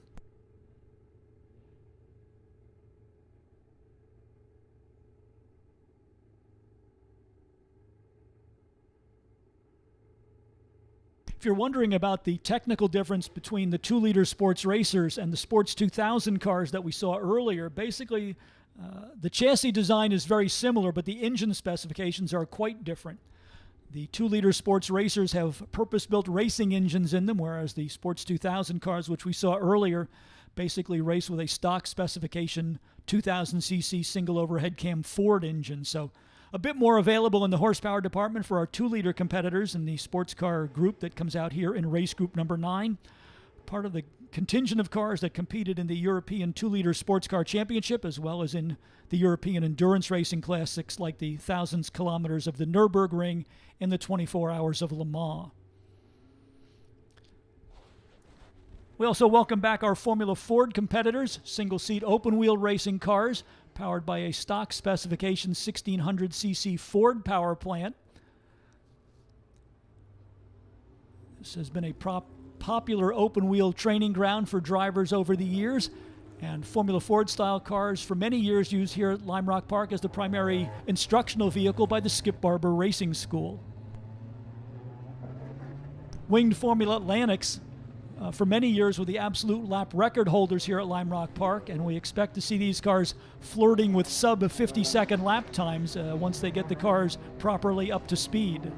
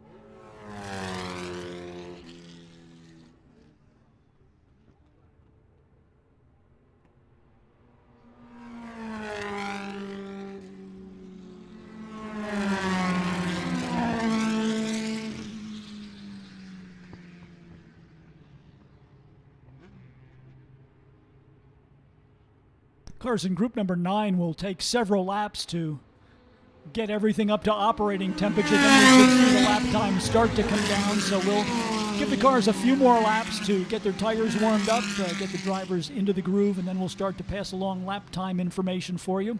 Again, the first of 2 sessions for these cars.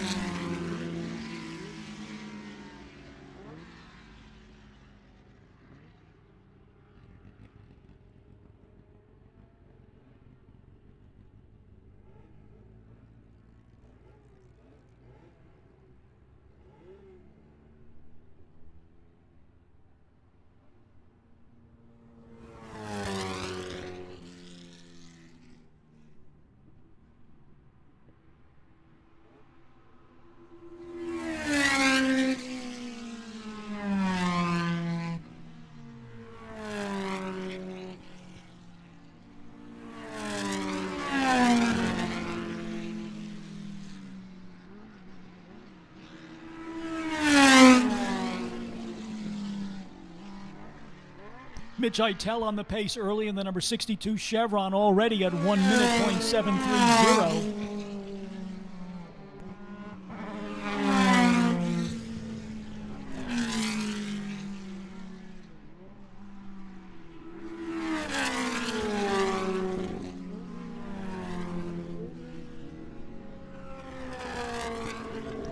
Canon Cameras number 8 Chevron.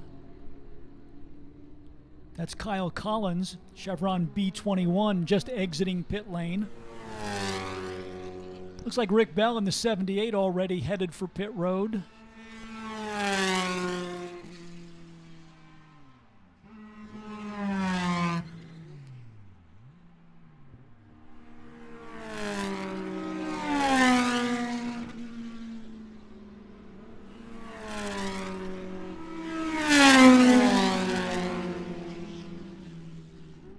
I think we listed Chris Fayen as a Formula Ford 1600. That is actually a Formula Continental car with a 2-liter engine. And the difference between the F1600 and the F2000 at the 2000 car is allowed to have wings on both the front and the rear of the automobile, which produces higher cornering speeds and therefore faster lap times. So Chris Fayen looking to continue his success in the Formula 2000 category here at Lime Rock Park. Gordon Medenica now leading the way in the Gilles Villeneuve number 69 at 59.493. First driver to get below the 1 minute barrier.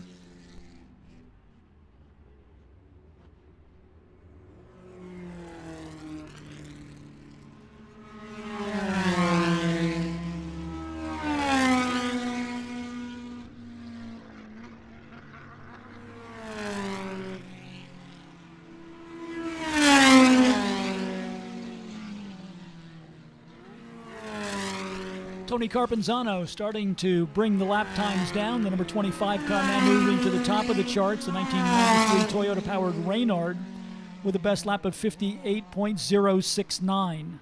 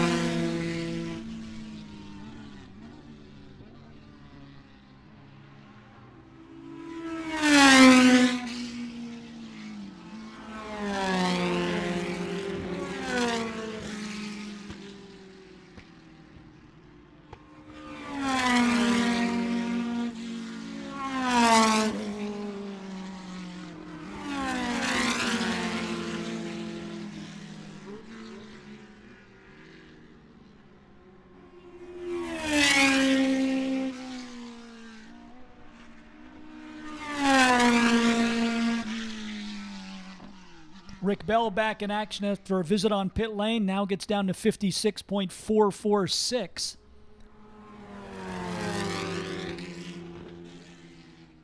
Unfortunately, one of the cars that we had hoped to see, Claude Bourbonnais in the number 75, not yet making an appearance on the racetrack. Bourbonnais raced in the contemporary Formula Atlantic Series for many years.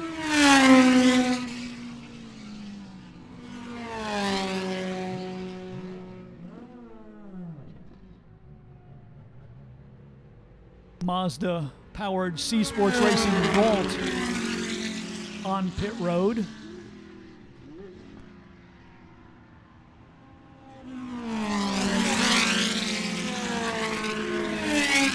And unfortunately, that car headed back to the paddock area.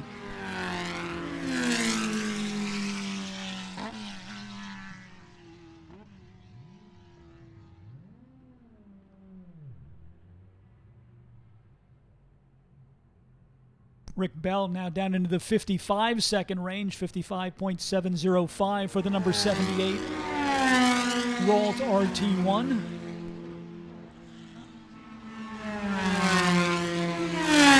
Trying to get a look at Nick Fonte's car as it went by the start-finish line. That's the red number 4 That car is listed with the Formula Atlantic group, but I think that might actually be what was known as a Super V, which would be a Formula Atlantic style chassis, but with a Volkswagen engine, a championship that Volkswagen of America sponsored for a number of years. First off with the air-cooled power plants in the early 70s, and then later on switching over to the water-cooled power plants for the later years of the Volkswagen Super V class.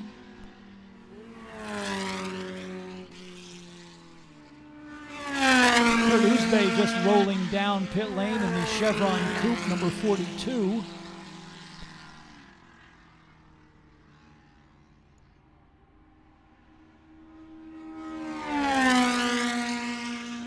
Chris Fayen showing the performance potential of the Formula 2000 Championship Series car. Now number 39 moving to the top of the charts with a best lap time of 53.255.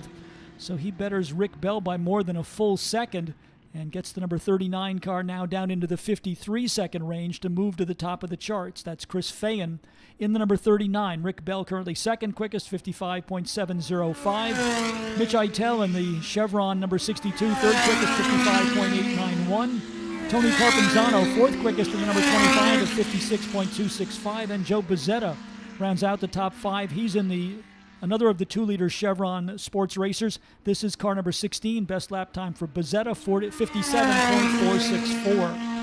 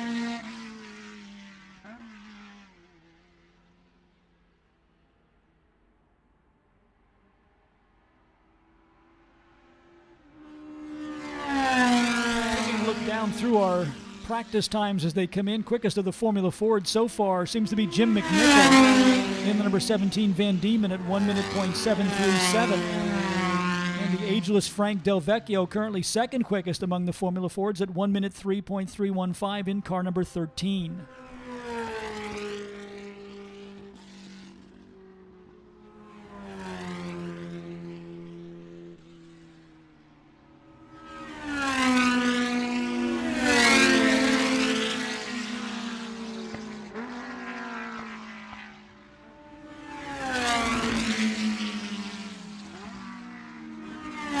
New car in the number 2 spot, Horatio Fitzsimmons in the number 58 Brabham, 54.545. That is an especially impressive time considering that car does not have any sort of aerodynamic aids on it. That Brabham going back to 1968 for its introduction, basically what was known as an SCCA Formula B car with a 1600cc double overhead cam Lotus engine in it. Horatio Fitzsimmons showing a strong performance here, currently second quickest at 54.545. Chris Fayen still the fastest car in this practice group in the number 39, the only car in the 53-second range. The number 39 with the best lap of 53.255.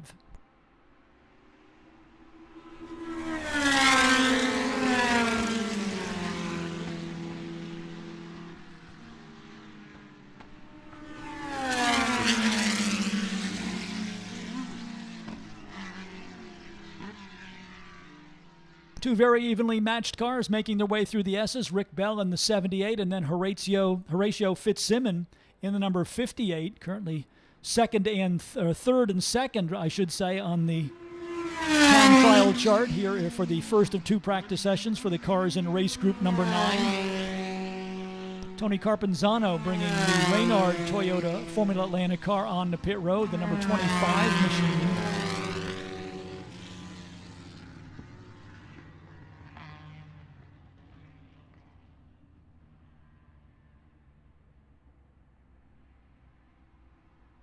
Well, Rick Bell headed back towards pit lane, so we don't get a good indication of the relative speed between the 58 and the 78 as Bell continues to make adjustments on the Ralt RT1.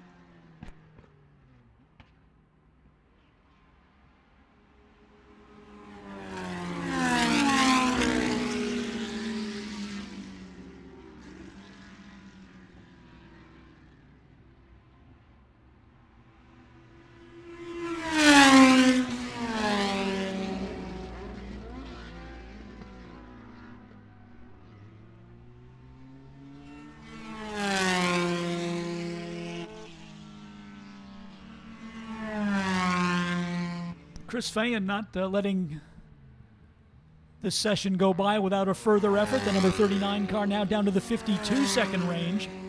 52.169 for Chris Fayen in number 39. Horatio Fitzsimmons in the number 58 Brabham still an impressive second at 54.545. Mitch Eitel third in the number 62 now at 55.114. Rick Bell, who has just headed back to the paddock area in the number 78 Ralt, fourth quickest, 55.421. And Tony Carpenzano rounding out the top five in the number 25 Reynard at 56.009.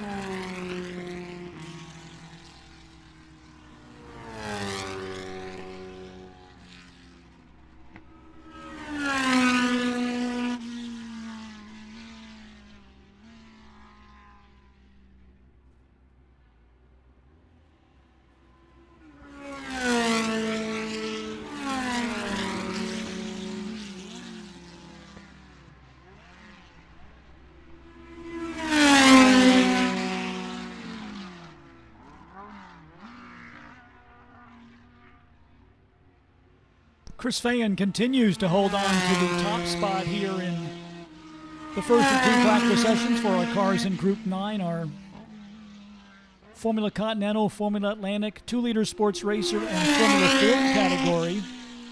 And the impressive Horatio Fitzsimmons still second with the 1968 Brabham number 58. Fitzsimmons now getting down to 53.811. Chris Fayen with the fast time in the session at 52.169 in the number 39 Van Diemen Formula 2000 car.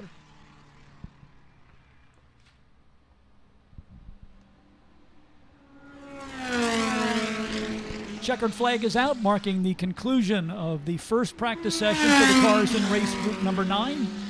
That will take us back to the top of the order as we will get ready for the second and final appearance of the day for the Formula Juniors that will compete for the Jim Haynes Formula Junior Memorial here at Lime Rock Park.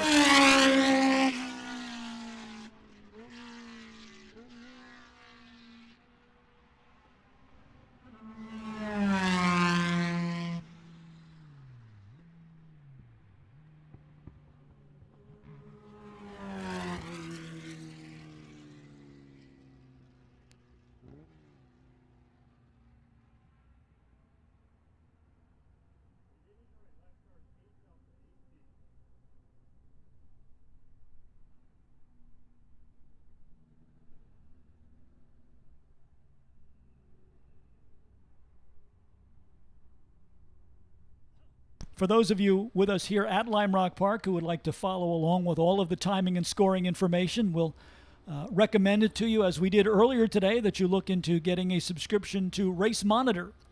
It is just $5 for an annual subscription for the app that will run on either your Apple or Android operating system smartphone. It provides all of the timing and scoring information on a live basis, the same information that we use here in the start-finish building. So if you want to go out to the App Store for either your Android or Apple operating system and look for Race Monitor, add it to your phone, and then you'll have the same timing and scoring information used by all of the officials here at the 41st edition of the Lime Rock Historics.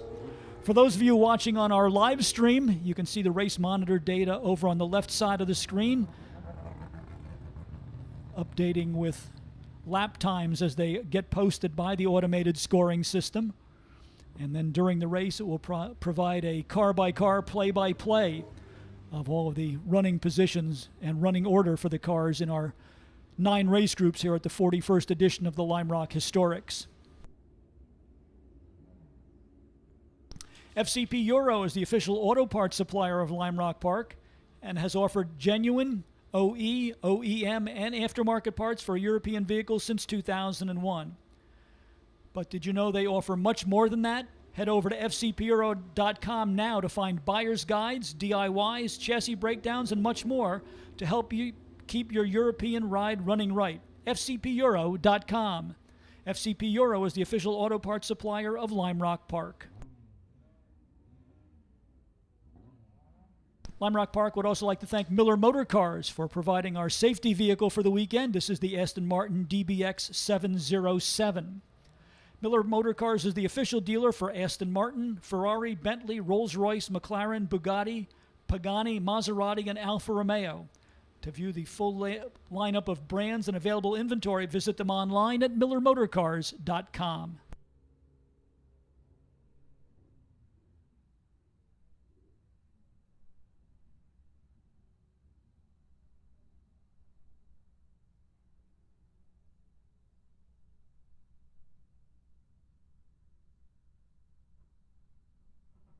Would also like to extend a warm welcome to those guests of Autostrada Westport and Joel Molinari, who are joining us here for this beautiful day at the Lime Rock Historics. During the lunch break, they were able to enjoy some parade laps around the racetrack, and so we want to thank them for joining us and being part of the second day of the 41st edition of the Lime Rock Historics. Welcome to everyone from Autostrada.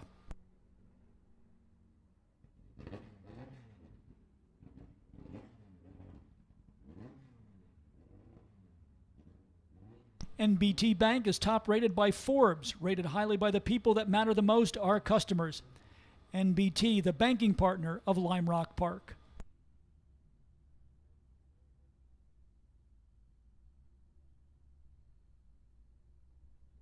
Blazius Chevrolet in Waterbury, Connecticut is your place for Chevy trucks, cars, and high-performance vehicles.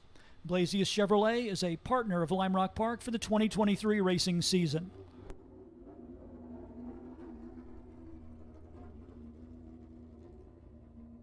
Race drivers will tell you that seatbelts save lives, but only if you use them. Always buckle up and drive sober on Connecticut roadways. We want you to arrive alive. This message brought to you by the Arrive Alive Coalition.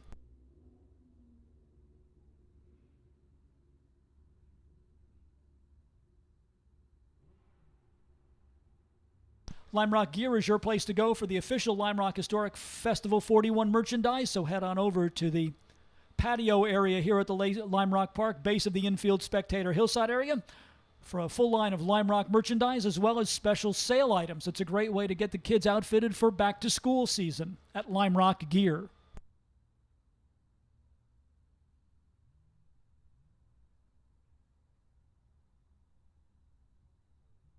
At Delamar Hotels and Spas, we know what it means to run like a well-oiled machine. This year, we're pleased to sponsor Historic Festival 41. Join us in a toast to all of the drivers, crews, owners, and automotive technicians that have given us a glimpse into this time-honored tradition. Visit us at Delamar Greenwich, Southport, West Hartford, or Traverse City, Michigan to celebrate this great accomplishment.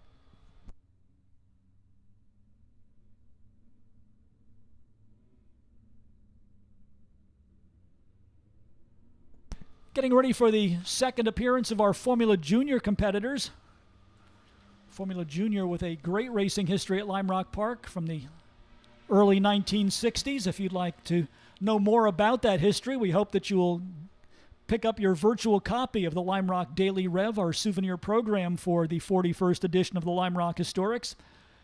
If you have your smartphone with you, there are placards around the facility with the QR code that will deliver the Daily Rev right to your phone so that you'll have all of the information about our featured classes this weekend, including Formula Junior, Sports 2000, and the 100th anniversary of MG.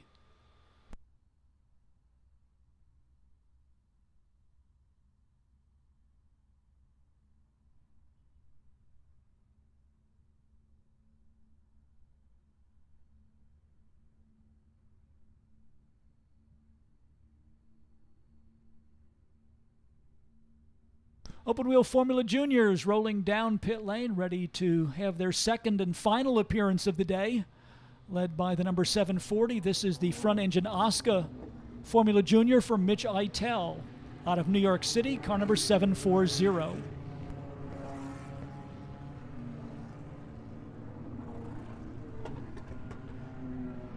Number 14, another of our front engine Formula Juniors from the introduction of this class back in 1959. This is Thomas Atlas out of Dallas, Texas. The car is a Mark II Lola built in 1960, car number 14.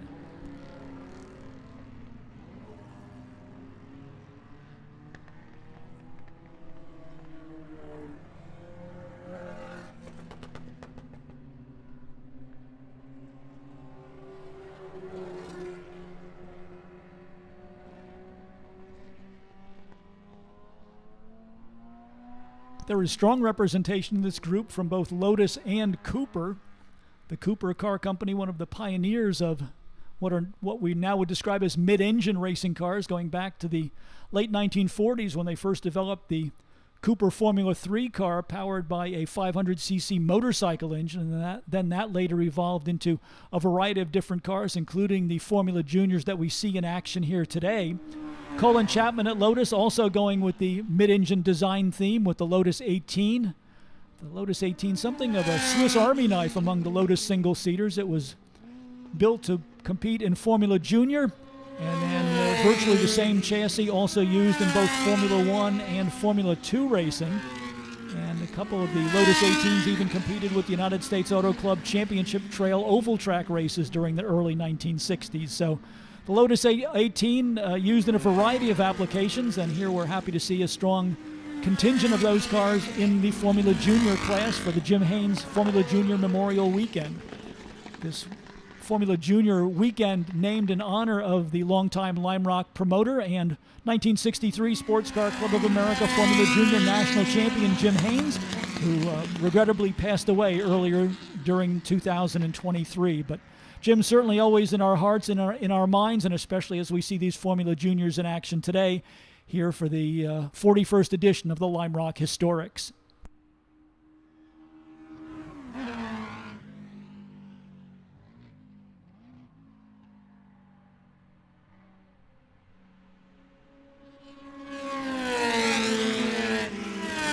The number 30, which we saw in action earlier this morning, out once again. This is Joe Colasaco behind the wheel. Joe out of Greenwich, Connecticut, a longtime competitor in open wheel racing, both in historic categories as well as in the contemporary racing scene in Formula Continental and the Formula 1600 Championship Series, where he just won the season's championship in the Masters category for drivers over the age of 40.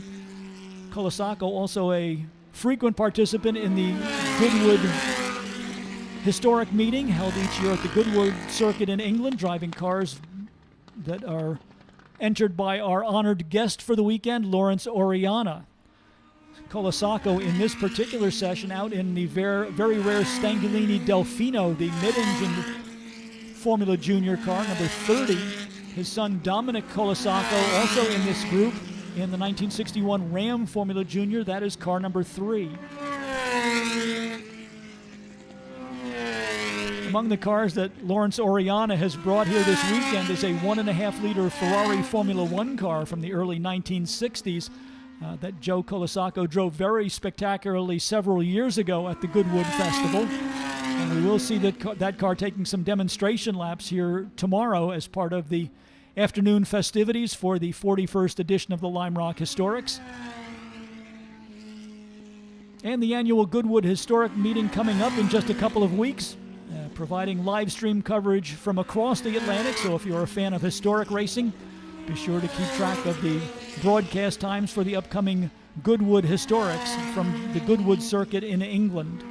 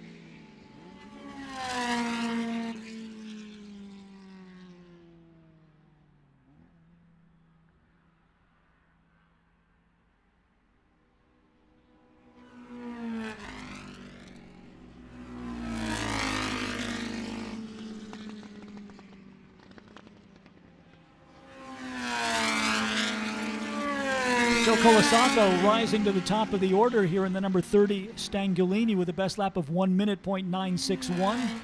Art Hebert in the 1962 Cooper Type 59, number 8, second quickest, 1 minute 2.620.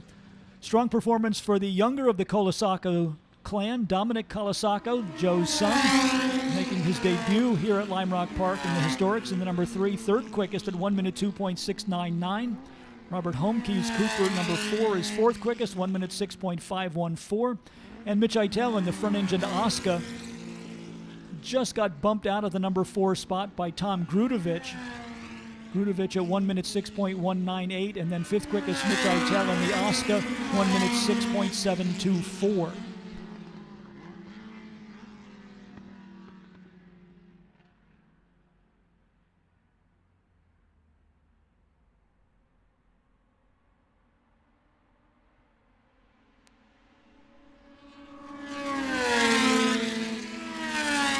To say that Stangolini of Colasacco has a very crisp sound as it goes down the Sam Posey straightaway and into turn number 1. Another car out of another Stangolini, I should say, out of the Oriana collection was a Formula Junior Star here a number of years back. That was the more traditional front-engine Stangolini that had the Fiat 1100 engine, pedaled very effectively by Joe Colasacco in an earlier edition of the Lime Rock Historics. So the tradition of speed and competitiveness continues for the Oriana stable, as Joe Colasacco right now leads the way here in the second round of practice and qualifying for the Jim Haynes Formula Junior Memorial Weekend.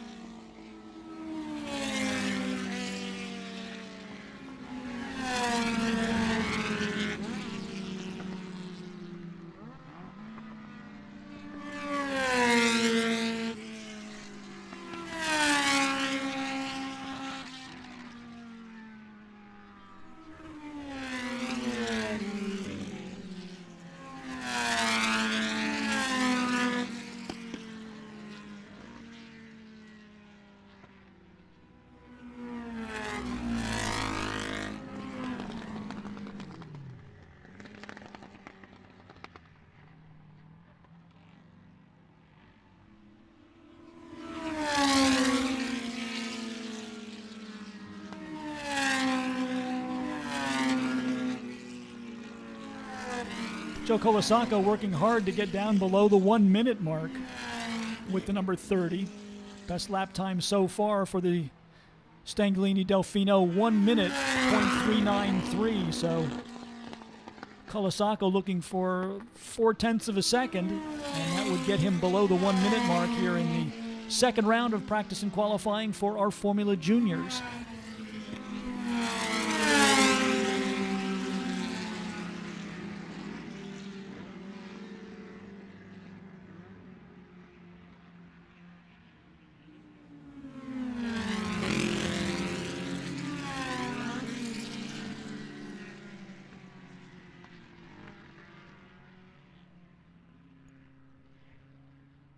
Problems for Pete Patterson in the 207, the Lotus 18 not getting up to speed out there.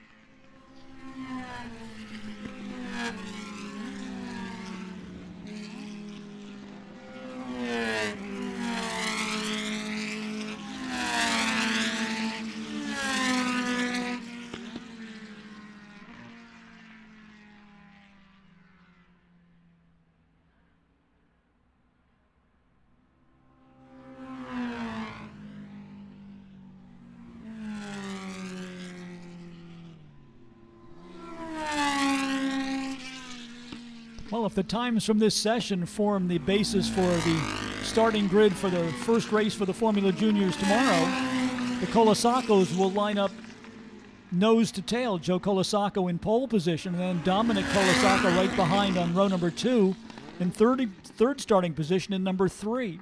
Art Hebert right now second quickest in the session in the number 8 Cooper at 1 minute 1.644. Dominic Colasacco, as we said, third quickest, 1 minute 2.699. Dave Irwin now into the top 4 with the BT2 Brabham at 1 minute 5.407. And Tom Grudovich now rounding out the top 5 in the 1960 Elva number 94 at 1 minute 5.660.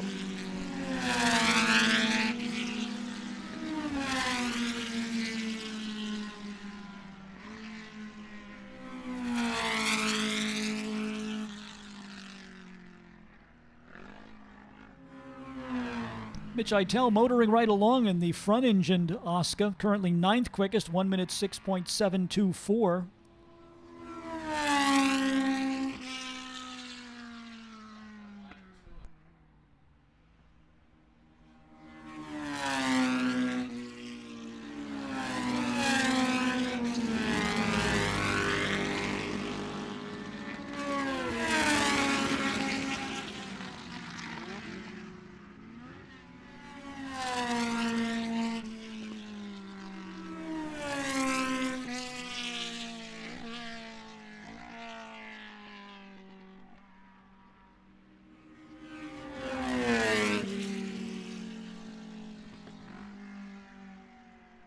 Well, Dominic Colasacco picking up the pace a little bit, now moves back into the number 2 position, bumping Art Hebert down to 3rd. Dominic's dad, Joe Colasacco, still leading the way. Fast time of the session at 1 minute 0.393, but Dominic in the number 3 car. Dominic Colasacco now second quickest, 1 minute 1.482, so it could be an all Colasacco front row for tomorrow's Formula Junior leadoff event. Art Hebert currently third quickest in the 8 at 1 minute 1.572. Dave Irwin fourth in the 02 Brabham, 1 minute 5.407. And Tom Grudovich now takes over the number 4 spot in the 94, the Elva, 1 minute 4.490. That bumps Dave Irwin down to 5th in the 02. The first of the Brabham Formula Juniors, a BT2 model Brabham from 1962, with a best lap time of 1 minute 5.407.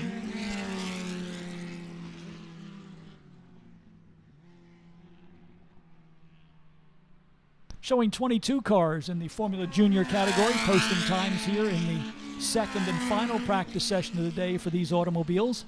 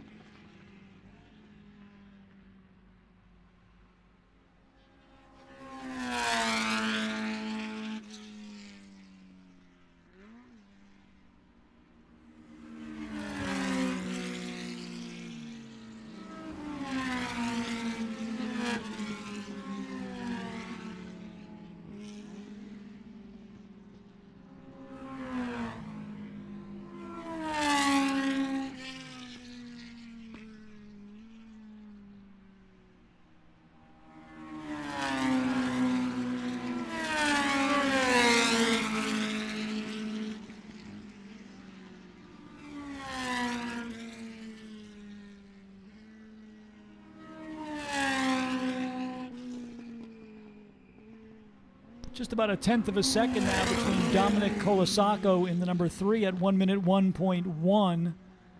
And that was then Art Hebert with a best lap of 1 minute 1.5. So about 7/10 of a second, rather 4/10 of a second between Colasacco in the 3 and Hebert in the 8. Tom Grudovich in the 94 still in the number 4 spot at 1 minute 4.690. And Robert Homke now in the Cooper number 4 up into the number 5 position in terms of lap times at 1 minute 5.264.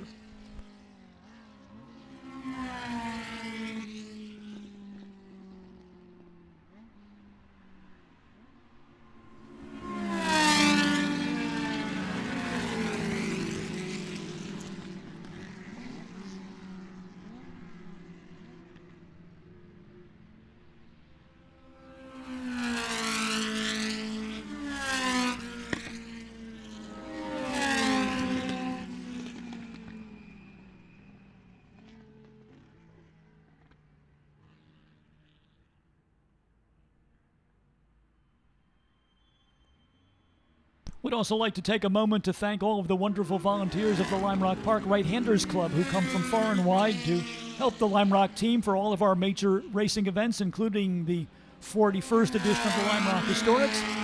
For more information on how you can become a member of the Lime Rock Park Right-Handers Club, visit our worldwide website, www.limerock.com.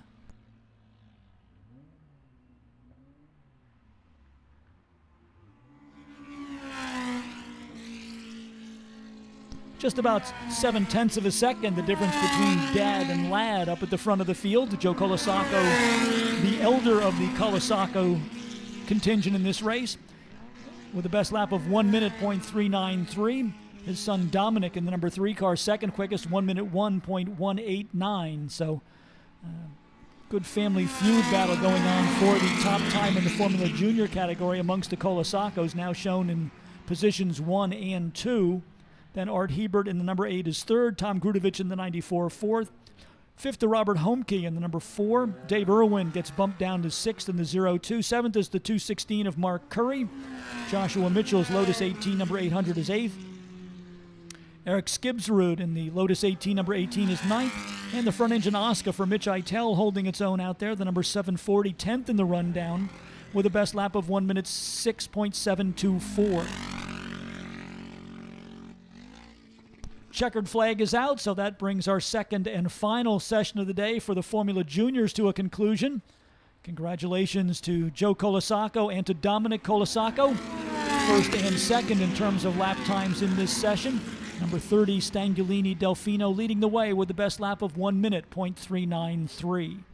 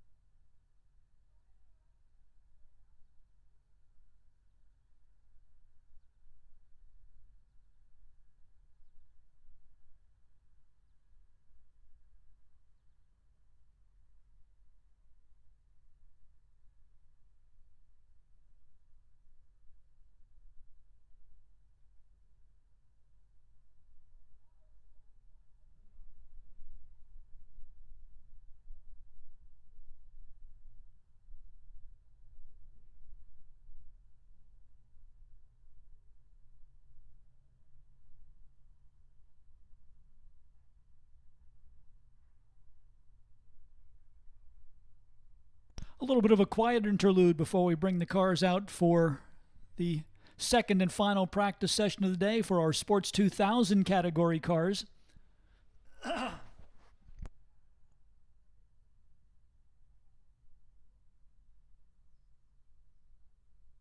If you'd like more historic background on the Sports 2000 class, be sure to consult the latest edition of the Daily Rev. Our Historic 41 edition is now available.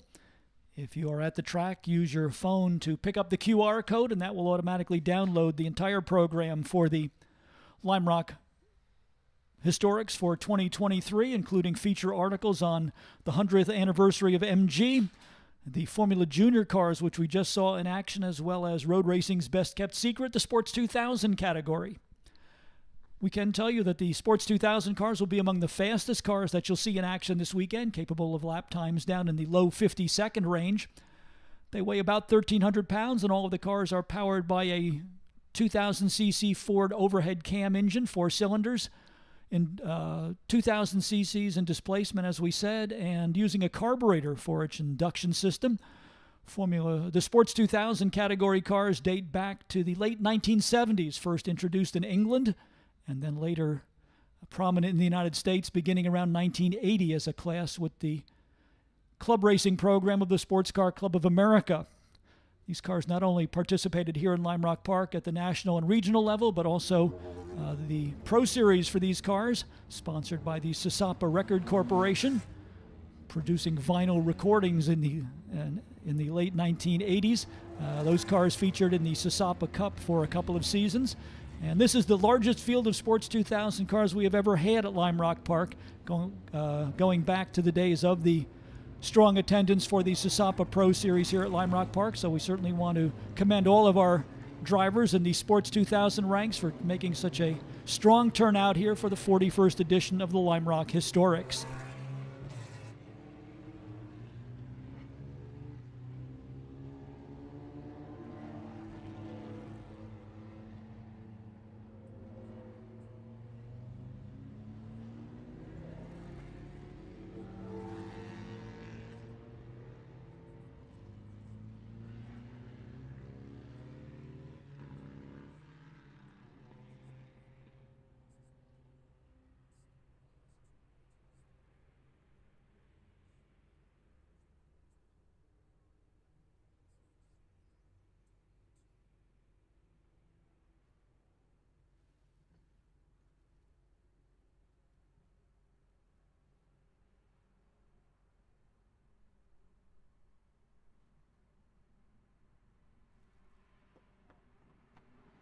Within the overall framework of the Sports 2000 competition this weekend, the cars are divided into 3 categories roughly by their historic origins.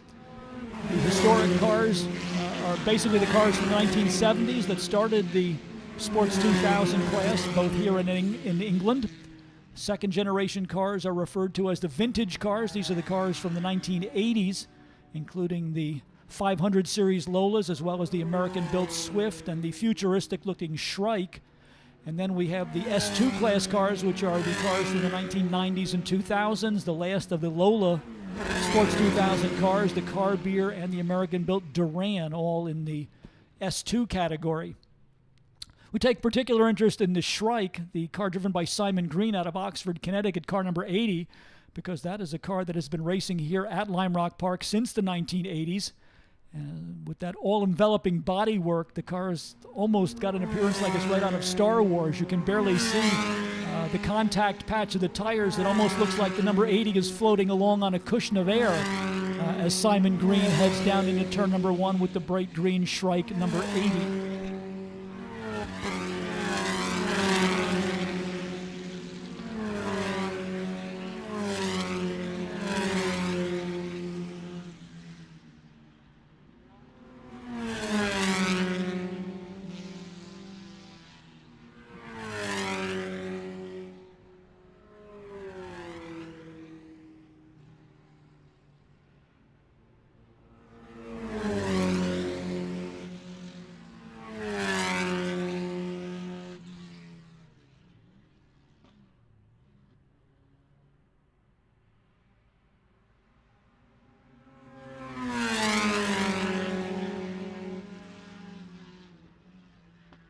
Ben Sinnott, who has been one of the stars of Sports 2000 in the historic setting, currently leading the way here in Session 2. As we said, these cars are capable of lap times down in the low 50-second range, and Ben Sinnott underscoring that with a best lap of 52.651. Brent Gernert's currently second quickest in his Lola number 76 at 55.302. Rob Dusek the third in the 1992 Duran JE1 number 23, third quickest, 57.226. Simon Green with the Shrike number 80, fourth quickest at 57.241. And John Thompson now rounding out the top five in the number 14 at 55.866.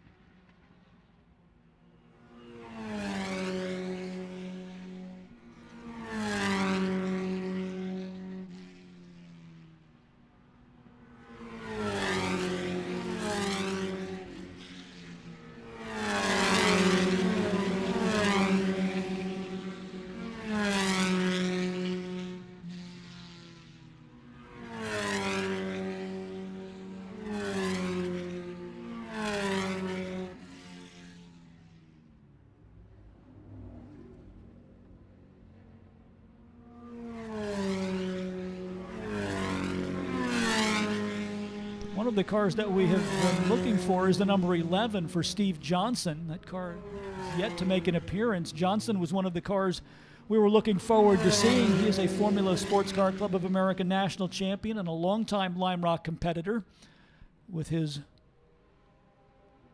specially designed Lola, but so far no sign of the number 11 car in terms of entries or times posted in either of our practice sessions.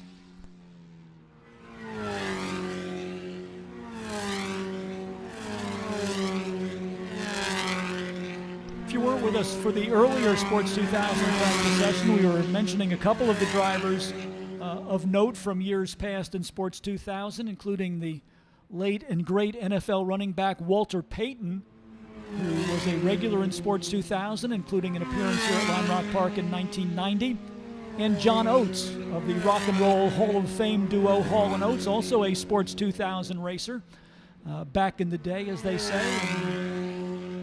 Along with Simon Kirkby, the director of the Lime Rock Drivers Club. Simon's first race after he came here from England was in a Sports 2000 car. And it, in fact, was a Shrike, similar to the car that Simon Green is driving today. So a number of notable drivers coming out of the Sports 2000 ranks and enjoying Sports 2000 competition over the years. And as we said, we're very honored to have such a strong turnout of Sports 2000 cars here with us for the 41st edition of the Lime Rock Historics.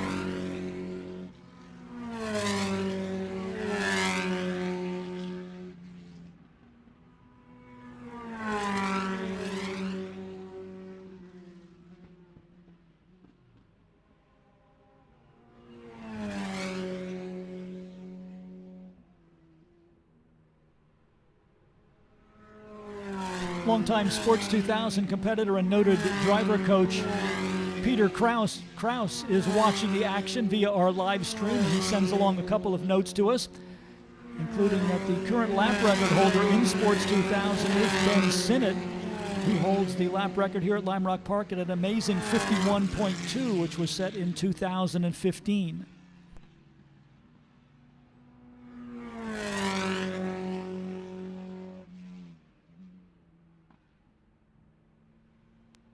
Ben Sinnott right now leading the way here in the second session for the Sports 2000 cars, the only driver in the 52-second range at 52.327. Chasing him in second is John Thompson in the number 14 at 53.399. Brent Germert in the number 76, third quickest at 54.659. And the second member of the Thompson clan, Colin Thompson, in the number 111, currently fourth quickest at 54.768. Robert Dusek III now rounding out the top five in the Duran number 23 with the best lap of 55.864.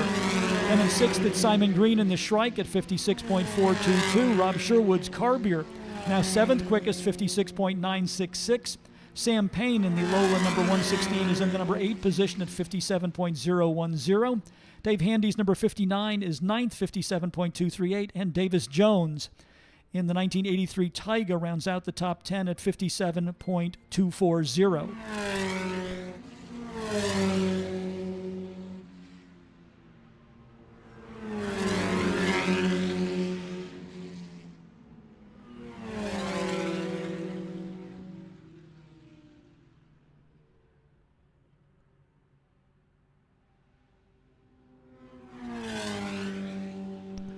For those of you who are following along on the live stream, our experiment with live coverage of the Lime Rock Historics, we hope that you'll take a moment to go to the Lime Rock Park Facebook page and let us know where you're watching from. We'd like to know exactly how broad our audience is geographically for this experiment with live streaming. We've had a number of people send along very positive comments, so we want to thank you for that. And, we hope that this is just the beginning of a new era of race coverage for us here at Lime Rock Park.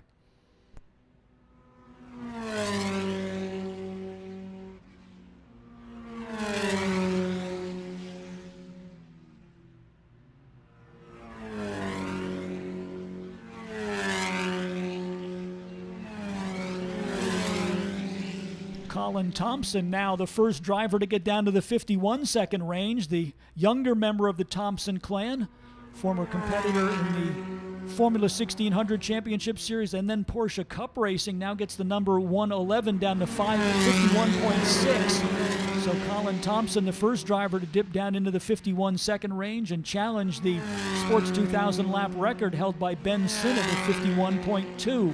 Sinnott all of a sudden demoted to second at 52.327. John Thompson, Colin's father, now third quickest in the number 14 at 53.399. Brent Gernert in the 76, currently fourth, 54.547. Robert Dusek III with the Duran number 23, fifth quickest at 55.864.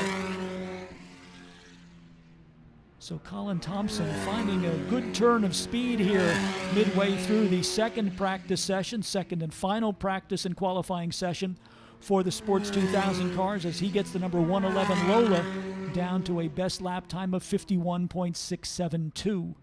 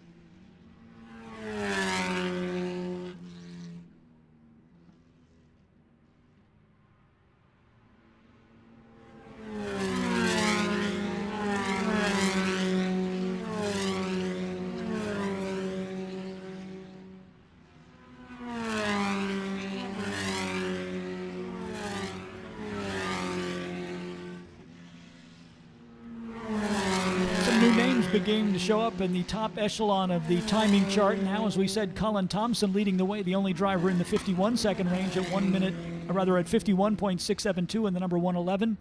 Ben Sinnott in the number 5 second. John Thompson, Colin's dad, currently third quickest in the number 14. Brent Gernert now fourth quickest in the number 76 Lola at 54.547. And longtime Lime Rock racer Dave Handy from Sasco Sports in the number 59, now in fifth position at 55.557. Rob Dusek III in the number 6 spot in the Duran number 23, 55.697. Samuel Payne in the number 116 Lola, now 7th quickest. 8th to Rob Sherwood in the number 05 Carbier. Simon Green losing a few spots in the Shrike number 80. He's now 9th. And Henry Payne rounds out the top 10 in car number 90. Showing 25 cars posting times in this second and final track appearance for the Sports 2000 cars here on day 2 of the 41st edition of the Lime Rock Historics. These cars will be racing in earnest beginning tomorrow. A pair of races on the schedule for Sports 2000, both tomorrow and Monday. And don't forget Sunday, a non-racing day here at Lime Rock Park, but plenty of activity going on with the Sunday in the Park program. Our Concours d'Elegance will form along the Sam Posey straightaway, and then the gathering of the Marks, car clubs from all around the Northeast populating the remainder of the circuit. We expect to have well on the order of 700 or 800 cars in total here on display. So if you are a fan of any sort of automobile or you'd like to just do some great people watching, we hope that you'll come back and join us here on Sunday for Sunday in the Park.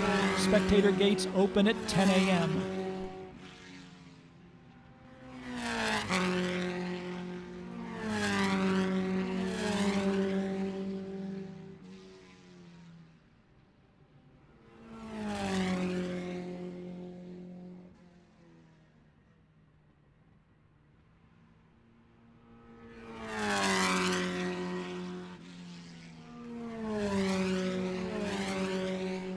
Don't forget to take some time to visit our Midway area located in the infield portion of the facility here at Lime Rock Park. A wide variety of vendors are on display up there. You can take your turn at driving simulated laps around Lime Rock Park in our driving simulator. Lots of great food vendors with a wide variety of menu choices. Automotive art on display. There is a whole enclave of a variety of forms and mediums of automotive art. And also be sure to pay a visit to our friends from the Skip Barber Racing School, who are located up in our Midway area. Just a few of the many attractions that make it a full spectrum of automotive focus here this weekend at Lime Rock Park.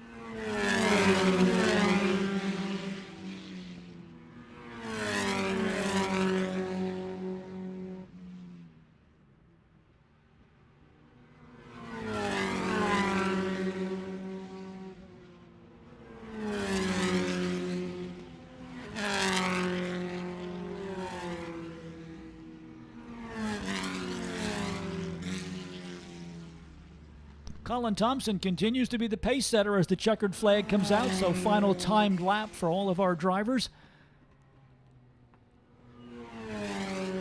But Colin Thompson will emerge as the fastest driver in the session at 51.672. Ben Sinnott in the number 2 slot at 52.327. John Thompson third quickest in the number 14 at 53.399. Fourth to Brent Gernert in the number 76, 54.547. Dave Handy's number 59 is fifth, 55.557. Rob Dusek the third, sixth quickest in the Duran number 23 at 55.697. Samuel Payne in the number 116 Lola goes into the number 7 slot at 55.963. Then it's Rob Sherwood in 8th in the number 05. That is the Carbier Sports 2000 car with a best lap of 56 even.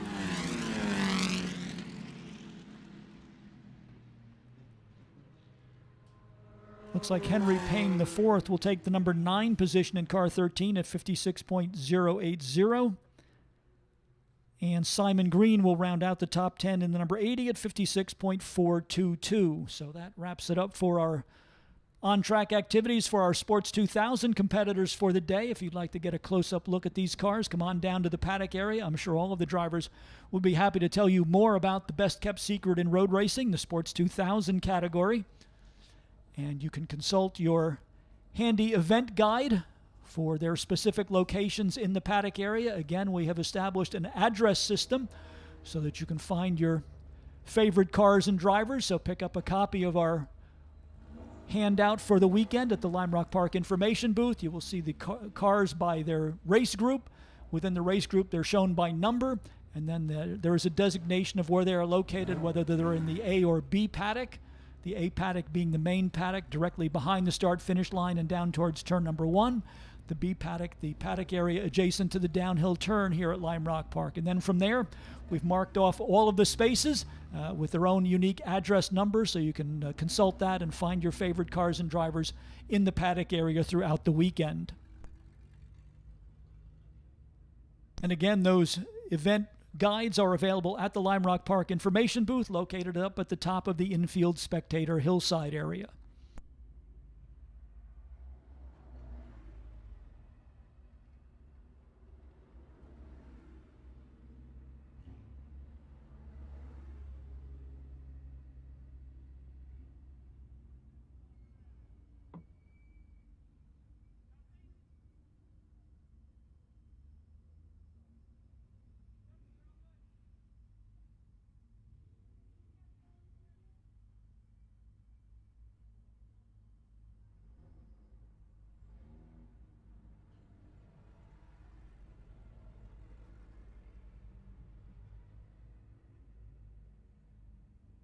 Trying to get a look at the beer garden area because we didn't get an update on whether they were going to be open for business today. I see some folks there seem to be inside, so we hope that you're enjoying your time at the Lime Rock Park Beer Garden.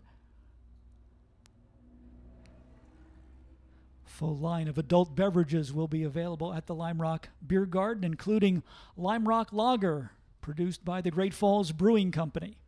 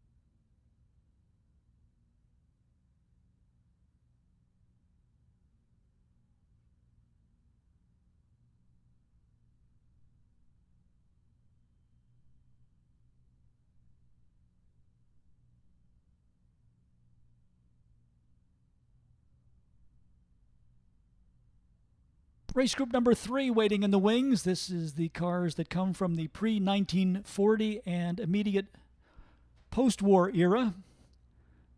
So a very interesting mix of machinery coming out for race group number 3.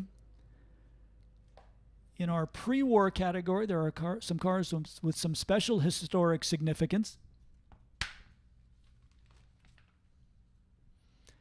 Ben Bragg will be in action in the Old Gray Mare. This is a Ford flathead-powered road racing special that was built to compete with the 1930s era Automobile Racing Club of America, which initiated road racing in the northeastern part of the United States. And this car was victorious at the Around the Houses races held in Alexandria Bay, New York, back in the late 1930s. Sandy Leith with another car from the ARCA era. This is a Type 37 Bugatti number 2, but unlike other Bugattis, if you raise the hood, it will look quite unfamiliar unless you are a fan of the blue oval, because that is a Ford B-block engine in Sandy Leith's Bugatti number 2. George Holman scheduled to be out in the Stutz Special, the Brisson Le Mans Stutz out of Springfield, Massachusetts, number 6. Mark O'Day with one of the very early MGT types, the MGTB number 23. Mark from Kensington, New Hampshire. Doug Kushner with a more authentic, I guess you would say, Bugatti, a Bugatti-powered Bugatti, number 75 for Doug Kushner from Sherman, Connecticut. Rex Barrett with his Ford Indy Special, a car built for the Indianapolis 500, number 166, and the 1936 MGK2 for Nick Gruel, also part of our pre-war group, as the cars for race group number 3 roll down pit lane and onto the racetrack for their second and final appearance of the day.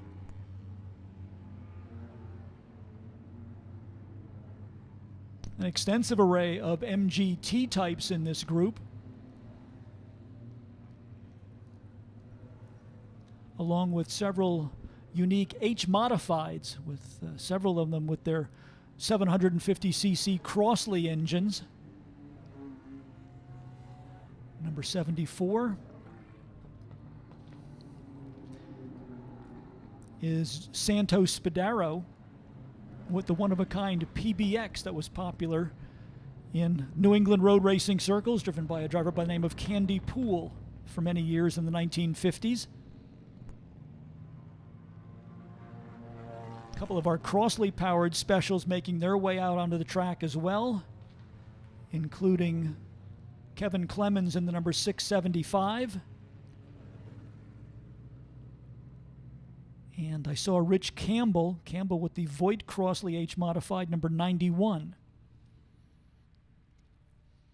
Also a couple of MG 1100 sedans scheduled to be out in this group, cars that were rivals to the Austin Mini Cooper in the mid-1960s. Kirk McNeil in the number 112 and John Oliva in the number 88.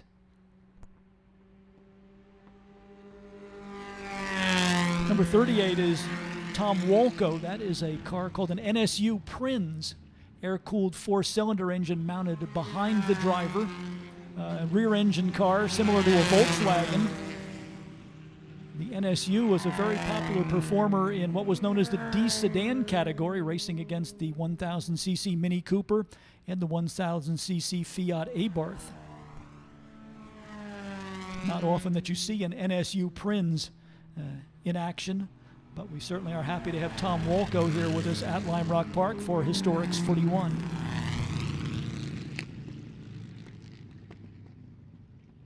Number 166 is that Ford-powered Indianapolis Special we were referring to, Rex Barrett out of Roselle, Illinois.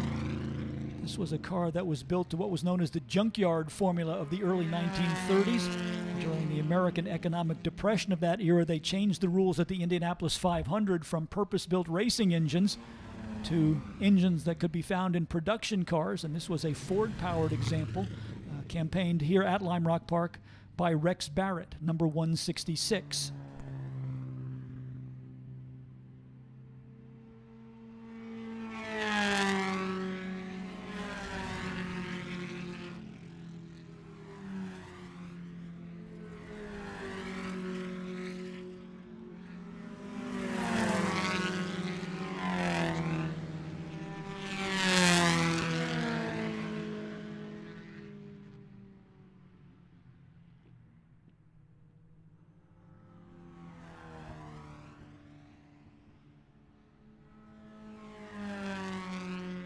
Among the MGT type cars in this group, we have Dominic Cullen in the number 53, a 1952 MGTD. Glenn Moore in the number 56, the last of the cycle-fendered MGs, the TF model from 1955. George Pardee in another MGTF. This is the number 66. Jack Welch comes out of Glenview, Illinois, with a 1948 MGTC, one of the very early imports for the number 77. James Sanders is in the number 271, a 1953 TD model MG. Also with a TD, we have Dan Leonard in the number 409. Ed Callow's number 452 is a 1947 MGTC, a similar car from Mark Brando out of Minneapolis, Minnesota, number 470.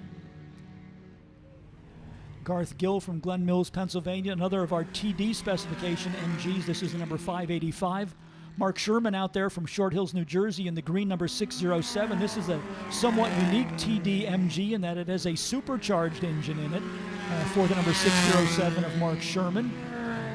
Graham Scaife is in the number 757 MG TD. Jonathan Lane in the TC model MG number 881 from Greenwood Village, Colorado. And Edson McCord in this session in the number 915, a 1952 MGTD. Some great history rolling down towards turn number 1. Ben Bragg in the number 1, the Ford flathead-powered car. Race originally developed by a gentleman by the name of John Reuter, and then raced to success at the Alexandria Bay races, as well as a number of other Automobile Racing Club of America events by a driver out of Boston by the name of Lemuel Ladd. Sandy Leith bringing the Ford-powered Bugatti down onto pit road. As the story goes, this was a literal barn find. The car raced in the 1930s with the Automobile Racing Club of America, was put away during the war years, and then people basically forgot about it. And Sandy went looking through various garages and barns and came across this, and it was a car that was too good to let sit by the wayside. So Sandy has kept the original patina on the Bugatti, sticking with the Ford B-block engine that was installed in it in the 1930s, and giving it a very authentic appearance of that period each time he brings it to us here at Lime Rock Park.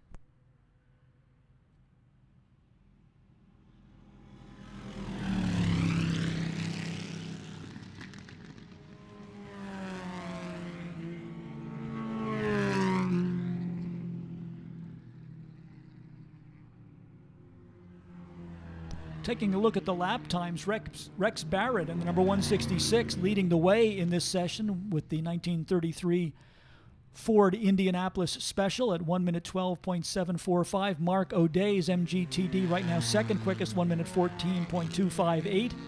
Chris Towner with his four-wheeled Morgan now in fourth position at 1 minute 14.259.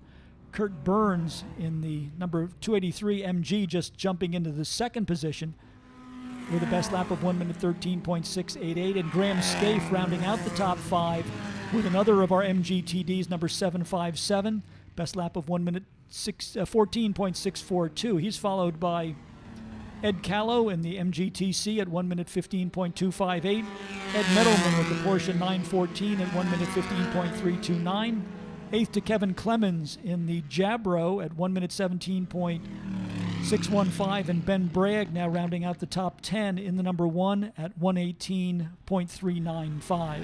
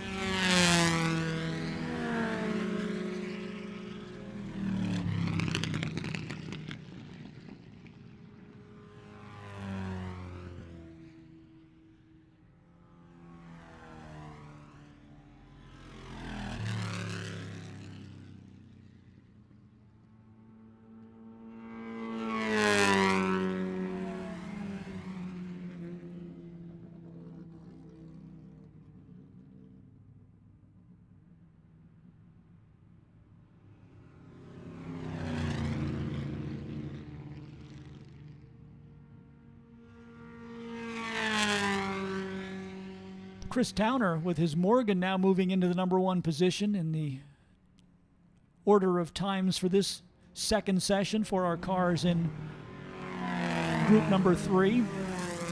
Towner with a best lap of 1 minute 11.640. And Lou Timolat looks to be turning in an appearance. The number 38 Indy car is out there. Taking a look at the scoring monitor to try and pick that up. It's listed as number 38. Going into our entry list, they have Lou listed as neither number 11 or number 20. And they have the 38 of Tom Walka assigned to Tom Walko's NSU. So we'll try and sort out the numbering issue here.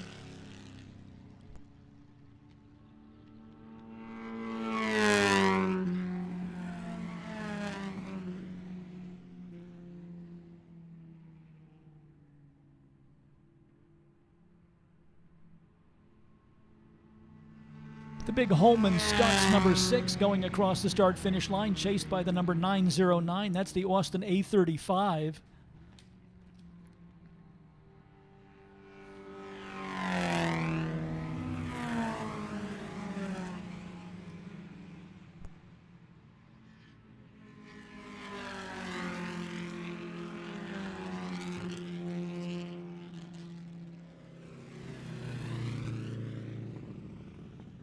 Niall McCabe is the driver of the A35 Austin, the number 909. As we mentioned in this morning's commentary, the A35s are a very popular class of racing at the annual Goodwood Festival, which comes up from the Goodwood circuit in England in a couple of weeks. You can imagine a whole field of these cars out there battling for position at a respectable pace. Getting a little bit of a glimpse of that with Niall McCabe here joining us with the number 909.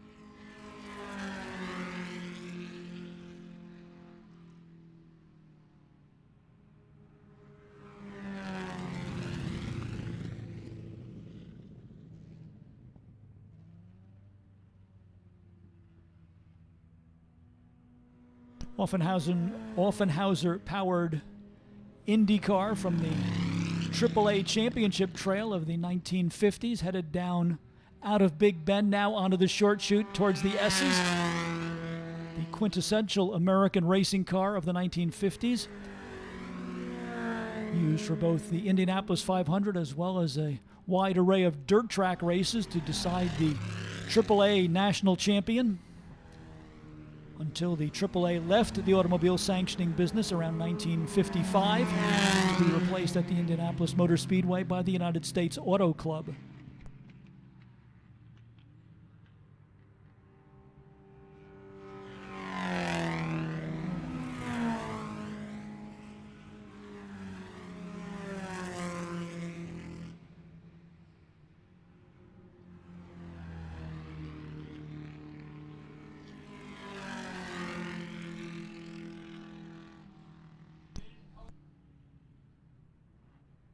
Sandy Leith able to make the repairs that were needed on the Ford-powered Bugatti.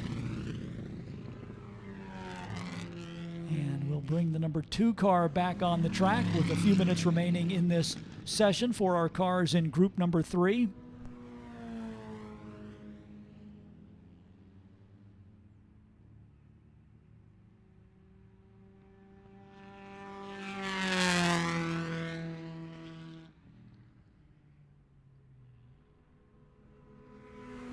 Chris Towner still with the best lap time in the session in the 1951 Morgan at car number 746 with a time of 1 minute 11.640.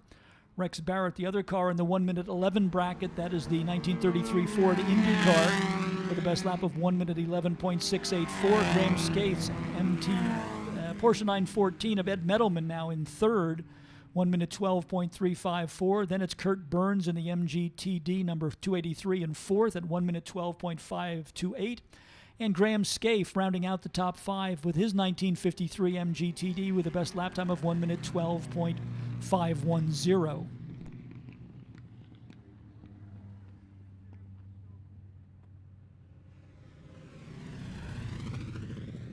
Checkered flag is being displayed, so that marks the conclusion of this session for the cars in race group number 3. Our 1940s era cars, pre-1940 and late 1940 era cars, along with a smattering of other automobiles, all in this catch-all group for group number 3. In the on-deck circle are our 2.5-liter sedans, cars from the SCCA 2.5 Trans Am Championship, the IMSA RS Series, and the SCCA B Sedan category, all set to come out for their second appearance of the day.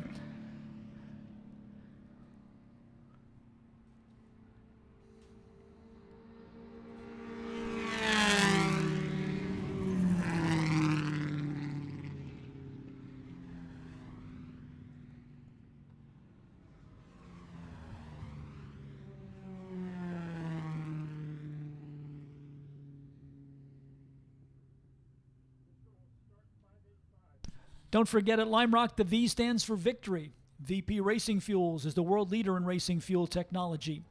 VP is the official racing fuel of Lime Rock Park, providing 100 octane unleaded fuel, 110 octane leaded, and 112 octane C12 racing fuel for competitors in Lime Rock's B paddock. The V stands for victory. VP, the official racing fuel of Lime Rock Park.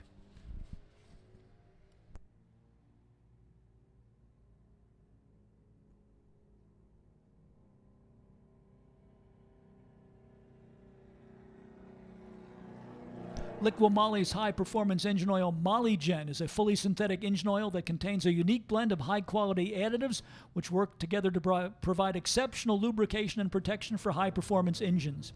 The oil's special formulation reduces friction and wear, which can increase engine power and extend the life of engine components.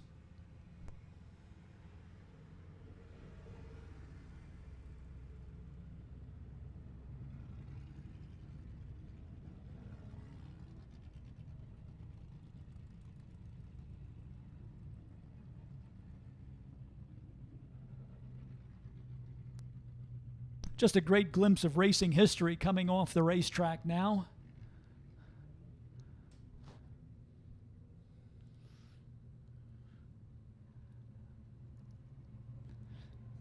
You'll want to get a close-up look at some of these cars if you really want to see how technology has evolved. I've done a little bit of studying on Ben Bragg's old gray mare, the Ford Flathead-powered car. What you don't notice at first is that this car is built around Ford production components from the 1930s, so it was really one of the first American-built cars for the sport of road racing. But it still clings to technology from an earlier era, like mechanical brakes. So there are all kinds of rods and connections, and Ben actually has to lean on a handle outside of the car for braking as he goes into the turns here at Lime Rock Park. That is also complicated by the fact that occasionally you also need to downshift. So the driver really has his hands full in a literal sense, guiding a car like the old gray mare around the track here at Lime Rock Park. And we hope you'll come down to the paddock area during your visit with us during the weekend to get a better look at these wonderful cars that represent another era of road racing, the beginning of road racing in America, and many of them located in the A paddock down towards turn number 1. A full guide to paddock locations for all of our competitors is available by picking up our handy guide to this weekend's racing events available at the Lime Rock Park information booth. Full schedule, map of the facility, entry lists for each of our groups, not only with their car number, but also with their paddock location. And that is available to you free of charge at the Lime Rock Park information booth.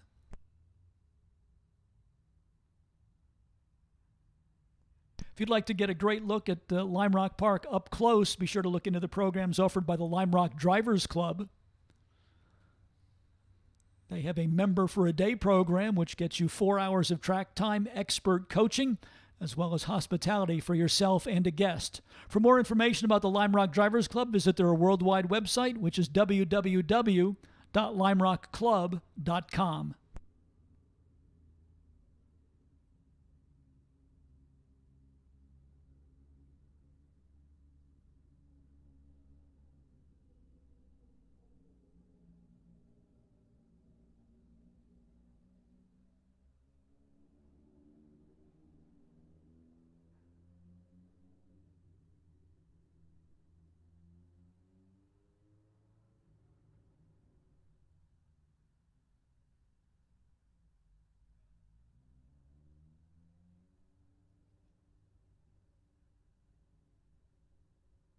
Couple of cars needing an assist to get back to the paddock area before we bring out the cars for group number 4, our sedan category cars.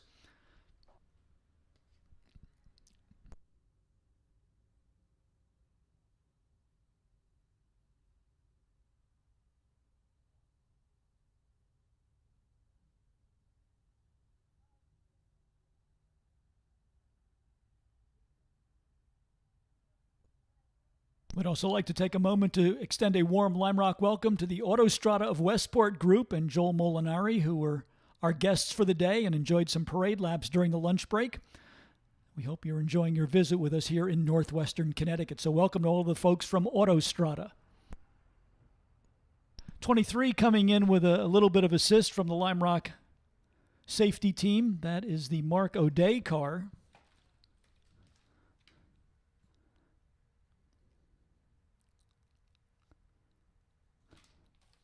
Hopefully they will be able to make repairs on the 1939 TB model MG and get O'Day back in action for the racing portion of our program, which begins tomorrow.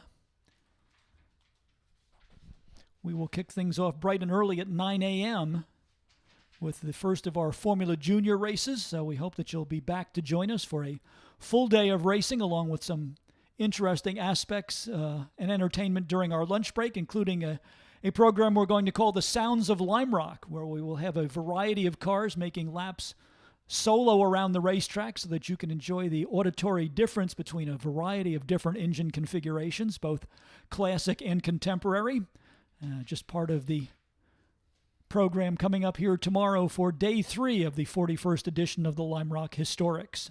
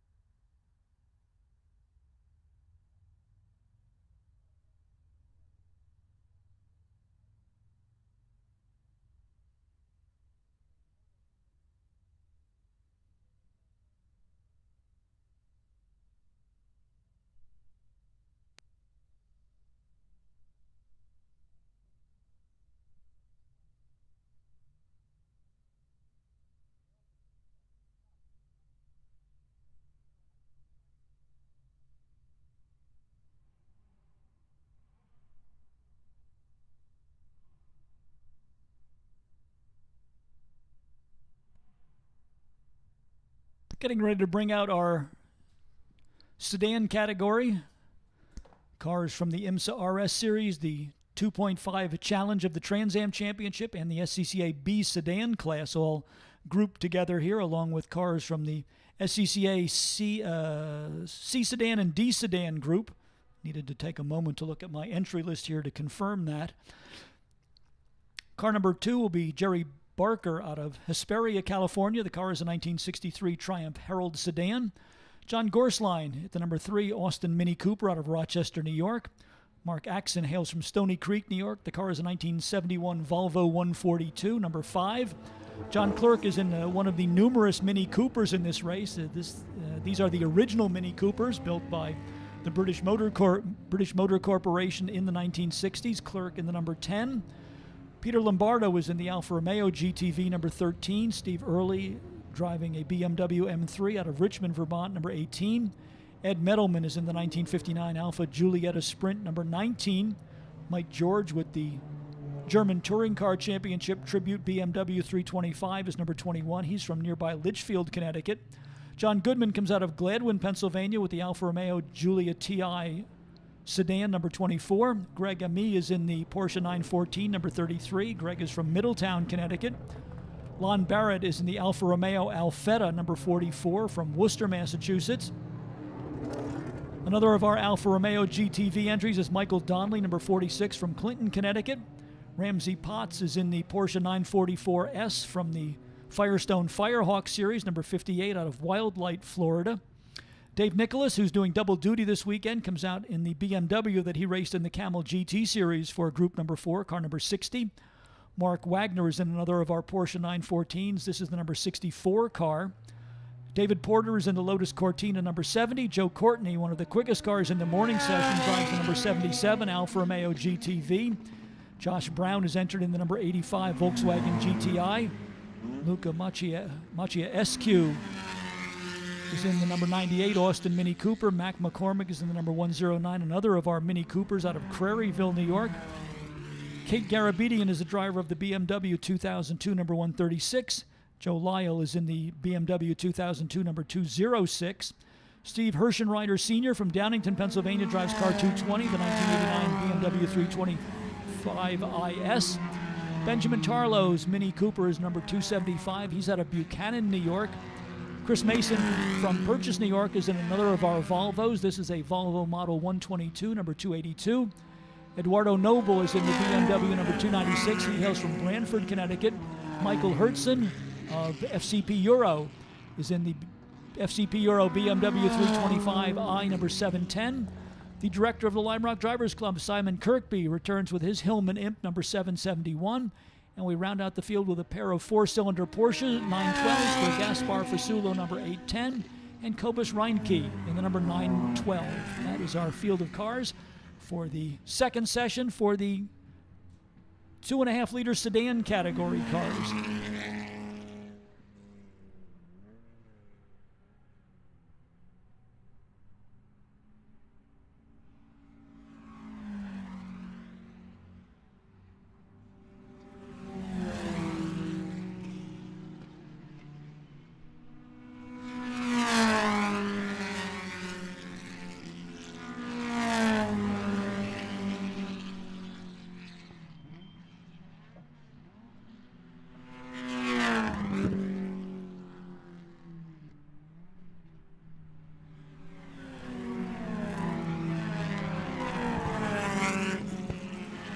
The Alfa GTA and GTV category cars were a popular choice for the 2.5-liter division of the Trans Am series. Probably the best known of those cars was the one driven by Horst Queck, challenging John Morton in the Datsun 510 in the Trans Am 2.5 Challenge Series. Other well-known drivers who we saw here at Lime Rock Park in Alfa GTA and GTVs included Harry Theodorakopoulos, Bert Everett, and Dave Amon.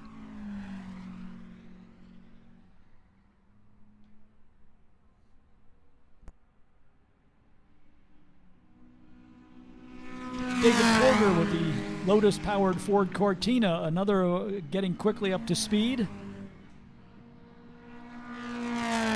Porter, one of those drivers doing double duty this weekend. One of our later groups, he is racing in his Ford Escort. Joe Courtney right now with the fast time of the session in the number 77 at 1 minute 1.061. Mike George second quickest, 1 minute 5.702. Greg Ami in the number 33 Porsche third quickest at 1 minute 6.403. Then it's Michael Hertzen in the 1989 BMW, the FCP Euro entry, fourth quickest at 1 minute 6.993.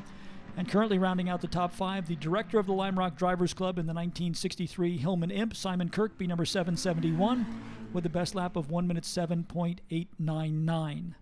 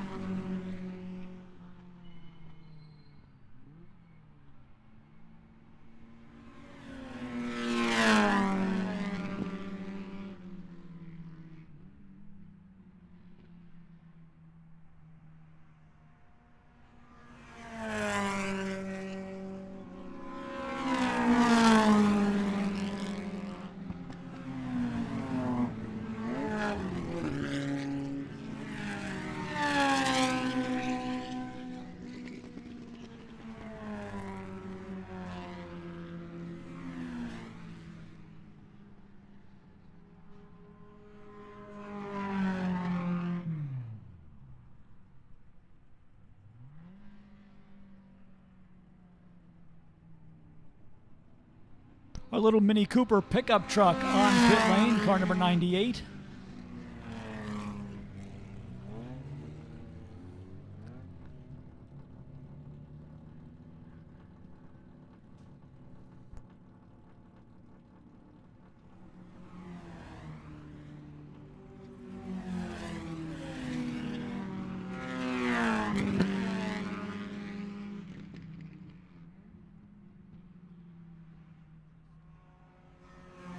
Luca Maciachescu, coming all the way from Lamy, New Mexico,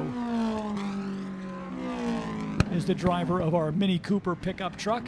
Black flag being displayed from the starter's stand, so that is a direction to all of the drivers to report back to pit lane. Apparently we have another car off course, waiting for an update from race control on where that incident may be, but the signal from the starter's stand is a black flag directing all of the cars back to pit lane. So we will see what transpires as Luca Maciachescu, not sure whether he's going back to the paddock area or whether he will go out on track, but since there's a black flag at this point, the best they would do would be to hold him at the end of pit lane.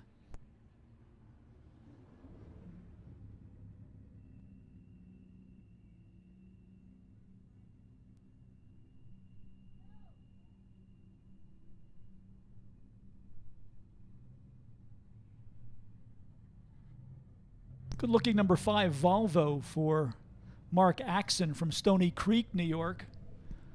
Volvo has been a popular car in the Sports Car Club of America improved touring ranks. Some very quick Volvos have been seen over the years here. One of those, that type of car actually was the launching point for Eric Curran's racing career. Curran, a former champion in the IMSA WeatherTech Sports Car Championship, as well as great success racing in the Grand Am Series over the years. But Eric Curran's career actually began driving one of those boxy Volvos here at Lime Rock Park.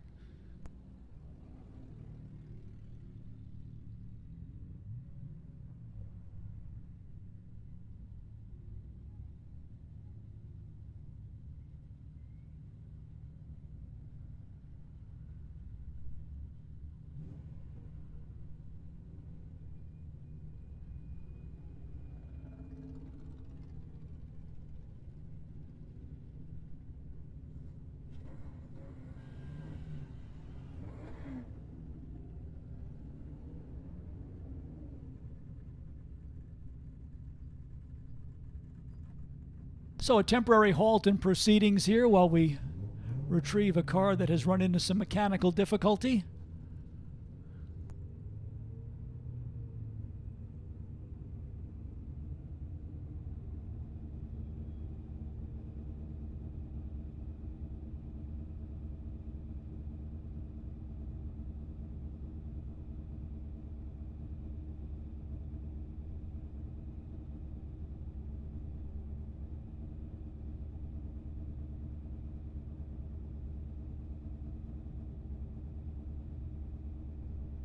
This is race group number 4 of 9 with their second track opportunity for the day as we work our way through the afternoon portion of day number 2 of the Lime Rock Historics. Simon Kirkby's car getting a little bit of attention at the left rear corner on pit lane.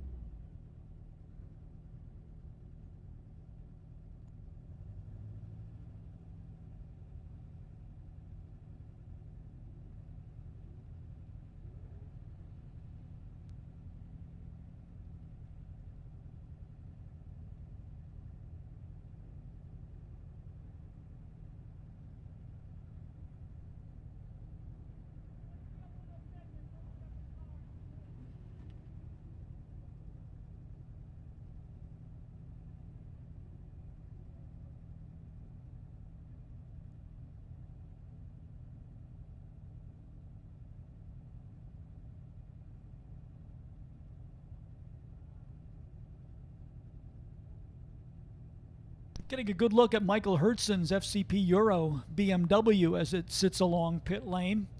FCP Euro is more than just Lime Rock Park's official auto parts supplier. Their in-house experts have taken the parts they offer and transformed a 300,000-mile Volvo station wagon and a Mercedes 190e sedan into touring car-inspired track day machines. To learn more, head over to FCP Euro on YouTube to watch the build process or attend the next FCP Euro Sunday morning motoring meet here at Lime Rock Park to see the builds up close in person. And our thanks to FCP Euro for their continuing partnership and support for racing here at Lime Rock Park, along with all of our other partners for the 2023 racing season. We certainly appreciate the assistance they provide to us.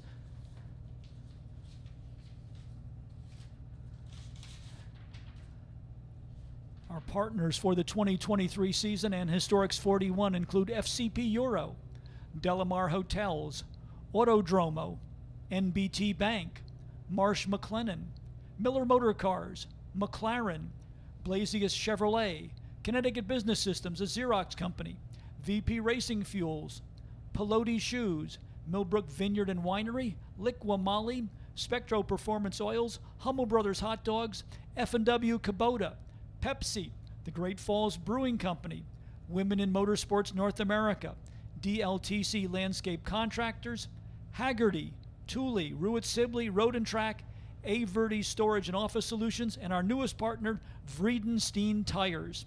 Thanks to all of those groups for their support of racing here at Lime Rock Park.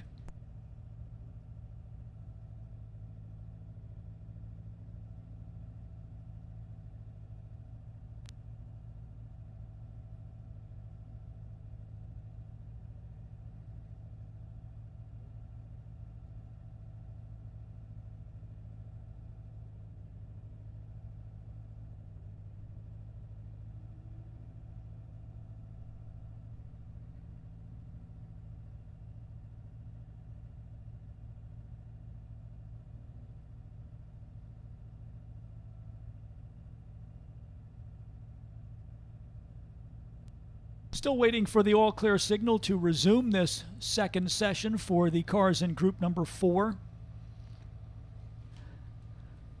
The schedule for this group has them on track until 3:55, so still about 5 minutes remaining if we can get track cleanup taken care of. We are operating on a time-certain schedule as we do need to have everything wrapped up by 6 p.m. this evening.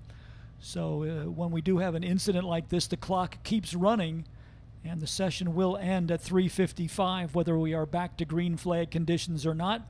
Next up will be Group 5, second appearance for these cars, and these are the featured cars of the weekend, celebrating the 100th anniversary of MG, and they will be out for their practice session beginning at 4 o'clock this afternoon.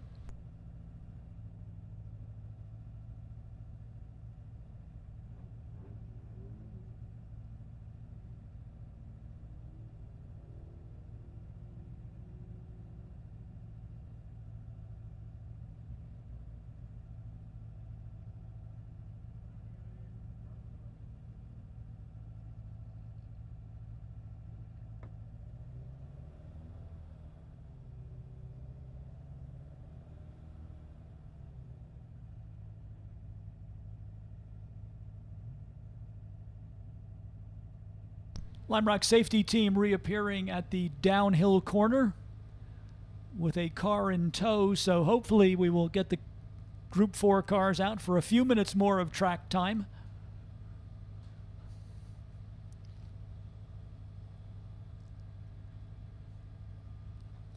The Aston Martin DBX 707, provided by Miller Motor Cars, part of that array of vehicles now making their way back onto pit lane. Green flag is the signal from the starter's stand, so all of the cars remaining on pit lane will be able to go out and get a few more laps in. Looks like that might be the Triumph Herald that had a problem out there. It is the number 2 car, so we can confirm that now. The Triumph Herald, the Jerry Barker car, coming all the way from California with some damage on the front end, sufficient that the car could not drive in on its own. So hopefully they'll be able to get that car repaired for racing tomorrow here at Lime Rock Park. But for the moment, the number 2 car going to the sidelines.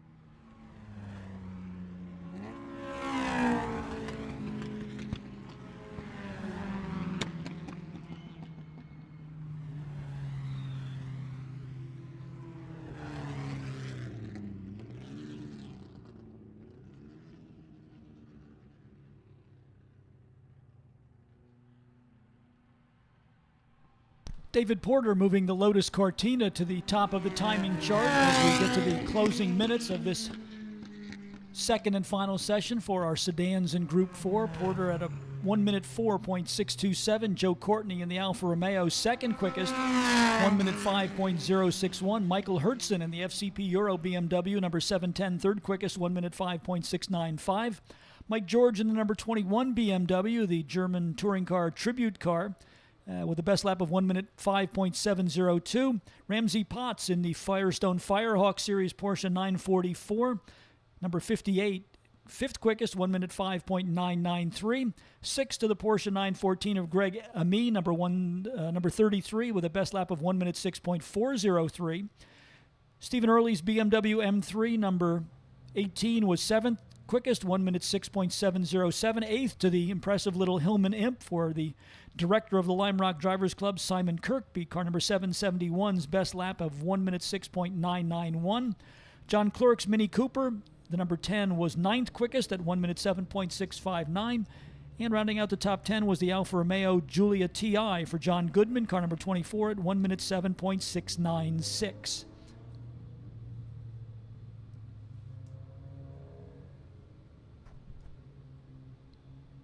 Several of these BMWs in this group are what you might call dual-purpose racing cars. They are old enough to be classified for vintage and historic racing, but also active in the BMW Car Club of America racing program. So if you are a BMW enthusiast, the BMW 325 series offering you lots of performance opportunities.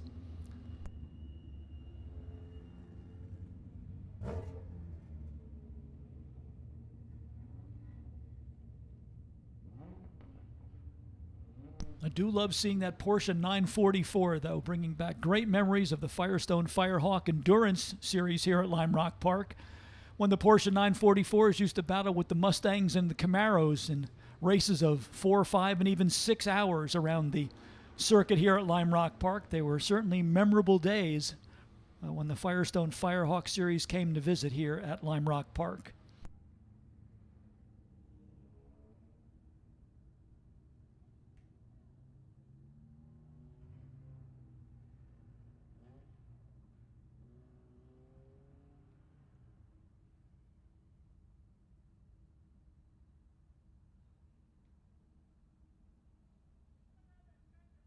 Our MG group out for its second appearance of the day. MGs of all sorts, the MG T-types included in this group, along with MGA and MGB models, as well as MG midgets, all coming out as we celebrate the 100th anniversary of Morris Garage, the original name for the constructor of the cars bearing the MG hexagon.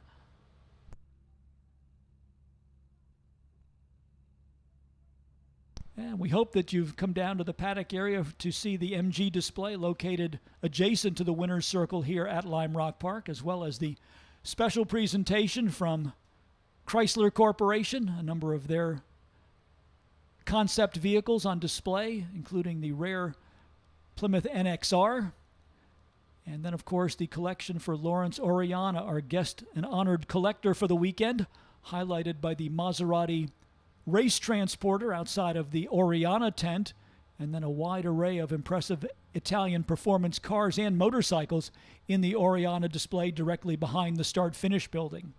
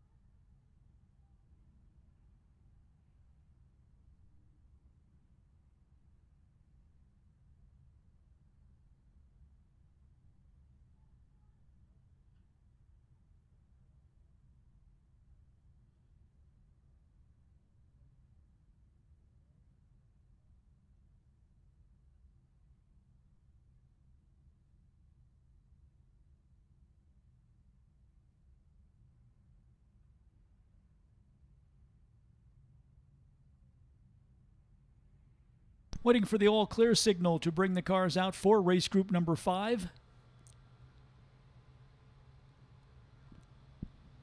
And here is our MG contingent rolling down pit lane and out onto the Sam Posey straightaway.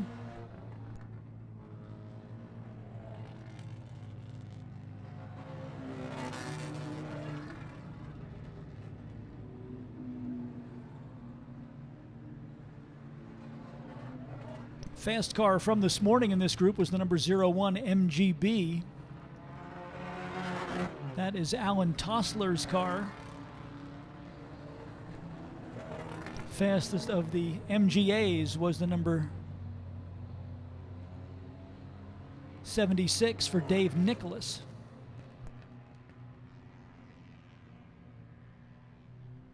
Dave Nicholas will be the moderator for this evening's welcome reception, featuring a variety of MG racing personalities, including Chuck Cantwell, Paul Brand, and they will be joined by all-around motorsports journalist Steve Potter.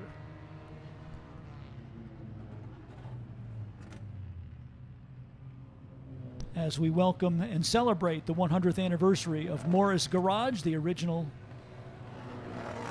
origin for the MG Hexagon from the 1920s era, and then began the greater production of the cars coming in the 1930s, and then the big post-war boom in the MGs. As we mentioned earlier, for many years the most popular sports car in the world in terms of number of sales was the MGB. It took a long time for one particular car to displace that, and that was none other than the Mazda Miata. So still lots of interest among enthusiasts in the cars from MG throughout their span of production, from the T-types through the MGA and the MGB and MG Midget Series cars.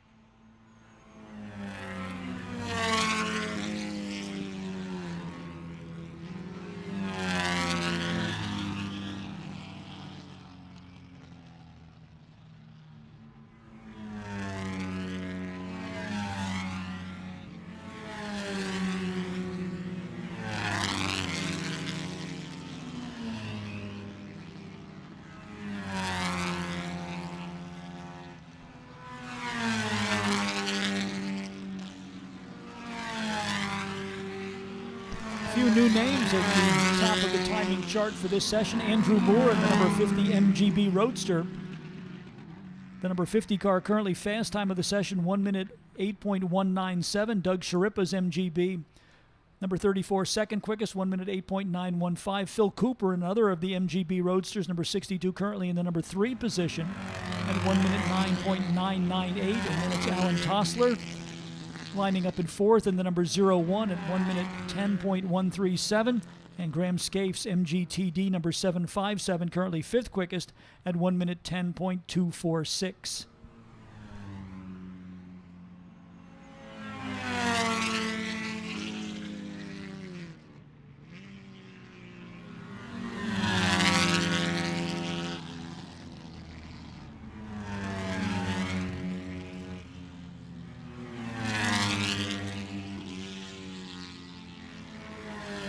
of the drivers who's starting to get wound up now is Dave Nicholas. He's got the number 76 car up in the 7th position.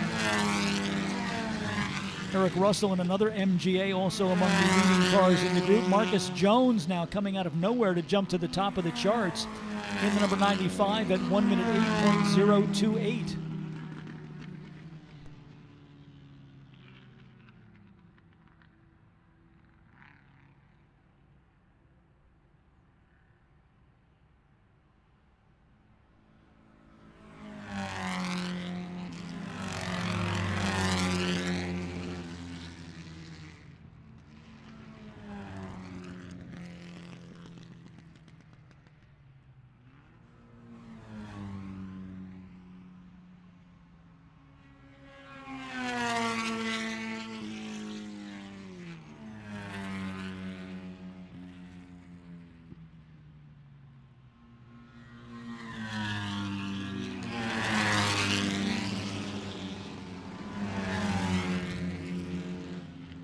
We said Dave Nicholas was getting the number 76 wound up, and there is ample evidence of that as he now has the MGA number 76 into 5th position at 1 minute 8.426. Alan Tossler, meanwhile, has seen enough, pushed the loud pedal down on the MGB number 01 to go back to the top of the charts and displace Marcus Jones. Tossler now with the best lap of 1 minute 8.021, just 0.07 of a second quicker than Marcus Jones. 1 minute 08.021 for Tossler, 1 minute 08.02 with an 8 for Marcus Jones, and then Doug Sharippa also in the 1 minute 8 range with the number 34 car at 1 minute 8.411.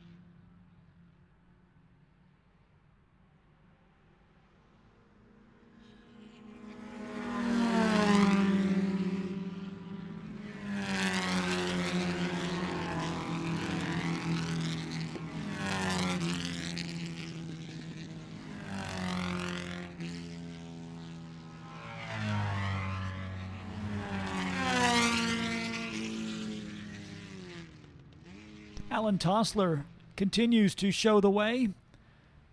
Andy Williams now into 2nd position in the number 160, the first time we've seen the MG Midget among the leading group. And quick change, Doug Sharippa now into the top spot, 1 minute 6.785 for the number 34 MGB. Tossler, his best lap of the session, also in the 1 minute 6 range, 1 minute 6.494. Yeah, that would be backwards. I wonder what's happening with our scoring system. 1 minute 6.494 is faster than 1 minute 6.785. Dave Nicholas in the number 76, third quickest, 1 minute 7.413. Andy Williams in the MG Midget, fourth quickest, 1 minute 7.426. And rounding out the top 5 now, Marcus Jones in his MGB, number 95, at 1 minute 7.778. So the computerized scoring system getting a little bit confused here, showing 2 cars in the number 1 position and somehow listing the 1 minute 6.785 as being faster than the 1 minute 6.494. So even with all this advanced technology, you can't always trust what you're reading on the screen.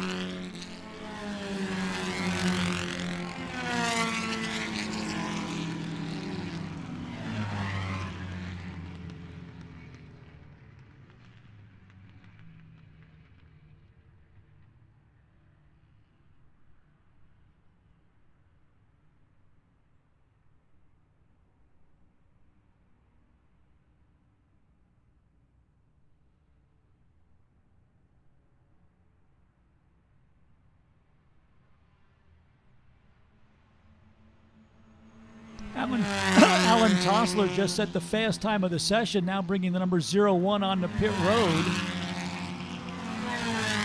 And it looks though he's going to make an early exit here, so we'll see if Tossler can hang on to that top spot. First driver in the 1 minute 5 second range at 1 minute 5.871.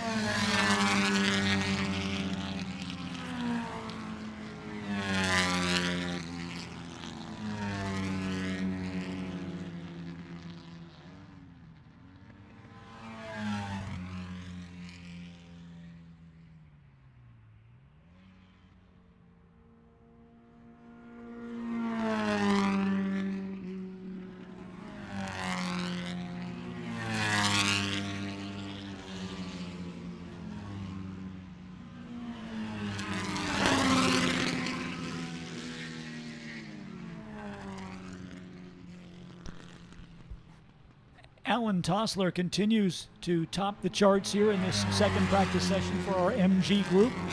Tossler at 1 minute 5.871 has already retired back to the paddock area.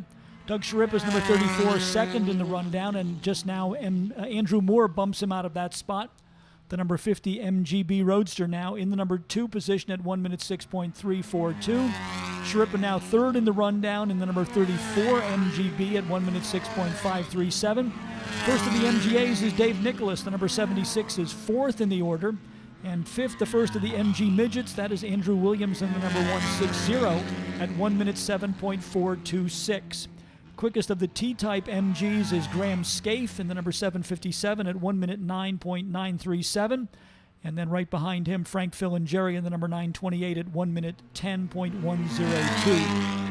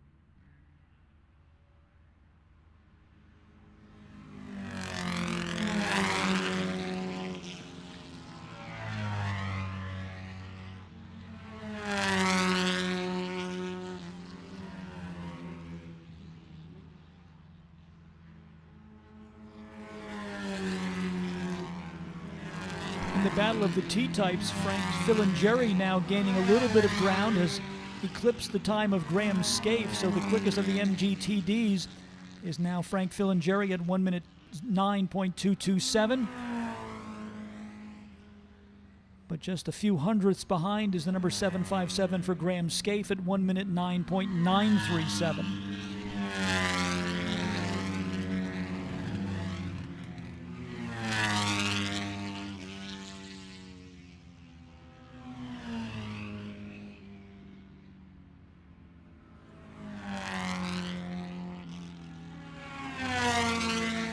Checkered flag about to go out to bring our MG session to a conclusion. This is race group number 5 of 9 as we steadily work our way through the second round of track sessions for all 9 of our historic 41 race groups.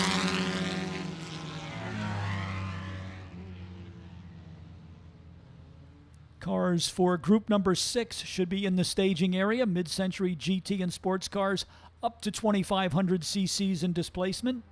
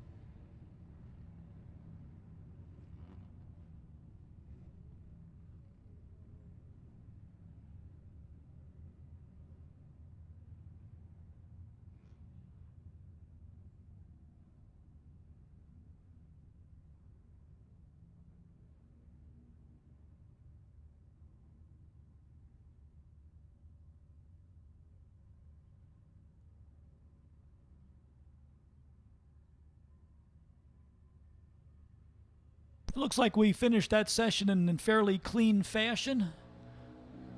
Lime Rock safety crew still on station, so no more cars needing an assist to get back to the paddock area, and that should move us quickly into the session for the cars in group number 6.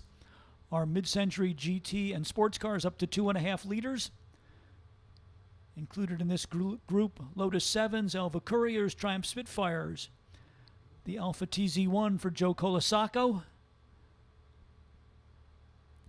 a pair of original Renault sports racing cars,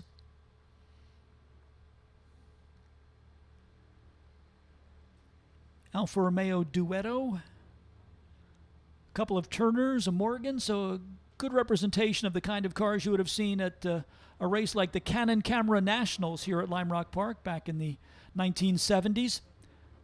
Mostly SCCA production cars in the DEF production range.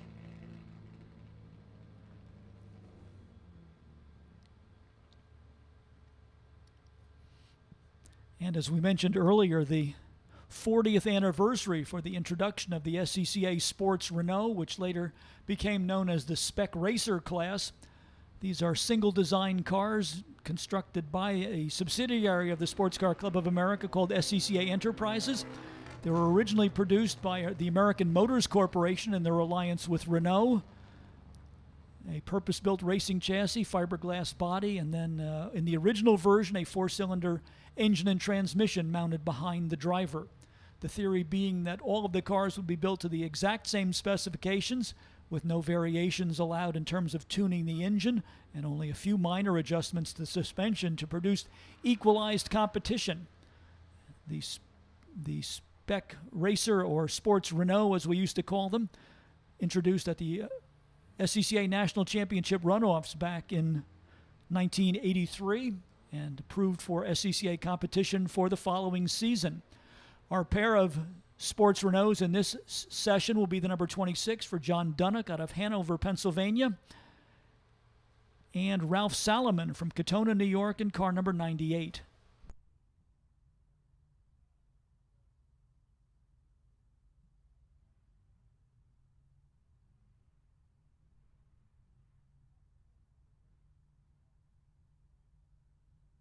Some major talents came out of the original Sports Renault category, including the legendary Dorsey Schrader, who went on to great success in the SCCA Trans Am Series and IMSA Road Racing.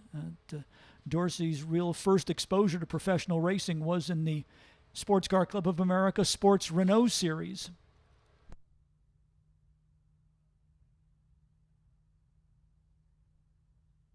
Let's take a look through the lineup, including cars by name and number. The 01 is the Lotus 7 for Russell Lane out of Evanston, Illinois. Similar car for Craig Chima from Akron, Ohio, number 5. Norm Burke is in his familiar Elva Courier, number 6. Paul Stinson, another of our Lotus 7 drivers, comes out of Center Hall, Pennsylvania, in number 7. Kent Bain is in the Triumph Spitfire based out of Fairfield, Connecticut, car number 9. Joe Colasaco returning to duty after stepping out of the Formula Junior from the Lawrence Oriana collection and now into the bright yellow Alfa Romeo TZ1, car number 10 out of Greenwich, Connecticut.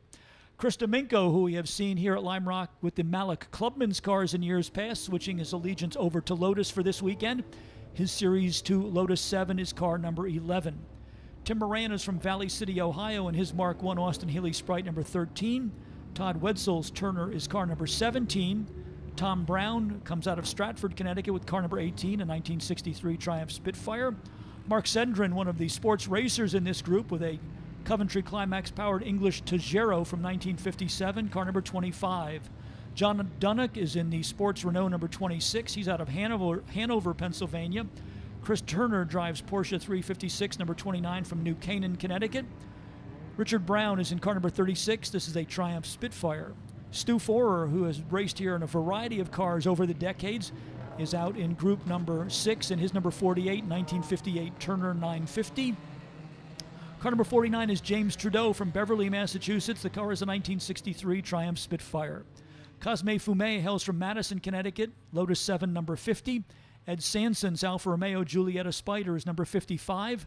Also in an Alfa Romeo is Dirk Burrows out of Fitchburg, Massachusetts, car number 059. Mark Goebel hails from Monetta, Virginia, in his Elva Courier, number 59. David Stern comes up from Orlando, Florida, with the Fiat 124 Spider, number 61. Longtime Vintage Sports Car Club of America competitor Jim Bach is back in action this weekend. His Lotus 7 is car number 65 out of Southport, Connecticut. Mike Harmuth has the Dave Belvin Triumph Spitfire, number 71. Ed Boyajian is in the Alfa Romeo Giulietta Spider, number 69. John Greller's Mark V Elva Sports Racer is number 78. Greller out of Sherman, Connecticut. Ralph Salomon, as we mentioned, in the second of the Sports Renaults, number 98. James Goodson III hails from Newport, Rhode Island. The Lotus 7 is car number 110. Rick McCurdy races out of Newburgh, New York, with his Triumph TR3, number 132. Ariel Dora is the driver of the Alfa Romeo Duetta, number 177, coming up from Jupiter, Florida. Anthony Thompson is the wheelman in the Lotus 7, number 181, from Shirley, Massachusetts. Dave Gusack, another of our Triumph Spitfire front-runners, is car number 188. He's out of Stratford, Connecticut. Lexi Barlow hails from Westport, Connecticut, in the number 208, a 1960 Turner. Carl Whitney is in the Lotus Mark 9, the prototype for the Lotus 11 sports racer. Whitney out of Pepperell, Massachusetts, in car number 215. Bradley Price from Autodromo, one of our feature sponsors for the weekend, is in the number 227 Alfa Romeo Giulietta out of Piermont, New York. James Stein races in car number 358, a 1959 Porsche 3456. Coming from Palos Verdes Peninsula, California, we have Robert White in the Elva Courier, number 411. Richard Odgers is in the number 659 Morgan Plus 4, and Kevin Gosselin rounds out the lineup in group number 6 with his Triumph Spitfire out of Fairfield, Connecticut, car number 901.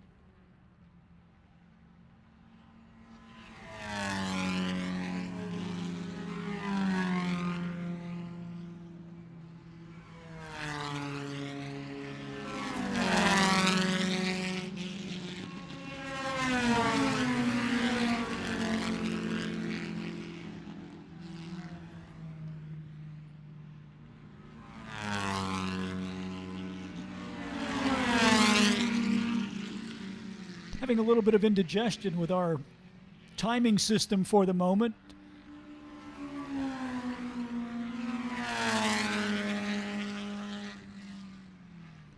So we are not being provided with any times to pass along to you. The scoring system is showing drivers coming across the sensing strip, but then it's not recording a time, so there is something in the timing software for the moment that is unhappy, and we hope that they can get that rectified in short order.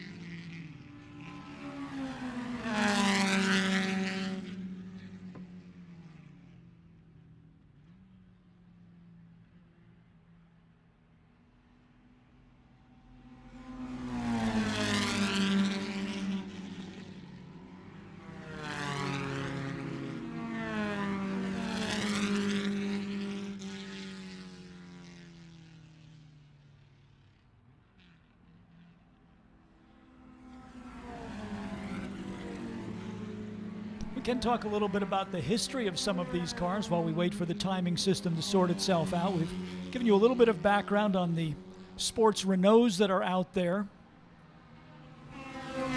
Colasacco going by in the Alpha TZ1 out of the Lawrence Oriana collection. That car was a popular choice for European 2-liter GT racing, also made appearances in the United States in the endurance racing classics like the 24 Hours of Daytona and the 12-hour race at Sebring, Florida.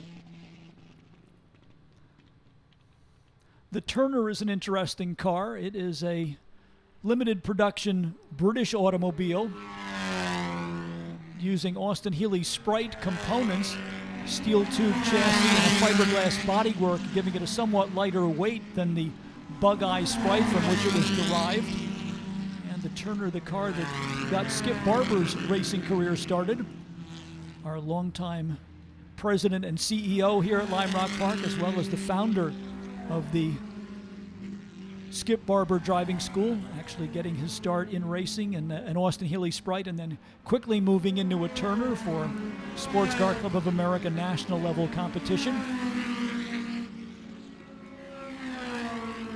Similar design theme for the Elva Courier, such as the number 59 just now going across the start-finish line, but with a slightly bigger engine in it. The Elva Courier using either an MGB power plant or a 1600cc Ford engine for its power. But again, the lighter fiberglass bodywork giving it a little bit of a performance edge over the mass-produced MGB.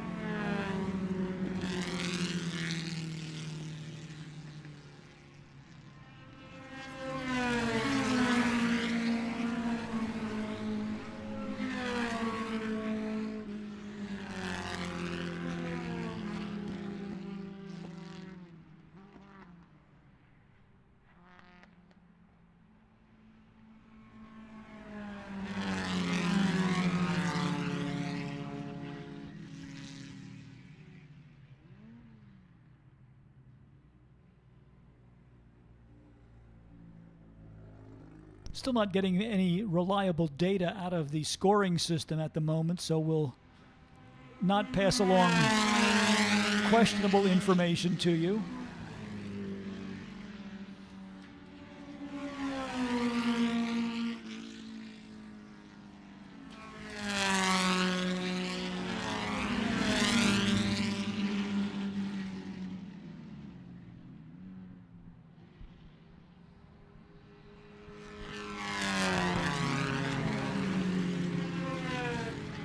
If you haven't yet had the opportunity to come down to the paddock area, we hope you will do that before you conclude your visit with us. Have a look at the wonderful collection from our featured collector this weekend, Lawrence Oriana of Greenwich, Connecticut, with an outstanding display of Italian cars from Maserati, Alfa Romeo, Ferrari, as well as Italian Ducati motorcycles directly behind the start-finish building, and then adjacent to that, our display from the Chrysler Corporation, who have sent a series of concept cars to Lime Rock Park, including the Chrysler Turbine car, as well as the one-of-a-kind Plymouth XNR. So we hope that you will visit that display in the paddock area as well during your visit with us here for the 41st edition of the Lime Rock Historics.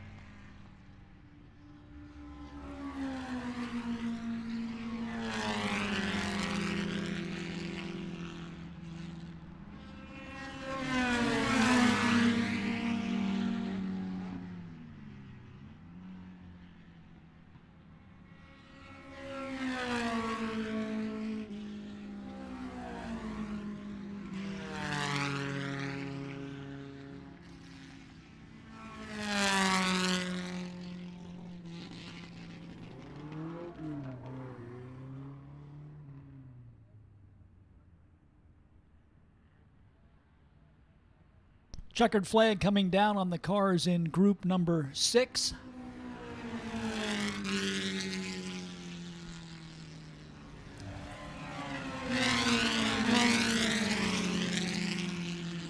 Unofficially, they're showing Craig Chima with the fast time of the session at 1 minute 3.056.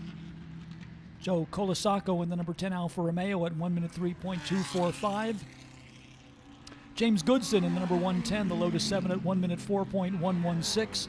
Tom Brown Spitfire in the number 4 slot at 1 minute 4.256. And Jim Bach in the Lotus 7 rounding out the top 5 at 1 minute 4.294. As we said, there were some difficulties with the scoring system during that session, so that rundown that we give you is highly unofficial.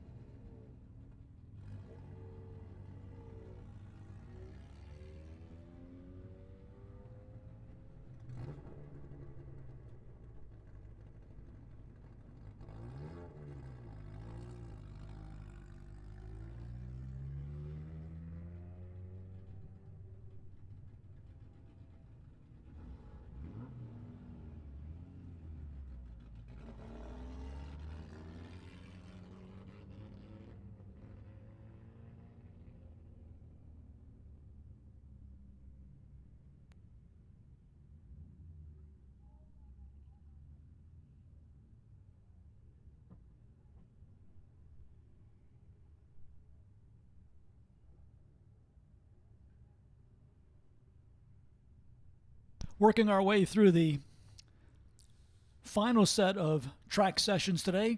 Group 7 of 9 due out on track next. These are the GT and sports cars and sports racing cars over 2 liters in displacement, including the number 25 from Michael Rowan, the 1961 Aston Martin DB4. Porsche 911 for John Wood, number 36. David Porter's sweet-sounding Ford Escort RS 1600, number 58. Mike Taradash with the the TVR Vixen, number 92. Ted Ganios with the Porsche 911, number 97. Randall Smalley with the second R Aston Martin DB4s, number 177. Sharon Adelman with the Ginetta G4R, number 3. Michael Lawton's Alfa Romeo Spider, number 4. Mark Gregory in the number 07 Mazda Miata. Hervé Park in the Ginetta G4 number 11, the Porsche 914 of Ed Metalman. That is car number 19. The Austin Healey 3000 in this group as well. This is John Einhorn's number 26. Henry Fry with the rare Triumph TR250 is car number 29. Patrick Daly, another of our Mazda Miata drivers from the Lime Rock Drivers Club in number 53. Thomas Donatelli's Ginetta G4 is number 67. Greg Mendel, our neighbor from just across the road here in Lakeville, Connecticut, is number 77. Michael Orrit in another of our Ginettas will be car number 82. Rick Nevis is in the number 102 out of Millis, Massachusetts, an Austin Healey 104, the predecessor to the six-cylinder Austin Healey 3000. Similar car for longtime Historics competitor Rich Malumian out of Fort Washington, Pennsylvania, number 347. In the sports racing category, we have the 1959 Lister-bodied Costin, or rather the Costin-bodied Lister for Jason Hancock, number 1. Nathan Thompson is in the Lotus 23, number 02 out of Dallas, Texas. Martin Hosek with the big V8-powered Devon Special, number 39. Laurent Fumet is driving the mid-engine version of the Ginetta. This is the G16 model, number 41. It's a Lotus 23 for Kurt Uzbe, number 42. A pair of BT8 Brabhams, Dan Chapman in the number 52 out of New Braunfels, Texas, and Joe Blacker from Ellicott City, Maryland in number 61. Graham Adelman is in a Lotus 23, number 54. Charles Borden drives his one-of-a-kind Filson Falcon Special, number 123. And we had hoped to see Malcolm Rutherford in the 1958 Rutherford Special, but that car did have some engine problems and is an unlikely starter here in practice session number 2. So that is your lineup of cars for Group 7, GT, sports cars, and sports racing cars over 2 liters in displacement.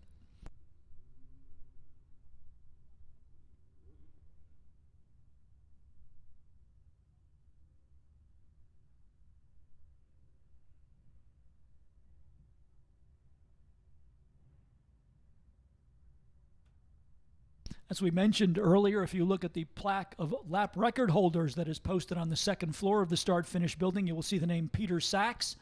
And at one time, he held the absolute lap record here at Lime Rock Park, driving one of these Brabham BT8 sports racers. John Einhorn with the former Glory Racing Austin Healey 3000, leading the field out onto the track for their second and final practice opportunity before we go to racing tomorrow morning at 9 a.m., leading off with our Formula Junior group.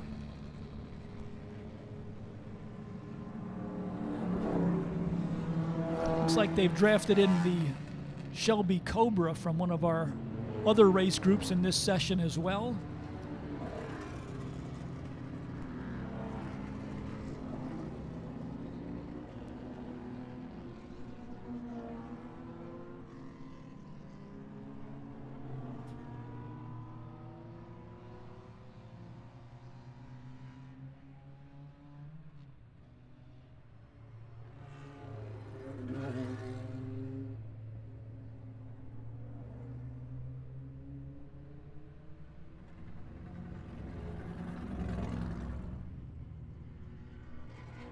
The AC Cobra in this event is John Romano out of Duxbury, Massachusetts. He is in car number 4.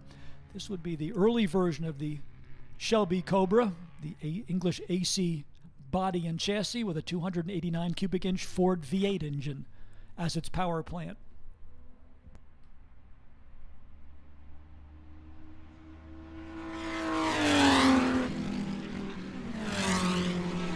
Charles Borden winding the Filson Falcon Special right up down the Sam Posey straightaway. This car powered by a inline 6-cylinder pushrod engine out of the Ford Falcon economy car.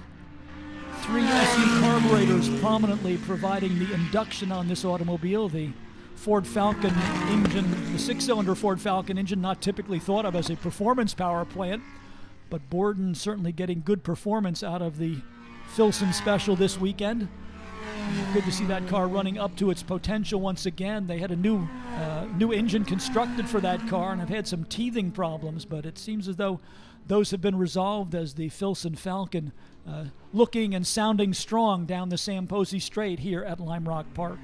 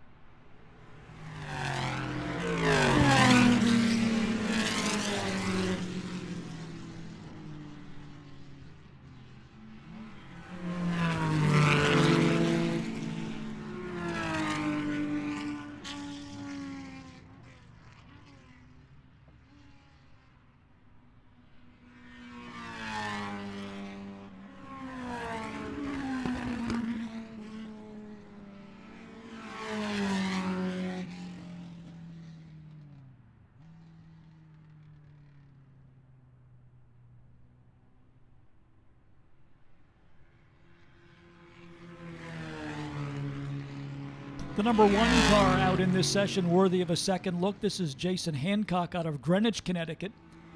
The car is a sports racer built by Brian Lister in England. The Lister bodywork that was originally produced, kind of a little bit hard on the eyes, you might say. They were referred to as the knobbly Listers because there were all kinds of bulges over the wheels and the engine compartment. Aerodynamicist Mike Costin designed a smoother bodywork for the car, and that is what is on display with the number 1 Jason Hancock entry here with us this weekend at Round Rock Park. Car powered by an American V8. I'm going to go offhand and say that is probably a Chevrolet V8 as the power plant in the Jason Hancock car.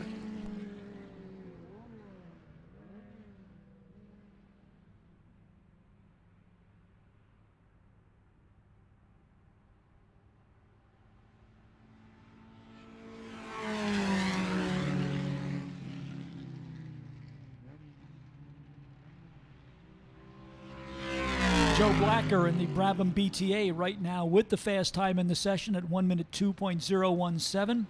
Nathan Thompson's Lotus 23 second in the rundown at 1 minute 2.567. Martin Hosek in the Devon Special with the American V8. Now at 1 minute 1.721. Rich Malumian, as usual, getting good performance out of his Austin Healey 104, currently shown at 1 minute 3.695.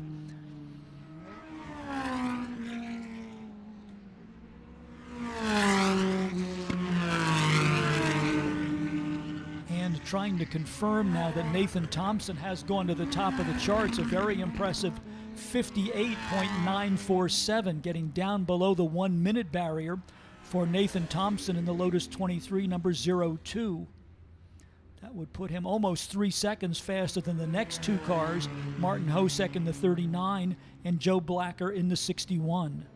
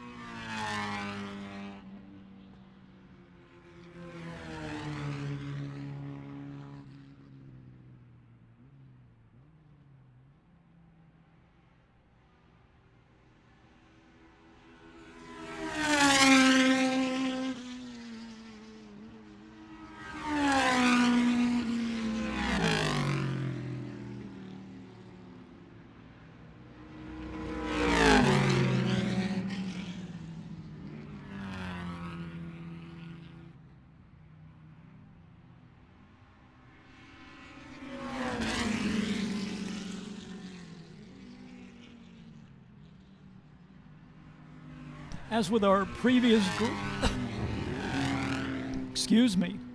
As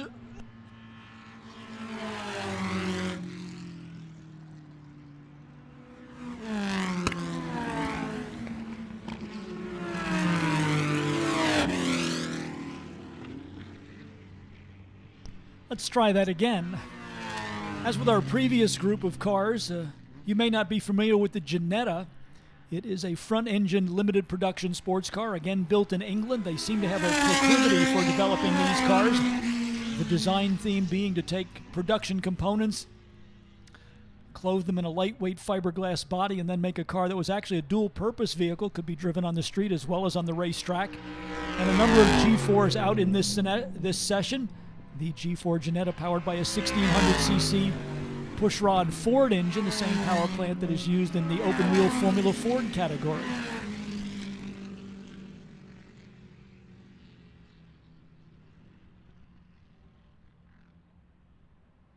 Nathan Thompson continuing to be the pace setter in his Lotus 23, now showing a best lap time of 58.437.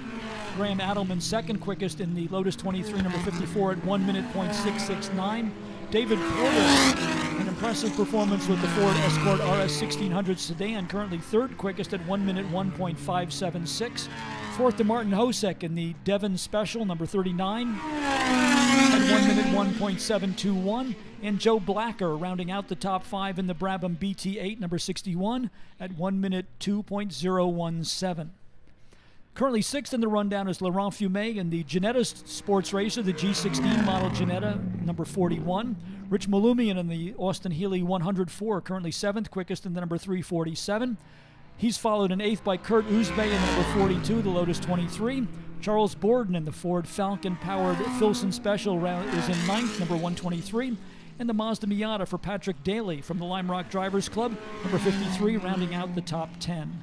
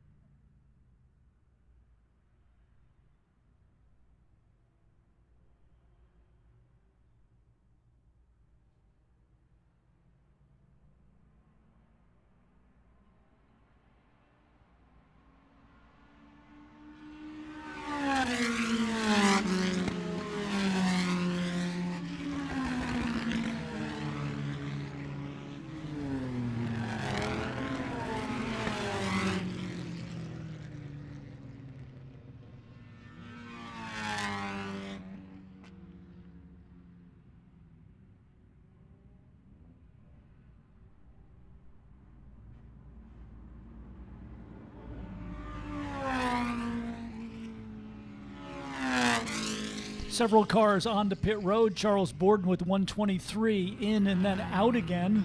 Martin Hosek bringing in the wide-body Devon to pit road, and at least one of our Mazdas on pit road as well.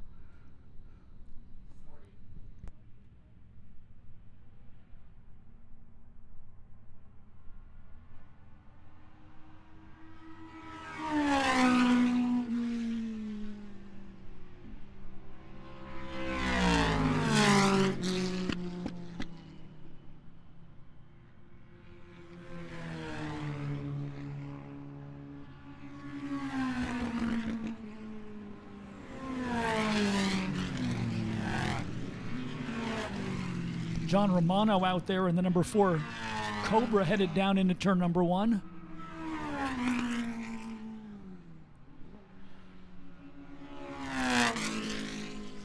Cobra's being something of a rarity in vintage racing these days. Most of them seem to be parked on the sidelines for some reason, so it's great to see John Romano bringing this car out for the 41st edition of the Lime Rock Historics.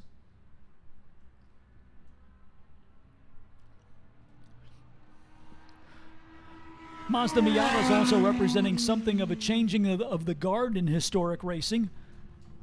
By some accounts, they are considered a modern car, but also keep in mind that the original Mazda Miata was introduced to the American market back in 1990, so that is now more than 30 years ago. And they have proven to be a popular entry into a variety of racing venues, including now the original what were called NA Miatas with the 1600cc engine being welcomed by many vintage and historic racing groups.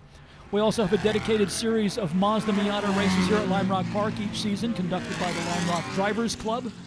And a new event coming up on the calendar, MiataCon, a convention for all things Mazda, which will come up at the end of October. We will have a full range of track activities, including a high-performance driving experience track day, as well as a variety of Mazda racing cars on hand. More information on that as it becomes available, but be sure to follow the upcoming MiataCon here at Lime Rock Park by visiting our worldwide website, www.limerock.com, and then look for the tab marked Events for more details. Nathan Thompson still leading the way in this session with the number 02, now down to 57 seconds, 57.681. Graham Adelman breaking through that 1 minute barrier as well with the number 54, now at 59.516 for his best lap time. David Porter right in the thick of the action with the Ford Escort sedan. Number 58, third quickest, 1 minute 1.576. Kurt Uzbey now up to fourth position in the Lotus 23, number 42 at 1 minute 1.344. And Martin Hosek with the V8 powered Devon Special number 39 rounds out the top 5 at 1 minute 1.721.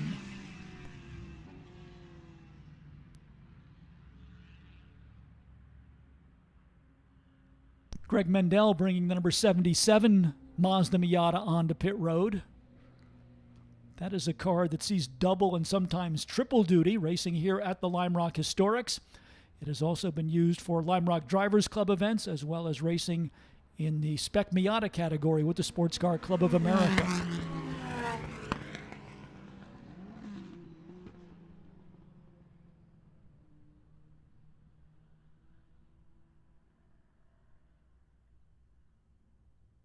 Just a couple of minutes remaining now in this practice session for Group 7. Session scheduled to conclude at 5:10, and we see the starter reaching for the checkered flag. So that will mark the conclusion of this practice session for the cars in group number 7. 2 more practice groups to go. Group 8 for our big bore production cars and IMSA category Porsches. And then we'll round out the day's activities with our winged Formula Atlantic cars, 2-liter sports racers, and open-wheel Formula Fords. And for those final 2 sessions, let me hand it over to my partner here at the top of the tower, Craig Robertson.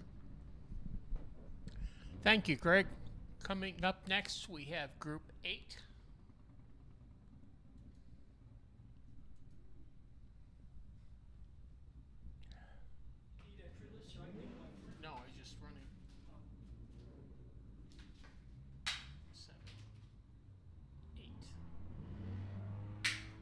Running down the cars in Group 8.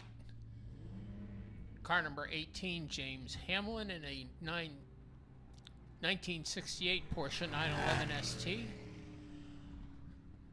The number 22, Mark Stilson, 1973 Datsun 240Z. Car number 29, Christopher Turner, 1974 Porsche 911. This group contains a lot of big bore and air-cooled Porsches.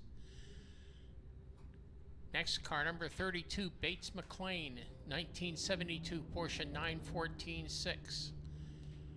Car 050, Richard Strahota, 1972 Porsche 911 ST. Car 57, Frank Rauscher III, 1974 Porsche 911 RSR. Car 61, Louis Oriel, 1977 Porsche 911. Number 85, lots of laps here at Lime Rock, Jim Scott, 1973 Porsche 911. Car 201, Lee Lesberg, 1979 Porsche 911. Car 249, Jeffrey Nyblum, 1969 Porsche 911. Car number 310, David Hutchings, another veteran here, 1973 Porsche 911 RSR. The number 388, driver Kristen Taylor, 1980 Porsche 911 SC. The 441, Mike Piera, 1973 Porsche 911 RS. Car number 521, Del Ore, 1979 Porsche 911 SC. Car number 711, Mike Jacobellis, 1977 Porsche 911S. Car 771, Hans Warner, 1973 Porsche 911 RSR. Car 808, Todd Pahonis, 1979 Porsche 911 Euro SC. Car number 9, John DeSantis, 1965 Ford Mustang. Car number 39, Martin Hosek, 1978 Chevrolet Corvette. Car number 151, Don Jacobs, 1972 Porsche 914-6. Car number 262 didn't show up in the first session. Hopefully will show up in this one. Joe Viola, 1972 Datsun 240Z. Car number 2, Tom Cotter. Had some problems this morning, 1964 Chevrolet Corvette. Car number 6, Gary Wonder, 1969 Chevrolet Z28. Car number 7, Colin Doherty, 1988 Porsche 944 Turbo Cup car. Car number 4, John Romano. Oh, that car got moved. Car number 21, George Ladyman, 1970 Chevrolet Corvette. Car number 23, Cliff Ryan, 1964 Ford Mustang. Car number 25, Mike Carluzzi, 1973 Datsun 240Z. Car number 34, Scott Heckert, 1966 Chevrolet Corvette. Car number 37, James Glass, 1970 Chevrolet Camaro.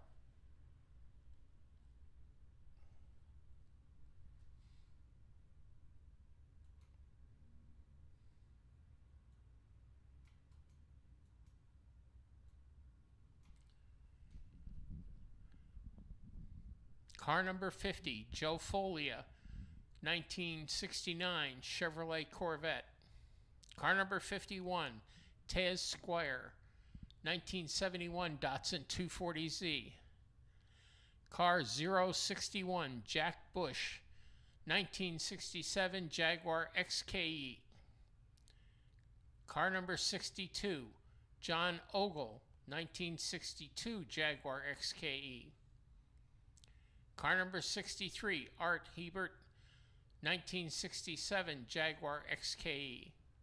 Car number 77, Greg Mendel, 1964 Ford Mustang. And our last car, the number 88 of Jake Clapp, 1970 Datsun 240Z. So that's your field for this session, or Group 8 on their second session. Large bore production and air-cooled Porsches.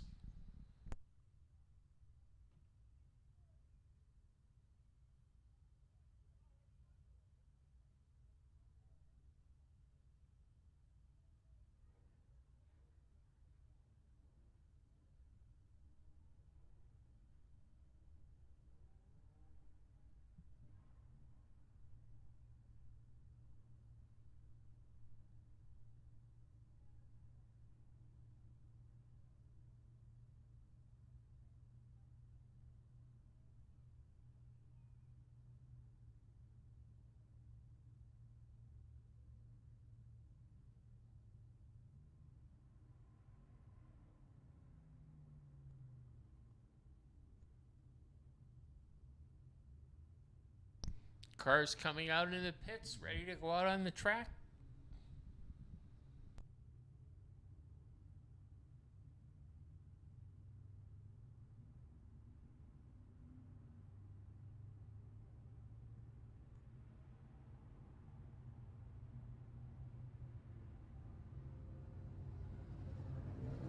James Hamlin, Porsche 911 ST, car number 18, leading the way.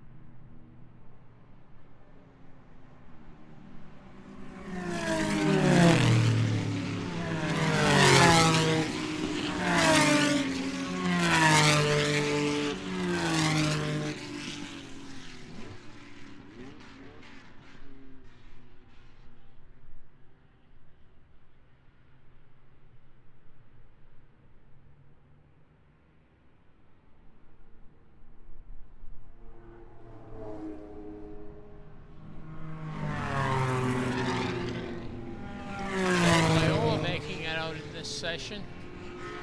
Waiting to see if Tony Cotter has his Corvette back in order.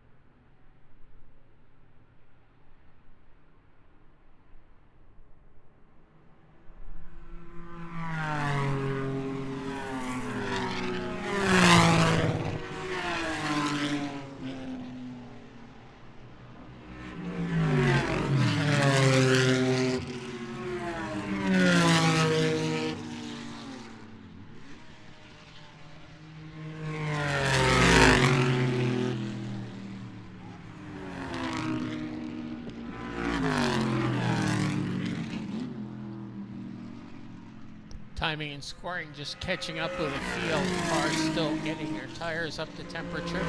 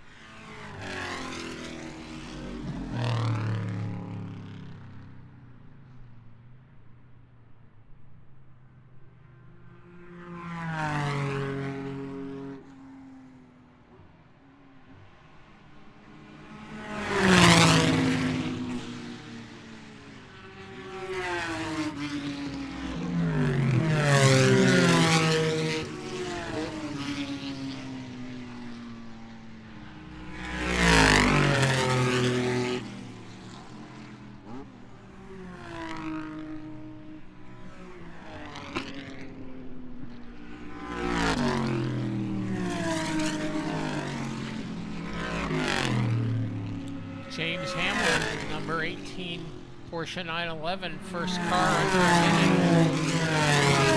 Followed closely by Martin Hosek.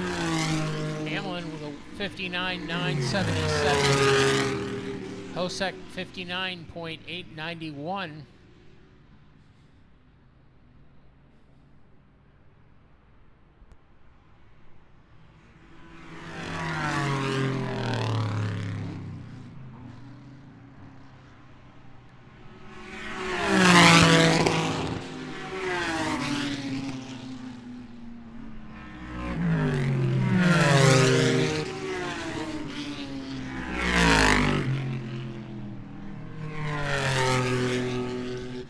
Scott Hecker gets the Chevrolet Corvette under a minute at 59.683 to take over second spot.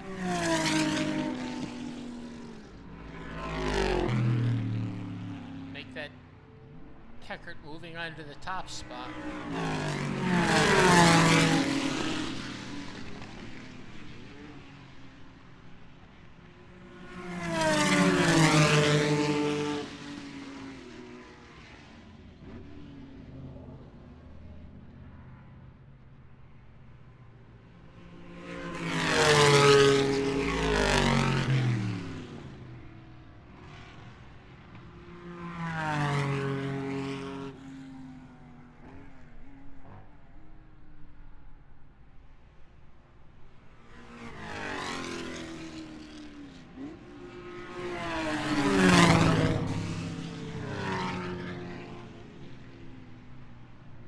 Three cars under a minute, another two cars at a minute flat.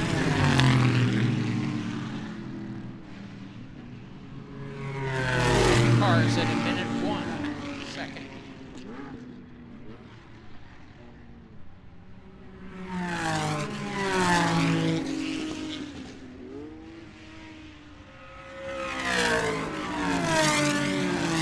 Hosek 59.810. Holding on to second spot over James Hamlin at 59.891. 8/100ths of a second between them.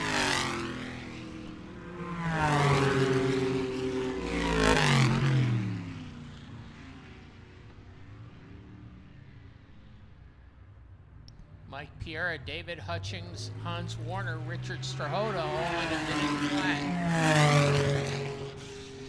All in Porsches.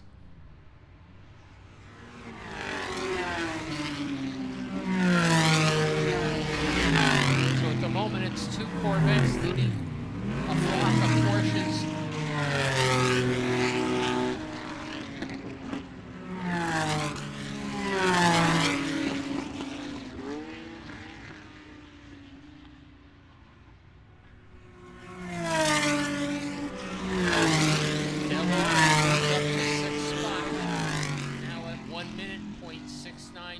So our top six, Scott Heckert, 59.683, then Martin Hosek, 59.9, James Hamlin, 59.891, David Hutchings, 1 minute, 0.2, 0.463, Del Horan, 1 minute, 0.6. Jack Bush makes a big jump up to the second spot with a 59.726 to put the Jaguar Corvette sandwich between Heckert and Hosek.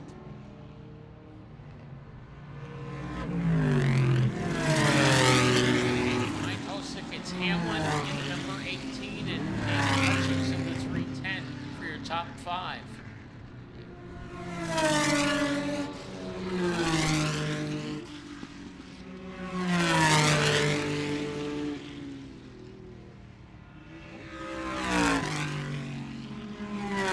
So we have four in the 59-second range. Make that 5. Mike Piera breaks down into the 59-second.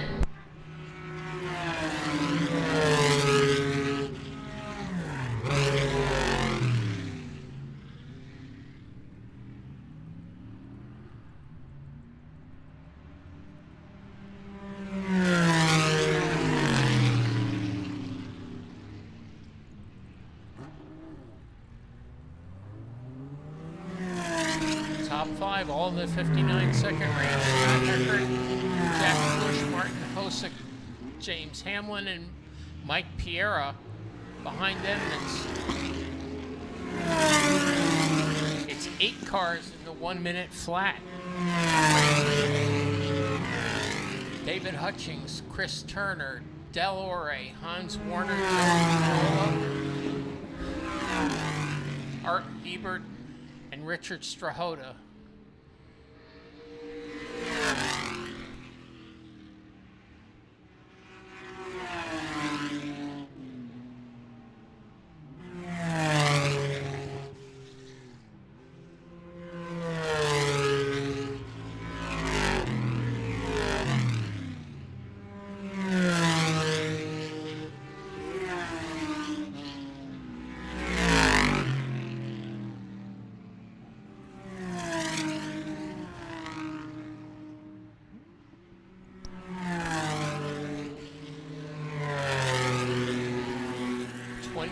Cars in this session. Tom Cotter managing to get the Corvette back out there after some mechanical problems this morning.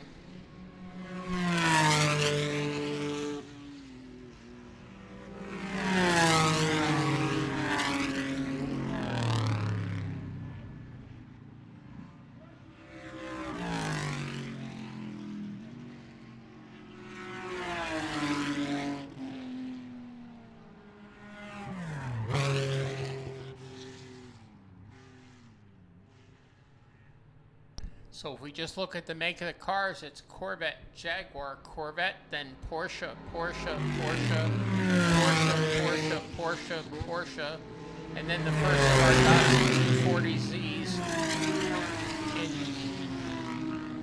in 11th.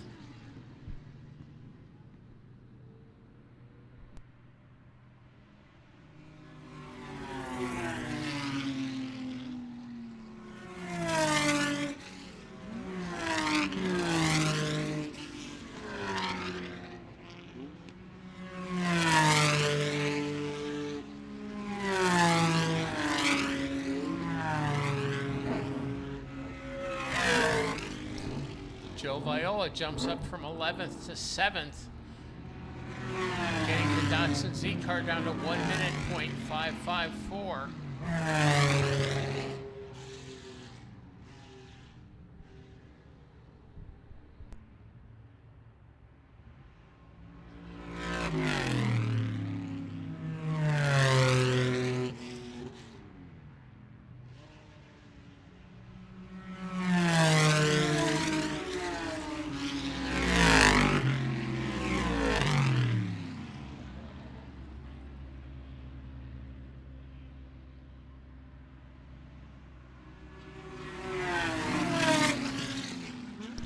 Martin Hosick improves his time a little bit in 3rd spot at 59.734.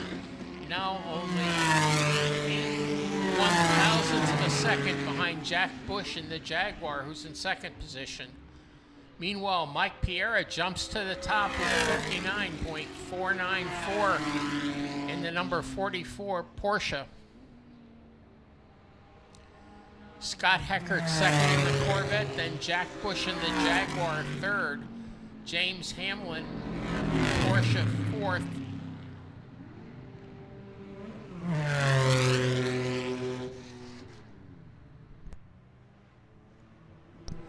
Martin Hosick puts in a nice lap, takes a full second off his time and down to 58.594. First car into the 58s. Mike Piera at 59.494 is now 2nd. Scott Heckert, Jack Bush, James Hamlin round out our top 5. They're all in the 59s.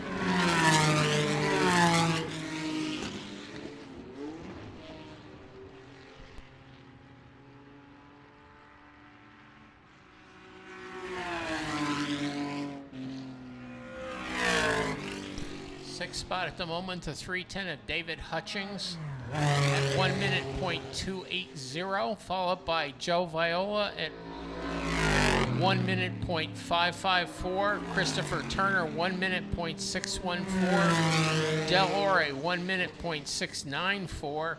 And rounding out the top 10, the 771 of Hans Warner at 1 minute point 705.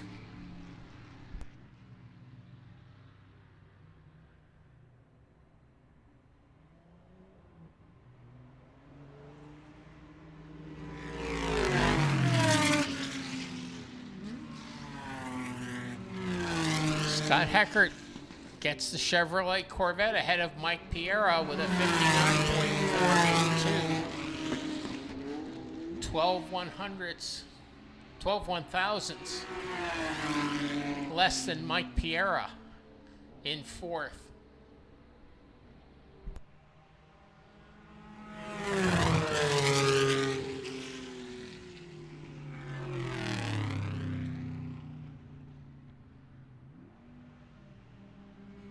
We have our top 5 cars in the 50s, 58s or 59s, and we have 8 cars at the 1 minute flat range.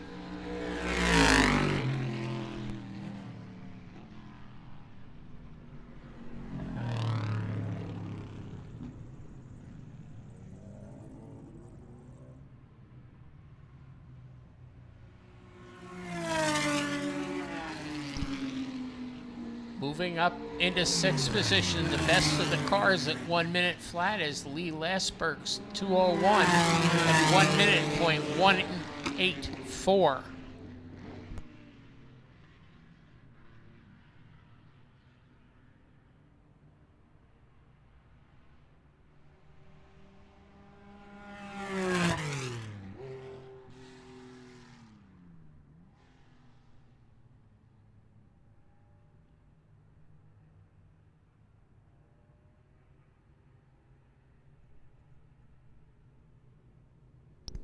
Not too many improvements at this point as the session winding down to only a little over 4 minutes.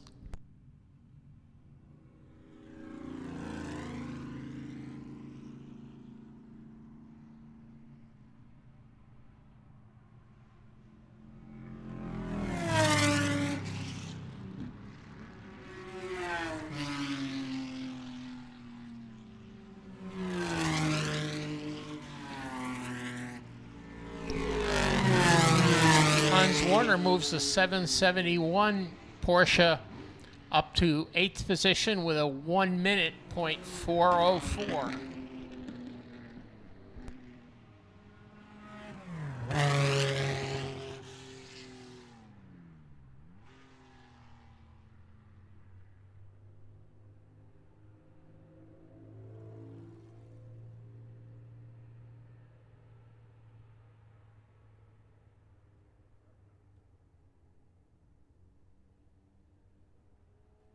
Time for about 2 more laps. Let's see what happens.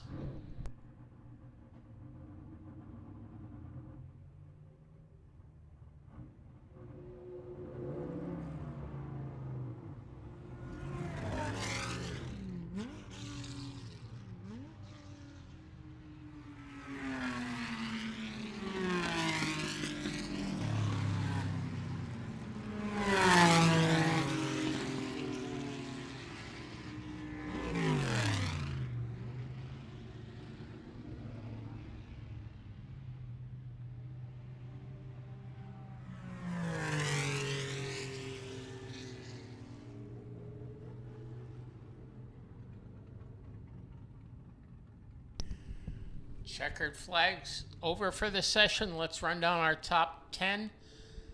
Number 1, the 39 of Martin Hosek at 58.594, followed by Scott Heckert at 59.482 in the Corvette. Mike Piera third, 59.494 in his Porsche 911. James Hamlin, 59.679. Another Porsche 911, 5th spot. Jack Bush in the 061 Jaguar XKE at 59.726. Then we move to our cars at 1 minute flat. The 201 of Lee Lasberg in 6th at 1 minute point 184. followed by the 310 of David Hutchings at 1 minute .280, the 771 of Hans Warner at 1 minute .404 and eighth, ninth the 262 of Joe Viola at 1 minute .554, and in 10th the number 29 Christopher Turner at 1 minute .614, and that wraps up the second practice session for Group 8 cars. That leaves us with the Group 9 cars, Wings, Slicks, and Formula Fords.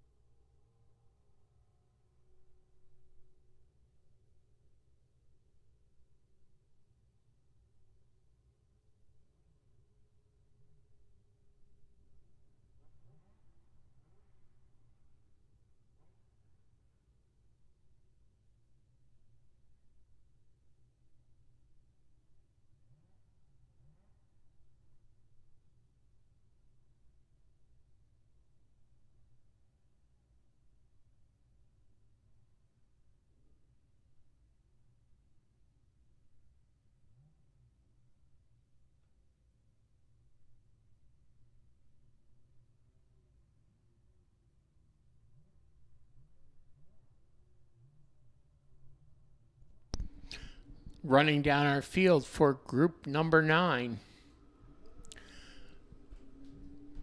Formula Ford, number 5 for Gary Rutherford in 1969 Crosley 16F. Then car number 7, another Formula Ford for John Hearn, 1977 Ford Hawk DL17. Formula Ford car number 13 for Frank Del Vecchio, 1981 Van Diemen RF81. Formula Ford 17 for Jim McNichol, 1981 Van Diemen RF81. Formula Ford number 39 for Chris Fayen. That's actually a Formula Ford 2000 for Chris Fayen, car number 39. And finally, Stephen Dorr, car number 80, a 1969 Lexus Mark 15.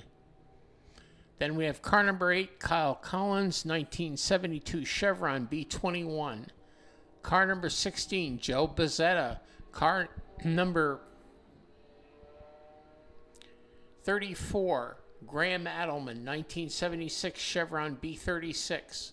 Car number 41, Clinton Chichester, 1994 Ralt 41 C Sports Racer with a Mazda engine.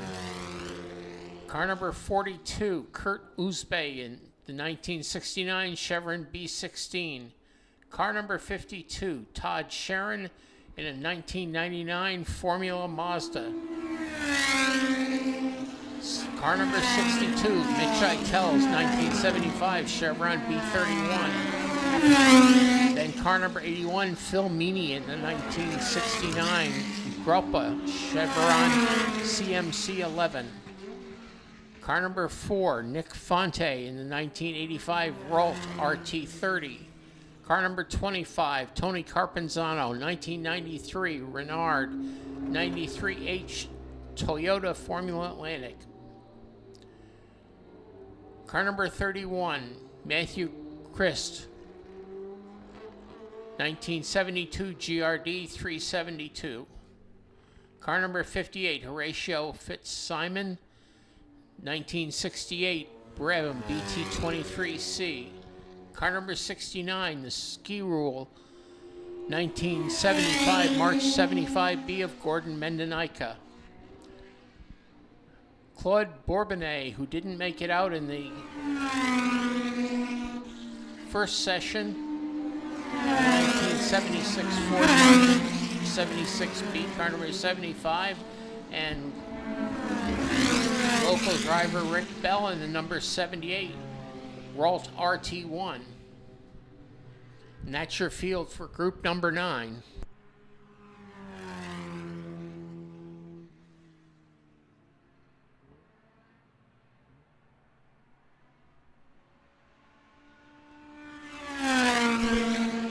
At the moment, Rick Bell's Formula Atlantic leads the field with 55.877. Other cars aren't really up to temperature yet.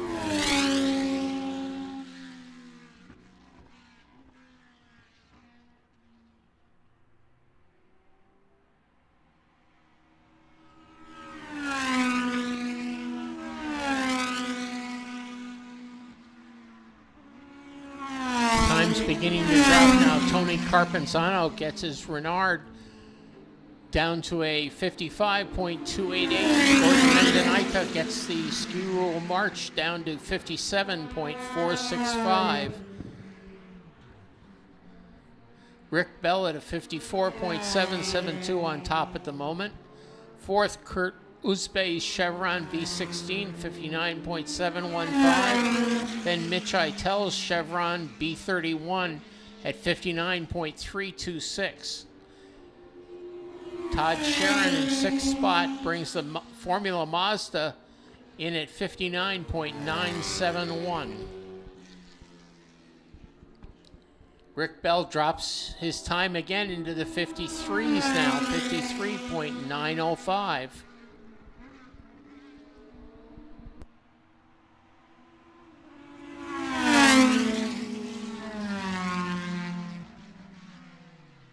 Mitch Eitel jumps up to the third spot, taking the Chevron to a 57.361. Graham Adelman has the Chevron B36 in fifth now at 57.745.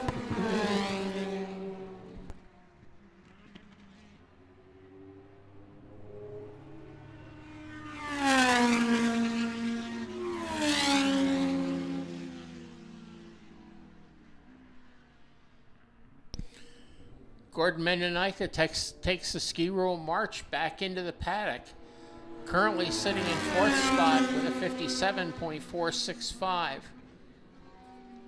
Jumping to the top, the car number 25, Tony Carpenzano's 1993 Renard turns a 53.006.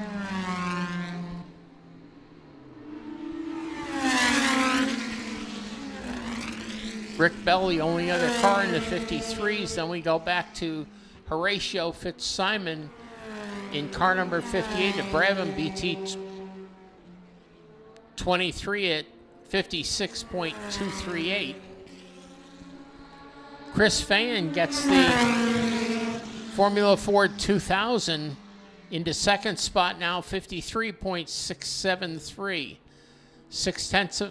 Almost 0.7 of a second behind Tony Carpenzano.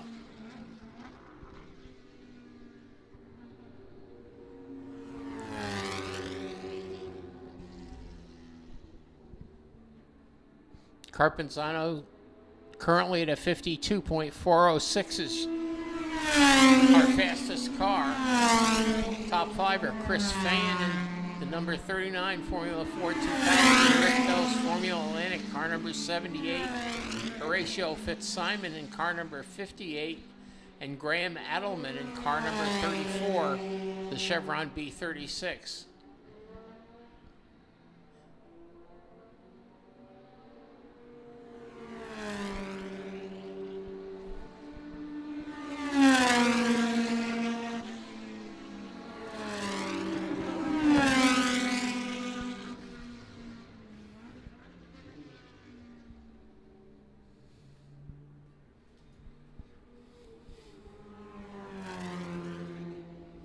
If we look for our regular Formula Fords, our leading Formula Ford at the moment is Jim McNichol, who's currently in 12th with a time of 59.711.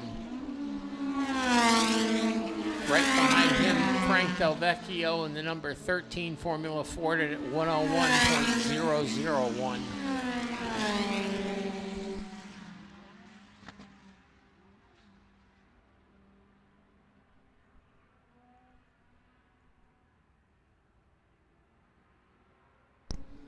Chris Fain improves his time to 52.718, making him only 0.3 of a second behind our leader, Tony Carpenzano.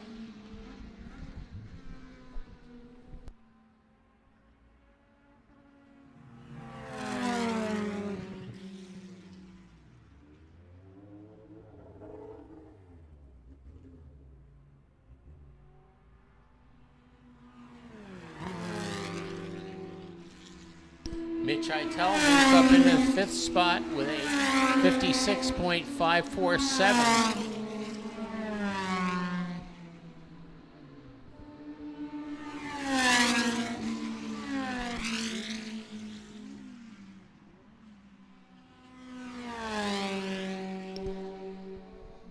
Graham Adelman is in sixth. Joe Bozzetta gets the number 16 Chevron B19 up into seventh with a 57.302.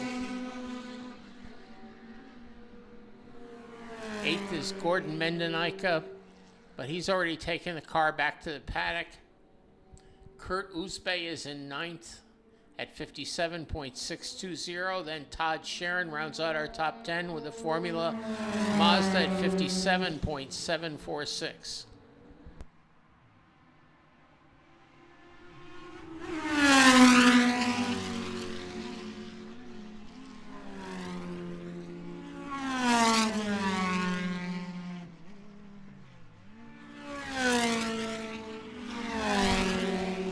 Our fastest field of the day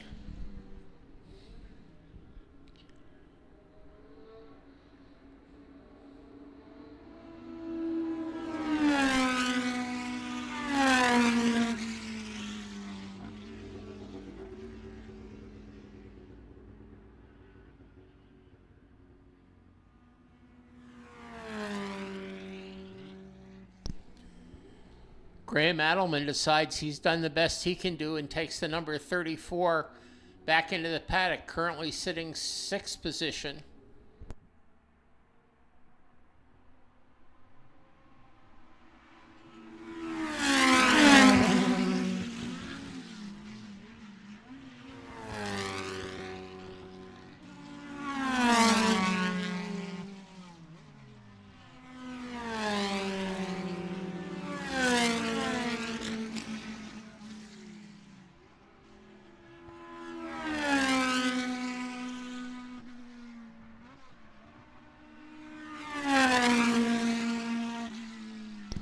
Tony Carpenzano gets his car down into the 51s now, 51.728 for the number 25 Renard 93H Toyota Atlantic.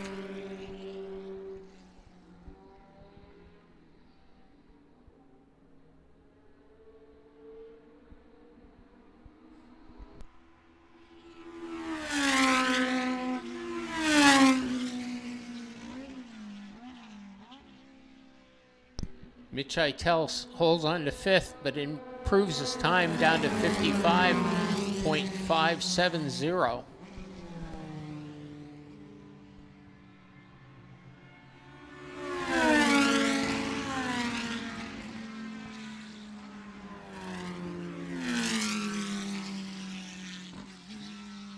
Coming around in 9 minutes to go.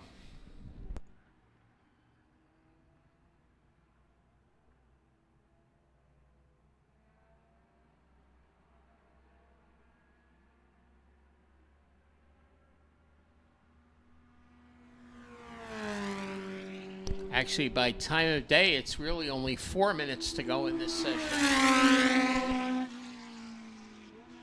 Horatio Fitzsimon drops his time now to 53.537, takes over 3rd spot, pushing Rick Bell down to 4th now. Top 5, Carpenzano, Fayen, Fitzsimon, Bell, and Eitel.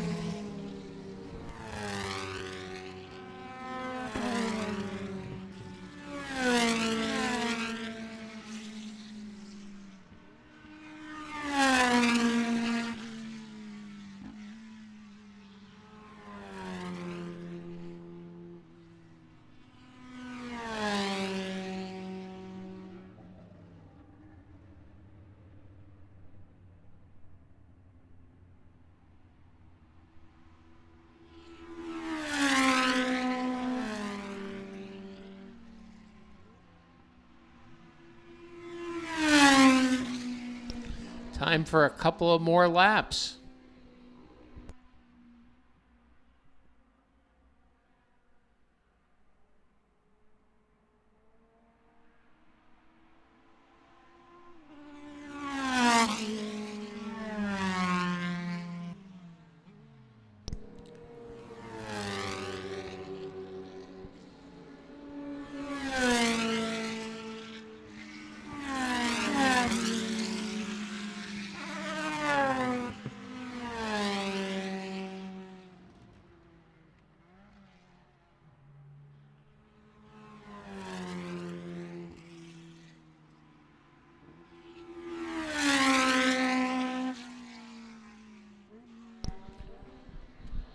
Top 10, Tony Carpenzano with the best time. Chris Fayen 2nd, Horatio Fitzsimon 3rd, Rick Bell 4th, Mitch Eitel 5th, Kurt Uzbey now in the 42 Chevron B16 in 6th, and Graham Adelman in the Chevron B36.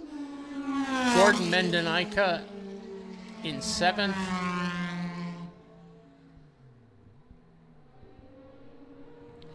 Make that 8th. Joe Bezzetta in 9th. And Todd Sharon rounds out the top 10.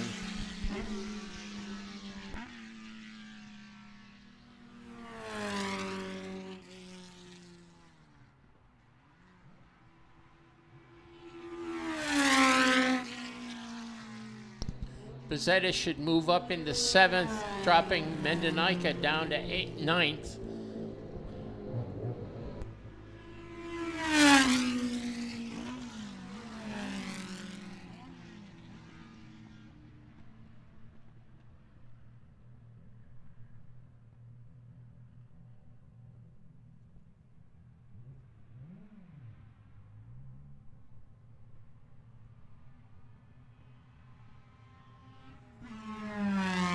checkered flag waves. Some cars still on the course, but so far no improvements.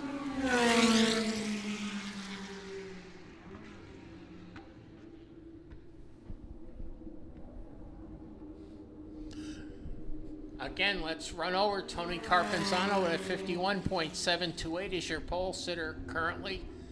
Chris Fahan second, Horatio Fitzsimon third, Rick Bell fourth, Mitch Eitel fifth, Kurt Uzbey sixth, Graham Adelman seventh.